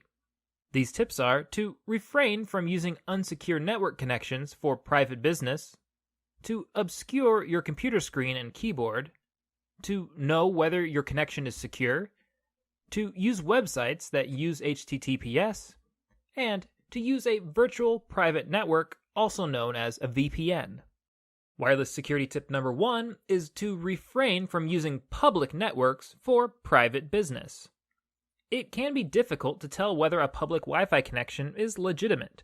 Sometimes users think they're connecting to a legitimate network, but they're really connecting to an evil twin router or a rogue router, either of which could allow a cybercriminal to sniff one's internet traffic. The simplest, most effective solution to this problem is to refrain from using public networks for private business. Save your private business, like banking, shopping, or anything that requires you to submit login credentials, for a time when you can connect to a secure, private network. We recognize that this is not always the most convenient solution, but by limiting your activity on public networks, you significantly lower your chances of being attacked. Wireless security tip number 2 is to obscure your computer screen and your keyboard. Peeking over somebody's shoulder is a pretty low-tech cyber attack, but it can be an effective one. Cybercriminals will position themselves so that they can see a user's computer, and they'll watch the screen. Or they could watch the keyboard and observe private information like passwords or account numbers as they're typed. You might be surprised how proficient some people are at watching and reading your keystrokes. So, when you use the internet in public, be aware of your surroundings. Position yourself so that it's difficult to see your device, and pay attention to people as they change seating around you. If possible, try to stake out a seat against a wall to prevent people from sitting behind you. Wireless security tip number 3 is to know whether your connection is secure. You should know whether you're using a secure or unsecure wireless network. Your operating system should tell you whether or not you're connecting to a secure wireless network. For example, the Windows 7 operating system will list your available wireless connections in a frame that looks like this. Unsecure wireless connections will display a small, yellow warning icon. Secure connections will display no warning, and if you try to connect to them, they should require you to enter a security key. If the network is unsecure, you should probably avoid using it to do any private business. If the network is secure, then it's still possible for anybody else connected to the network to intercept your Wi-Fi signal, but that signal will be encrypted, and therefore it will be more difficult to interpret. So figure out how your device indicates whether or not wireless connections are secure, and always be aware of whether or not you're connecting to a secure network. Wireless security tip number 4 is to use websites that use HTTPS. When computers communicate with each other, they have to stick to a very strict set of communication rules. These sets of rules are called protocols. When your computer communicates with a web server over the internet, they use a protocol called HTTP, which stands for Hypertext Transfer Protocol. HTTP is designed to transmit web code back and forth between computers in clear, easily readable text. However, there's another version of HTTP called HTTPS, which stands for Hypertext Transfer Protocol Secure. With HTTPS, all traffic between your computer and a web server is encrypted. This means that even if somebody intercepts the signal somewhere between your computer and the web server, it will be unreadable to them. Many websites use HTTPS for their login pages so that your login credentials are secure as they move across the internet. If you're going to submit sensitive information online, you should make sure that you're using a web page that uses HTTPS. Most browsers display the address bar differently for a web page that uses HTTP than it does for a web page that uses HTTPS. Here's what the difference looks like on Firefox. The page on top uses HTTP, and the page on bottom uses the more secure HTTPS. Notice the green padlock and security certificate on the HTTPS page. Here are the same two pages shown as they would display in Google Chrome. Again, HTTP is on top and HTTPS is on bottom. Notice once again the green security certificate and padlock icon on the HTTPS page. You should be aware that HTTPS helps to protect you from eavesdropping, but HTTPS can't protect you from malicious websites. Not every website that uses HTTPS is safe. It's just that using HTTPS will protect you from wireless eavesdropping. Wireless security tip number 5 is to use a virtual private network or VPN. Not everybody uses a VPN or even has access to one, but for people who do, a VPN is a strong privacy and security tool. Let's take a look at how VPNs work. Here, we have a computer on a wireless network that wants to connect to a web server through the internet. We'll use blue arrows here to indicate that, for whatever reason, none of the connections between these devices are encrypted. So, unencrypted traffic might start with the computer, travel to the wireless router, travel through the twists and turns of the internet, and end up at a web server. And then the web server might send a response back to the computer. None of this will necessarily be encrypted, but now let's imagine that this is happening on a VPN. A VPN creates an encrypted connection between your computer and some other private network. This private network might be a home network, or it could be something else like a corporate network that you use at work. A VPN lets you connect privately to this network even if you're on some other network somewhere else in the world. We'll use red arrows to indicate that the connections between these points are encrypted. All of your web traffic on a VPN gets relayed through the private network. So if the computer on the left wanted to communicate with the unsecure web server at the top of the screen, it would do so through the secure connection with the private network. So all of the internet traffic starting at the computer would be encrypted.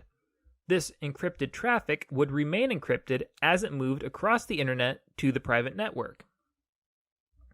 Then the private network relays the traffic to wherever it's supposed to go. At this point, it may become unencrypted. The web server would send its response back to the private network. The private network would encrypt the response and send it back to the user on the left side of the screen. To use a VPN, you need special VPN software to create the encrypted connection between your wireless device and a trusted private network. Some people create VPNs using their own home networks. Others pay VPN services for access to large, for-profit VPN networks. A few people use VPNs to connect to their workplace networks when they're out of the office. VPNs do a good job of protecting users from wireless sniffing. But remember that a VPN can't protect users from people looking over their shoulders. Neither will they protect you if you connect to a malicious website. However, if you simply must perform private business over a public Wi-Fi connection, then the safest way to do so is to use a VPN. Okay, let's review. We've covered 5 tips for safer browsing on public wireless networks. These 5 tips were to refrain from using public networks for private business, to obscure your computer screen and keyboard so people can't watch what you're doing, to know whether your connection is secure, to use websites that use HTTPS, and to use a virtual private network or VPN. In the next video, we will discuss some security topics for wireless network administrators, especially people who administer a home wireless network.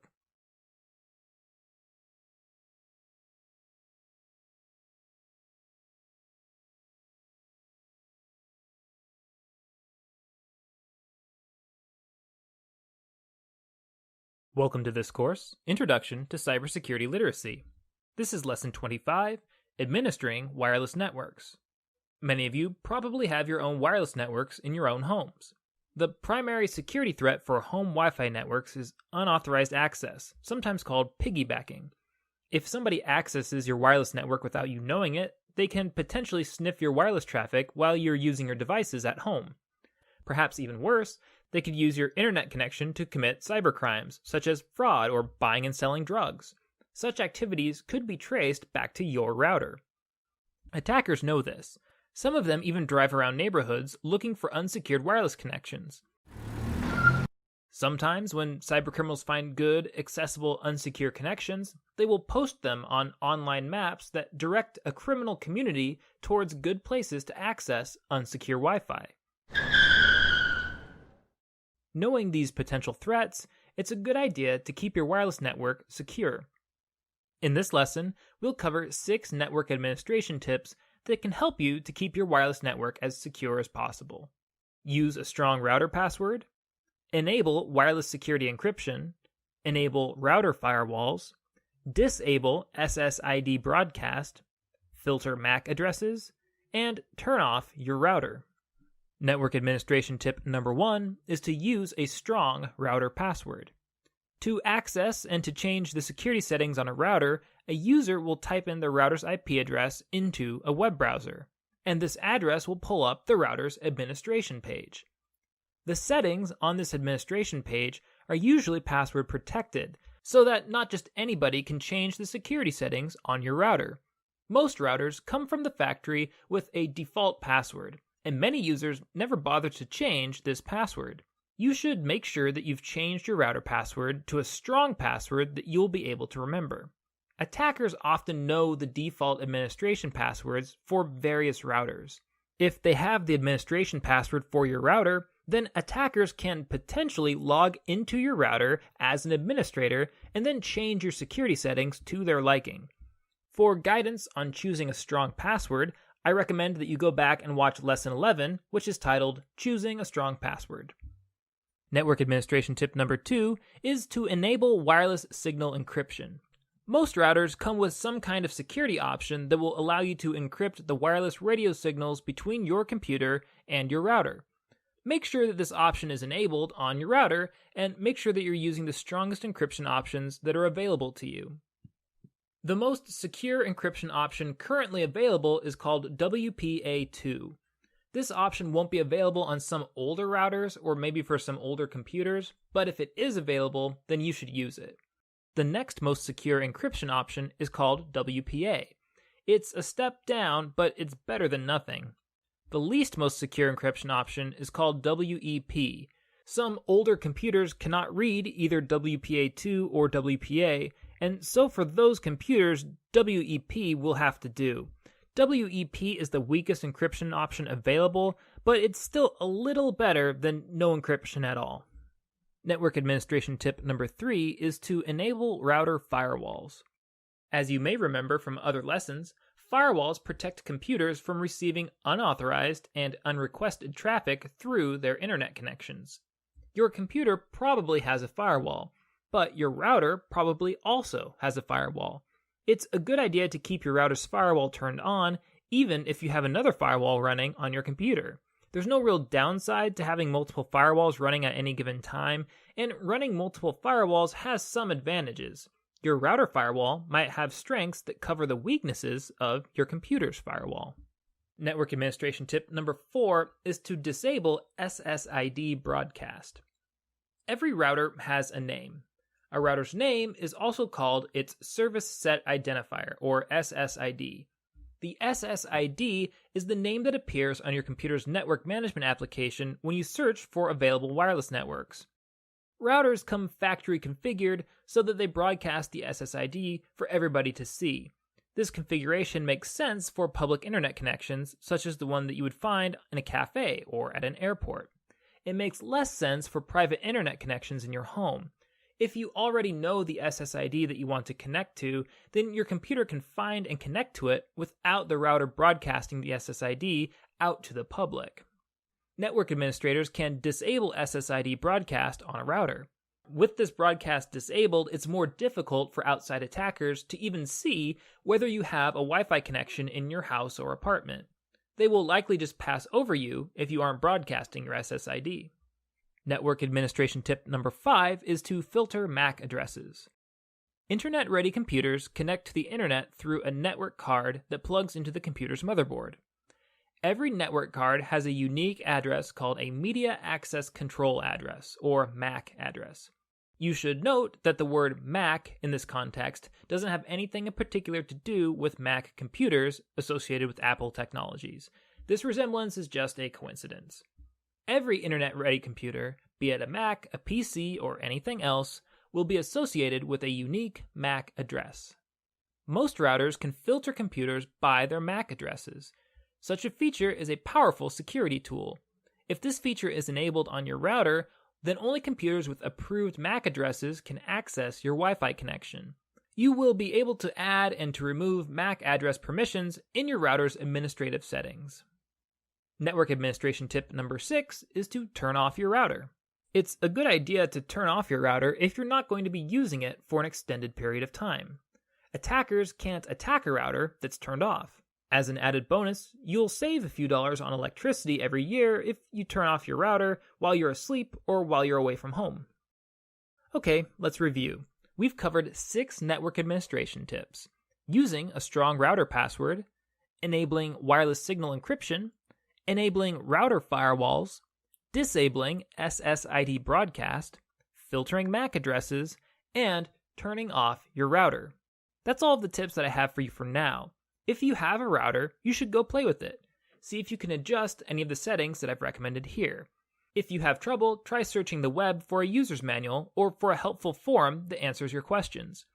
Once you figure out how to access your router's administrative settings, and once you familiarize yourself with the administration page, I imagine that you'll find that the tips in this lecture are pretty easy to put into practice.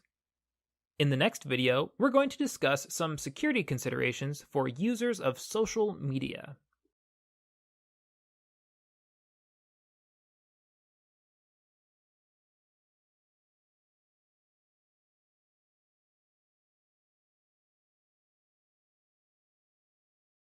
Welcome to this course, Introduction to Cybersecurity Literacy. This is Lesson 26, Social Media and Privacy. In this lecture, we're going to discuss some of the privacy issues that we encounter on social media. There are a lot of different ways that you could define privacy. So what is privacy? One helpful definition might look like this. Privacy is having control over who knows information about you, what information they know, and when they can know it. If you have a good deal of control over who knows what about you and when they know it, then most people would probably agree that you enjoy a high degree of privacy. Participation in social media always requires a sacrifice of privacy. Social media users usually show other people what they look like, who they spend their time with, what kinds of things they like to buy and to do, and what some of their opinions might be. On the one hand, there's nothing necessarily wrong with any of that. The whole point of a social network is to use the power of the internet to open up and to share with other people. On the other hand, the privacy trade-offs in social networking can become a problem when people share more than they thought they were sharing, or when they end up regretting something that they have shared previously. We're going to address 3 social media privacy issues in this lecture: friend gluttony, copying and pasting, and employers. Social media privacy issue number 1 is friend gluttony. Some people strive to have as many friends or followers on social media as possible. When friending goes too far, we call this friend gluttony. On social media, members of your social network are sometimes called friends. In the real world, we usually mean something different when we talk about friends than what we mean when we talk about friends on social media. Social media friends are often people who we don't know very well, perhaps people that we met at a party, associates who we know through a friend, or people who we haven't seen in a long, long time.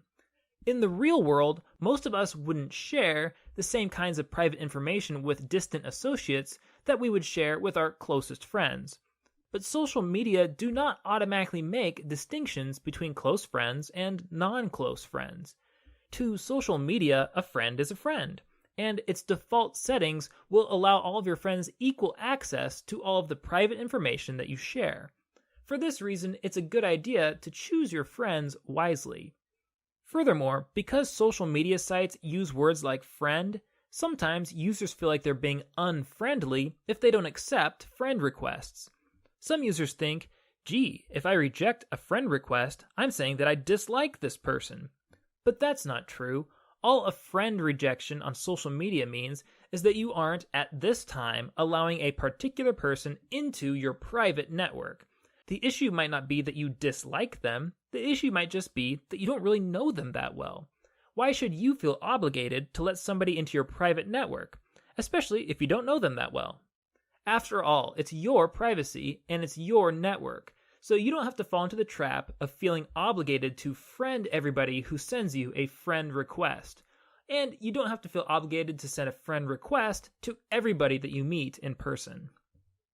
Another trap to avoid is the trap of letting your number of social media contacts affect your sense of self-worth. Some people feel good if they have a large network, and some people feel bad if they have a small network. Such feelings lead some social media users to become friend gluttons. Now, I'm not trying to invalidate the feelings you might have about your social media presence, but I would like to caution you against participating in unsafe behaviors based on those feelings. It's okay to have a lot of friends, but you should limit your friend network to people who you have some kind of genuine relationship with. A good rule of thumb is to limit your network to people whom you feel inclined to wish a happy birthday to when their birthday comes around. If you don't like a person enough or care about them enough to take a moment to wish them happy birthday, well, then maybe you aren't close enough to that person to share your private information with them. Information such as pictures, relationship status, opinions, contact information, and maybe even your current location. Social media privacy issue number 2 is copying and pasting. Now, so far, I've been saying that the word friend is kind of misleading in the context of social media. I've been saying that media friends aren't always really friends, just members of your private online social network. But I should point out that a social network is only a private network in a limited sense of the word private. Once you put information out on the internet, it really isn't all that private anymore. Digital information is extraordinarily easy to copy and to share. Anybody who can see your social media profile can copy any of the text, the photos, or the information on that profile and then share it with whomever they want. So be careful whom you add to your network, and even more importantly, be careful what you share. Privacy issue number 3 is employers. You should keep in mind that the things that you share on social networks could come back to haunt you later. If you're applying for jobs, you should assume that your potential employers will search for your public social media profiles before hiring you. You should make sure that any publicly viewable portions of your social media profiles represent you in the best possible light. Some social media services allow you to see your profile as it appears to different people. You can see how your page appears to the public, Or you can choose one of your contacts or followers and check out how your profile appears to that person. You should examine your profile from several different perspectives and adjust your privacy settings so it appears how you want it to. It would also be a good idea to search for your own name with a few different search engines, Google, Bing, Yahoo, etc., just to see what kinds of information potential employers might see when they search for you. Some employers will go so far as to ask you for your social media passwords during a job interview, so that they can see an unfiltered view of your private profile and private network before they make the decision to hire you. Now, some states are beginning to pass laws against such practices, but in most places, this remains a legal demand. Many of you, I'm sure, wouldn't want to share your password with your employer, so it would be a good idea to prepare a courteous refusal to such requests before you go into an interview. You could say something like, "Oh, I'm sorry, I'm very cautious with private information like this. You're free to look at my public profile, but I have to keep my personal passwords to myself." If a potential employer will not accept a courteous no for an answer, then you'll have to make the difficult decision whether it's worth working for an employer like that. On the one hand, you might need the job. On the other hand, do you really want to work for somebody that doesn't respect your boundaries? Breaches of privacy on social networks can, of course, be embarrassing or upsetting, but they can also have severe, lasting effects on a person's career or social life. For example, in 2009, a Georgia high school teacher resigned after her district received an email complaint about content on her Facebook page. The email presented several pictures of the teacher holding alcoholic beverages while she was on vacation. The email was anonymous, but it claimed to come from a concerned parent. The teacher ended up resigning over the controversy. Since her resignation, this teacher has claimed that she had marked those vacation pictures as private, and she has also claimed that she was not friends with any of her students or with any of her students' parents. That might all be true, but still, somebody with access to her Facebook pictures clearly made copies of them and emailed them to her boss. One of her Facebook, quote, friends, whomever it was, made the decision to violate this teacher's privacy by spreading these pictures beyond their intended audience. Now, I'm not trying to say that this teacher is at fault or that she deserved to lose her job over such a trivial controversy, but this episode highlights many of the privacy issues that come up with social networking. It shows that Facebook friends aren't necessarily true friends. It shows that online information is easy to copy and to share. It shows you that you never really know what somebody will consider offensive or inappropriate. And it shows that some employers are very interested in the private information that you post online. Okay, let's review. In this lesson, we discussed 3 social media privacy issues: friend gluttony, copying and pasting, and issues with employers. In the next lesson, we'll discuss how these privacy trade-offs on social media can lead to trade-offs in personal security.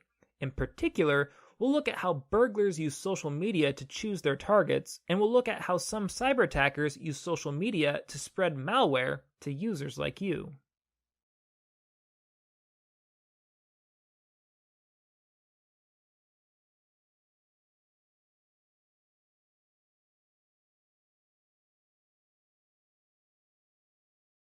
Welcome to this course, Introduction to Cybersecurity Literacy.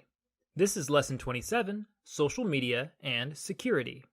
In this lecture, we're going to discuss 2 issues of personal security that are related to the privacy trade-offs on social networks.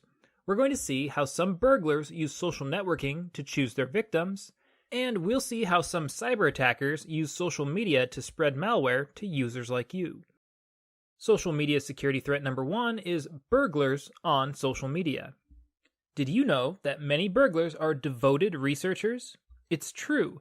The more a burglar knows about a target, the better judgments a burglar can make about the potential risks and rewards of burglarizing that target. There are many kinds of information that burglars research, but the most important one is this: will anybody be home at the time of the burglary? Modern burglars are turning to social media sites to discover when residents will be out of town, as well as other information that's relevant to the burglary. Just imagine all of the information that a clever burglar could pick up from a carelessly constructed social media profile. For example, let's consider an imaginary user named Cher. Cher posts a status update that says, "Can't wait to take the kids to Cartoonland theme park for spring break." A burglar who's scanning through social media pages might stumble across this status, and so he might take a closer look at Cher's page. Scrolling through Cher's profile, he sees that she gave her husband, Floyd, a new flat-screen TV for Christmas. He also sees that Floyd gave Cher a shimmering pearl necklace. "Wow, antique jewels, priceless," Cher writes in the caption of the picture. The burglar also sees that Cher has 2 small children in elementary school. There are several pictures of the outside of Cher's house, and the burglar is able to figure out the layout of the house from the pictures. Scrolling through a few more pictures, he sees that Cher's only pet is an adorable cat named Percy, with no evidence of a guard dog. The burglar finds that Cher hasn't posted her address on any of her social media accounts. So, the burglar looks up her address in a local directory, which only takes him a few seconds. The burglar takes a few more seconds to look up the nearest elementary school, and he uses that school's academic calendar to figure out which week Cher's children will have off for spring break. He sees that spring break begins the week of April 6th, and so he checks his schedule. He finds no scheduling conflicts, and so the burglar decides to watch Cher's house on the night of April 8th, and if nobody appears to be home, to rob it on the night of April 9th. When Cher and Floyd return from their Cartoonland theme park vacation, they find that the latch on the back window of their house has been broken. Inside, several precious items are missing, including Cher's jewelry, Floyd's flat-screen TV, the kids' piggy banks, and Percy the cat. That's an imaginary example, but real burglaries like this happen all the time. Many burglars research the houses that they burglarize, and social media makes this research much easier for them. Think about it. Could a burglar use your updates, your photos, or your location check-ins to determine how you are vulnerable or when you'll be away from home? To protect your own personal security, you should be conscious of how information that you post on social media could be used against you. When you're building a social media profile, it's a good idea to leave off the kinds of information that you normally provide when you make an online purchase or when you fill out your tax return. What kinds of information is that? I'm talking about things like your email address, your physical address, your phone number, your credit card numbers, social security numbers, driver's license numbers, PIN numbers, or any other identification information like those things.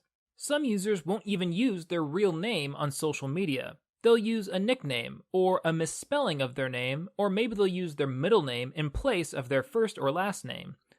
Using a different name adds an extra layer of security to your profile. Your real friends and family will know who you are, but anonymous stalkers won't be able to find you and to identify you quite so easily. You should examine your own social media profiles, especially the parts that are visible to the public, to friends of friends, or to people on shared networks like university networks or citywide networks. When you examine your profile, try to look at it with the eyes of a burglar. Delete information that a burglar could use against you. You should also look at your profile through the eyes of a hacker. Look especially for any information that a hacker could use to guess the answers to security questions that you use for online profiles. As I suggested in a previous lesson, you should tell lies when you set up the answers to your security questions, because telling lies makes security questions more difficult to guess. But if, for the sake of convenience, you decide to take the calculated risk of telling the truth on your security questions, you should remember to never accidentally post the answers to your security questions on your social media profiles. If your security question is, "What is the name of your favorite pet?" don't go and post a picture of your cat on Facebook and then caption it, "This is Percy, the greatest pet of all time." Some experts also recommend that you not post plain headshots of yourself online. Headshots like the ones that appear on a passport or a driver's license. Such photos could be used to make fake IDs with your picture and your name on them. And remember, as the burglary example above shows, it's a very bad idea to post location check-ins or vacation photos that tell the world when your house is unoccupied. Your physical location is an important piece of security information, so be thoughtful about what you reveal about your location online. Of course, the whole point of using social media is that you want to share information with other people. So if you use social media, you're obviously not going to withhold absolutely everything about yourself. But you should train your brain to think like a crook. Before you post information on social media, consider how that information could be used against you. Social media security threat number 2 is phishing scams and malware. Let's take a moment now to consider malware and phishing. We've already talked about both of these topics in other lessons, but now let's look at how malware and phishing scams can be aided by social media. Several malware and phishing scams are common on social networking sites.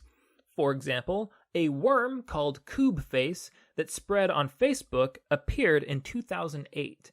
Kubeface would first appear on one's Facebook feed as a curious, strange, or enticing link, something that was apparently posted by a friend. But when a user clicked on the link, the user would be directed to a website with either a drive-by download of the Kubeface worm or with a Trojan horse that disguised the Kubeface software as a safe file download. Once a user downloaded Kubeface from either of these two methods, Kubeface would use keylogging software to steal the user's Facebook credentials. Once Kubeface discovered the user's Facebook username and password, it would hijack the user's Facebook account, and it would use that account to post more links to the malicious Kubeface website. Worms like Kubeface do not infect your computer directly through Facebook. Instead, they infect it through other web pages shared on Facebook. On Facebook and other social media services, you should be careful what you click on. You can't be sure whether or not a friend really posted something on her Facebook account unless you happen to be looking over her shoulder when she posts it.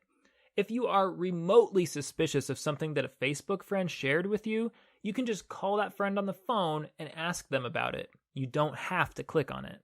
So, although Kubeface uses Facebook, Kubeface isn't really native to Facebook because it directs users to outside web pages.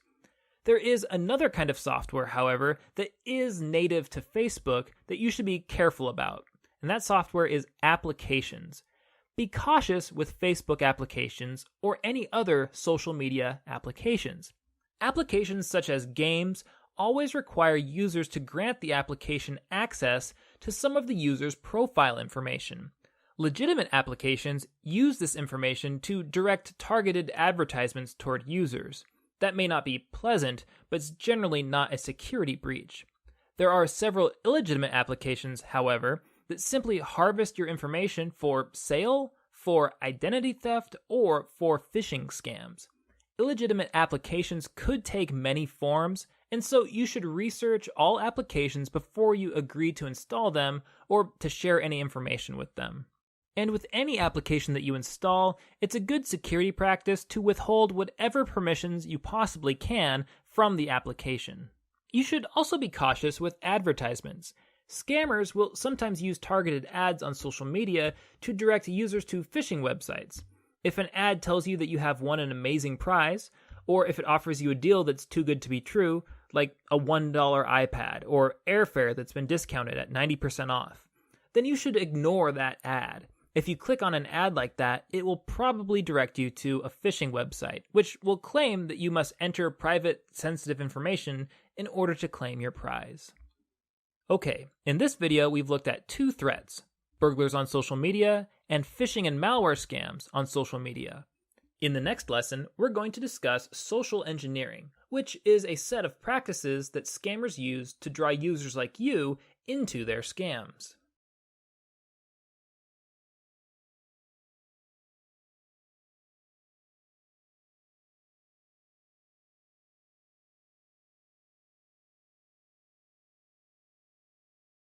Welcome to this course, Introduction to Cybersecurity Literacy. This is Lesson 29, Reading URLs. As some of you may already know, URL is an acronym that stands for Uniform Resource Locator, and it is often used interchangeably with the term web address. And indeed, for our purposes here today, the term URL will be equivalent to the term web address. One place where you will encounter web addresses is in the address bar of your web browser. It's helpful to be able to read web addresses because it's the only sure way to know which web page you're actually looking at. Take this login page, for example. A criminal web developer could easily make a counterfeit copy of this web page and set it up to steal your username and your password. But although criminal web developers can copy the content of legitimate web pages, as we see here, they cannot copy the URLs associated with those web pages. That's because every web page gets a unique URL. So if you can trust a URL, then you can trust the web page that's associated with it. You will also encounter URLs whenever you hover your mouse pointer over a hyperlink anywhere in your web browser. For example, in Firefox, the URL associated with a hyperlink pops up in the bottom left corner of the browser window whenever you hover over a hyperlink. The browser is telling you that clicking on this link would be the same thing as typing this URL into your browser's address bar and clicking enter. Let's click on the link. We can see that clicking on the link navigates to the URL associated with the link. So it's a good idea to learn to read URLs so that you can tell where you're going before you click on a hyperlink. This is an important security skill because a lot of cybercriminals will try to lead you to illegitimate web pages through hyperlinks in emails or pop-up advertisements or that sort of thing. Let's go back to that login page and practice reading some URLs. When you're reading a URL, the most important thing to do is to find the domain name of the URL. Why, you might ask? Because if you can trust the domain name, then you can trust the web page. The domain name is the name given to a chunk of web space owned and controlled by some entity. Nobody but the owner of a given domain name can publish web pages using that domain name. So here's how you find a domain name.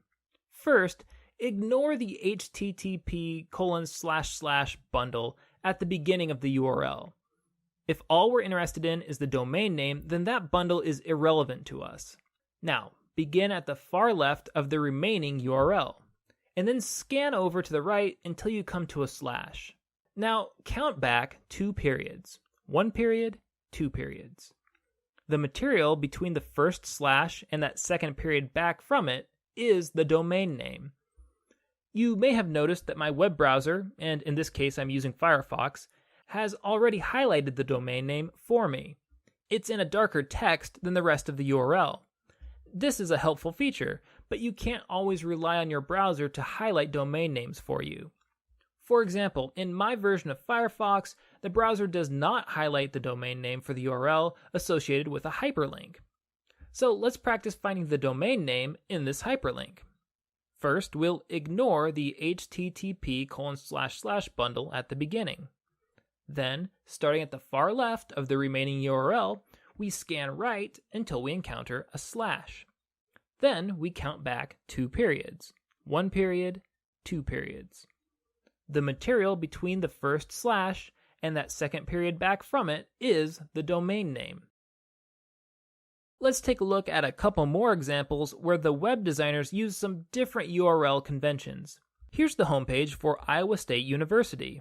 This URL makes it very easy for us to ignore the http:// bundle at the beginning because there just is no such bundle here. We would begin on the far left of the URL and scan right until we encounter a slash.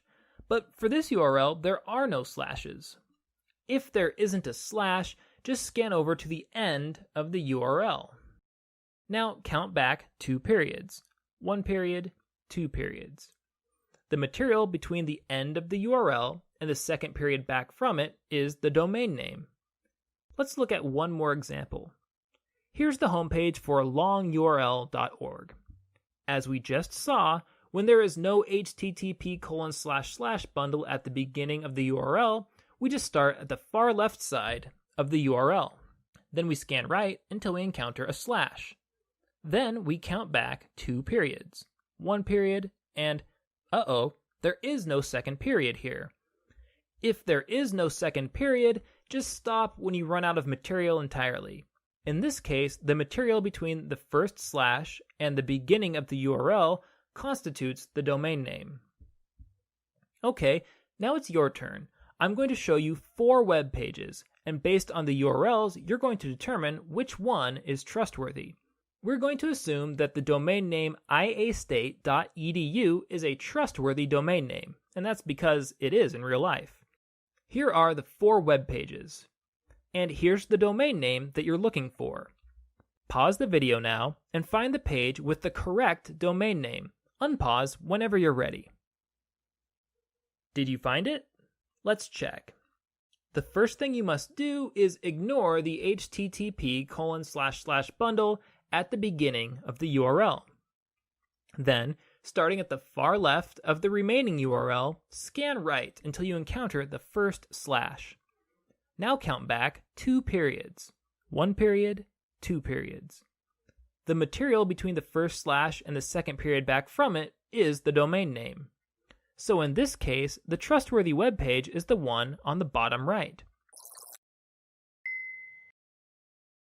Let's do another exercise. Let's imagine that you bank online at something called westvalleybank.com.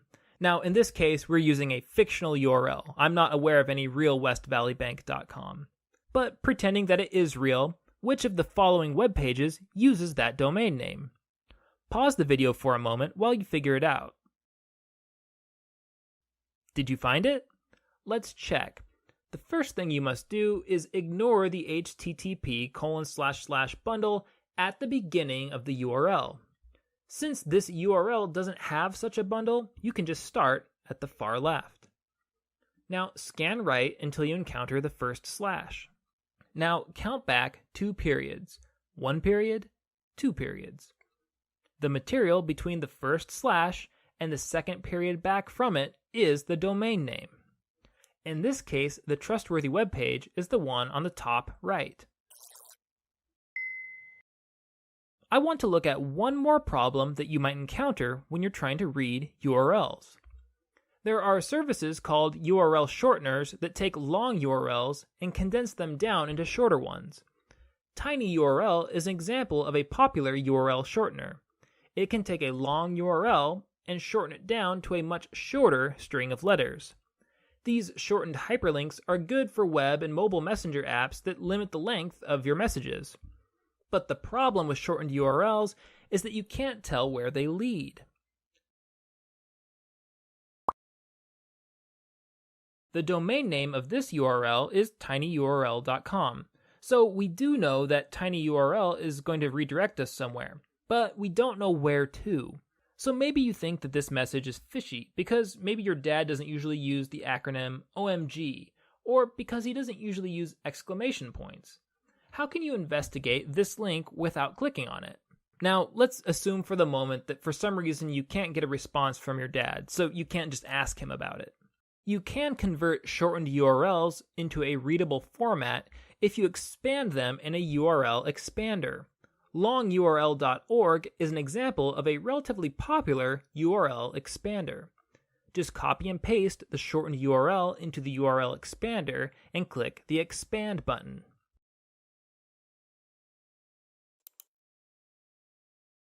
The URL expander will display the full URL, and you can find the domain name.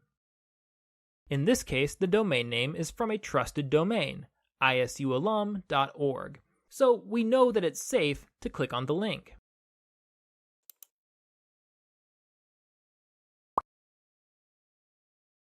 Alright, that's all I have for you on reading URLs.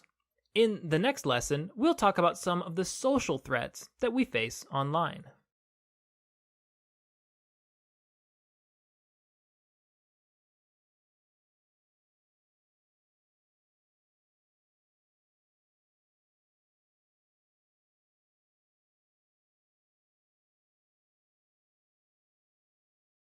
Welcome to this course, Introduction to Cybersecurity Literacy. This is Lesson 30, Interpersonal Issues Online. So far in this course, we have focused on threats to electronic information. We haven't talked much about social human issues. In this lecture, we'll focus on some of the interpersonal issues that we face online. We could go on practically forever if we tried to identify and discuss every single one of them, so I'm going to limit myself to just 5 broad topics: anonymity, missing the communication context, privacy, everlasting information, and credibility. I'll define each of these topics in more detail as we go. Interpersonal issue number 1 is anonymity. People tend to feel anonymous when they're online, and they tend to feel like they're interacting with anonymous electronic strangers rather than flesh and blood peers. This anonymity can be empowering in a way. It allows some shy people to discuss problems or concerns that they may never have discussed otherwise. Sometimes these discussions can be productive or even life-changing. But anonymity clearly has its disadvantages too. For some reason, anonymous people will say terrible, inflammatory things that they would never say in person to somebody who is just standing there. It seems that anonymity empowers our whole selves, both the good and the bad parts of us. Countless online conversations have ground to a halt or deteriorated into angry name-calling because the anonymous participants in the conversation treated each other as faceless strangers rather than respected flesh and blood peers. This is a serious problem. Remember that people online are people.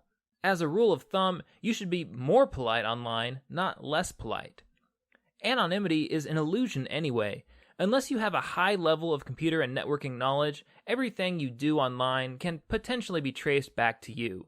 Your fake login name or your fake email account may make you anonymous to other casual computer users in an online comment thread, but they won't protect you from a high-level hacker or from a full-fledged federal investigation. You would be best served to assume that everything you do online can be traced back to you. Interpersonal issue number 2 is missing the communication context. The physical context of communication is very important to getting a message across. Facial expressions, gestures, and other body language can have a profound influence on the meaning of any given sentence. So can your tone of voice. Consider the sentence, "Why did you leave the party early?" It could mean a lot of different things depending on how you read it. Why did you leave the party early? Or, why did you leave the party early? Or, why did you leave the party early? Can you think of other ways that you could deliver that sentence so that it takes on other meanings? The point I'm getting at is that all of those subtle differences in body language and tone of voice that we rely on in face-to-face communication, those disappear when we begin to rely on written communication online. Sure, we can use capital letters or emojis to add emotion and emphasis to our writing, but those tools can only go so far. It's incredibly easy to misread somebody's intention in their writing, especially if we ourselves are cranky or suspicious when we're reading their writing. This is probably another reason why so many online discussions deteriorate into name-calling. The participants in the discussion may already disagree on some point, which puts up their guard. Once their guard is up, they tend to read each other's statements in the worst way possible. When you're reading what somebody else has written online, it's a good idea to read it in the best light possible. If you aren't sure how they meant to say something, it's better to ask for clarification or to just assume the best than to automatically default to assuming the worst. Interpersonal issue number 3 is privacy. We have talked about privacy a lot in previous lessons, but the basic ideas bear repeating. Nothing you do online is really private. Now, institutions like banks have a lot of legal and economic motivation to keep your information private, but even powerful institutions like banks can't always safeguard your privacy. Not perfectly, anyway. When you're dealing with regular people who don't have legal or economic motivations to guard your privacy, then the situation is much worse. Your friends and family, they have social motivations to guard your privacy. They want to get along with you, and they probably want what's best for you. Social motivations can be incredibly strong, but social motivations can also change quite suddenly. All it takes is one moment of anger or weakness, and a friend could forward your private information to hundreds of people. The best mindset is probably to simply accept that nothing you share electronically is really 100% private.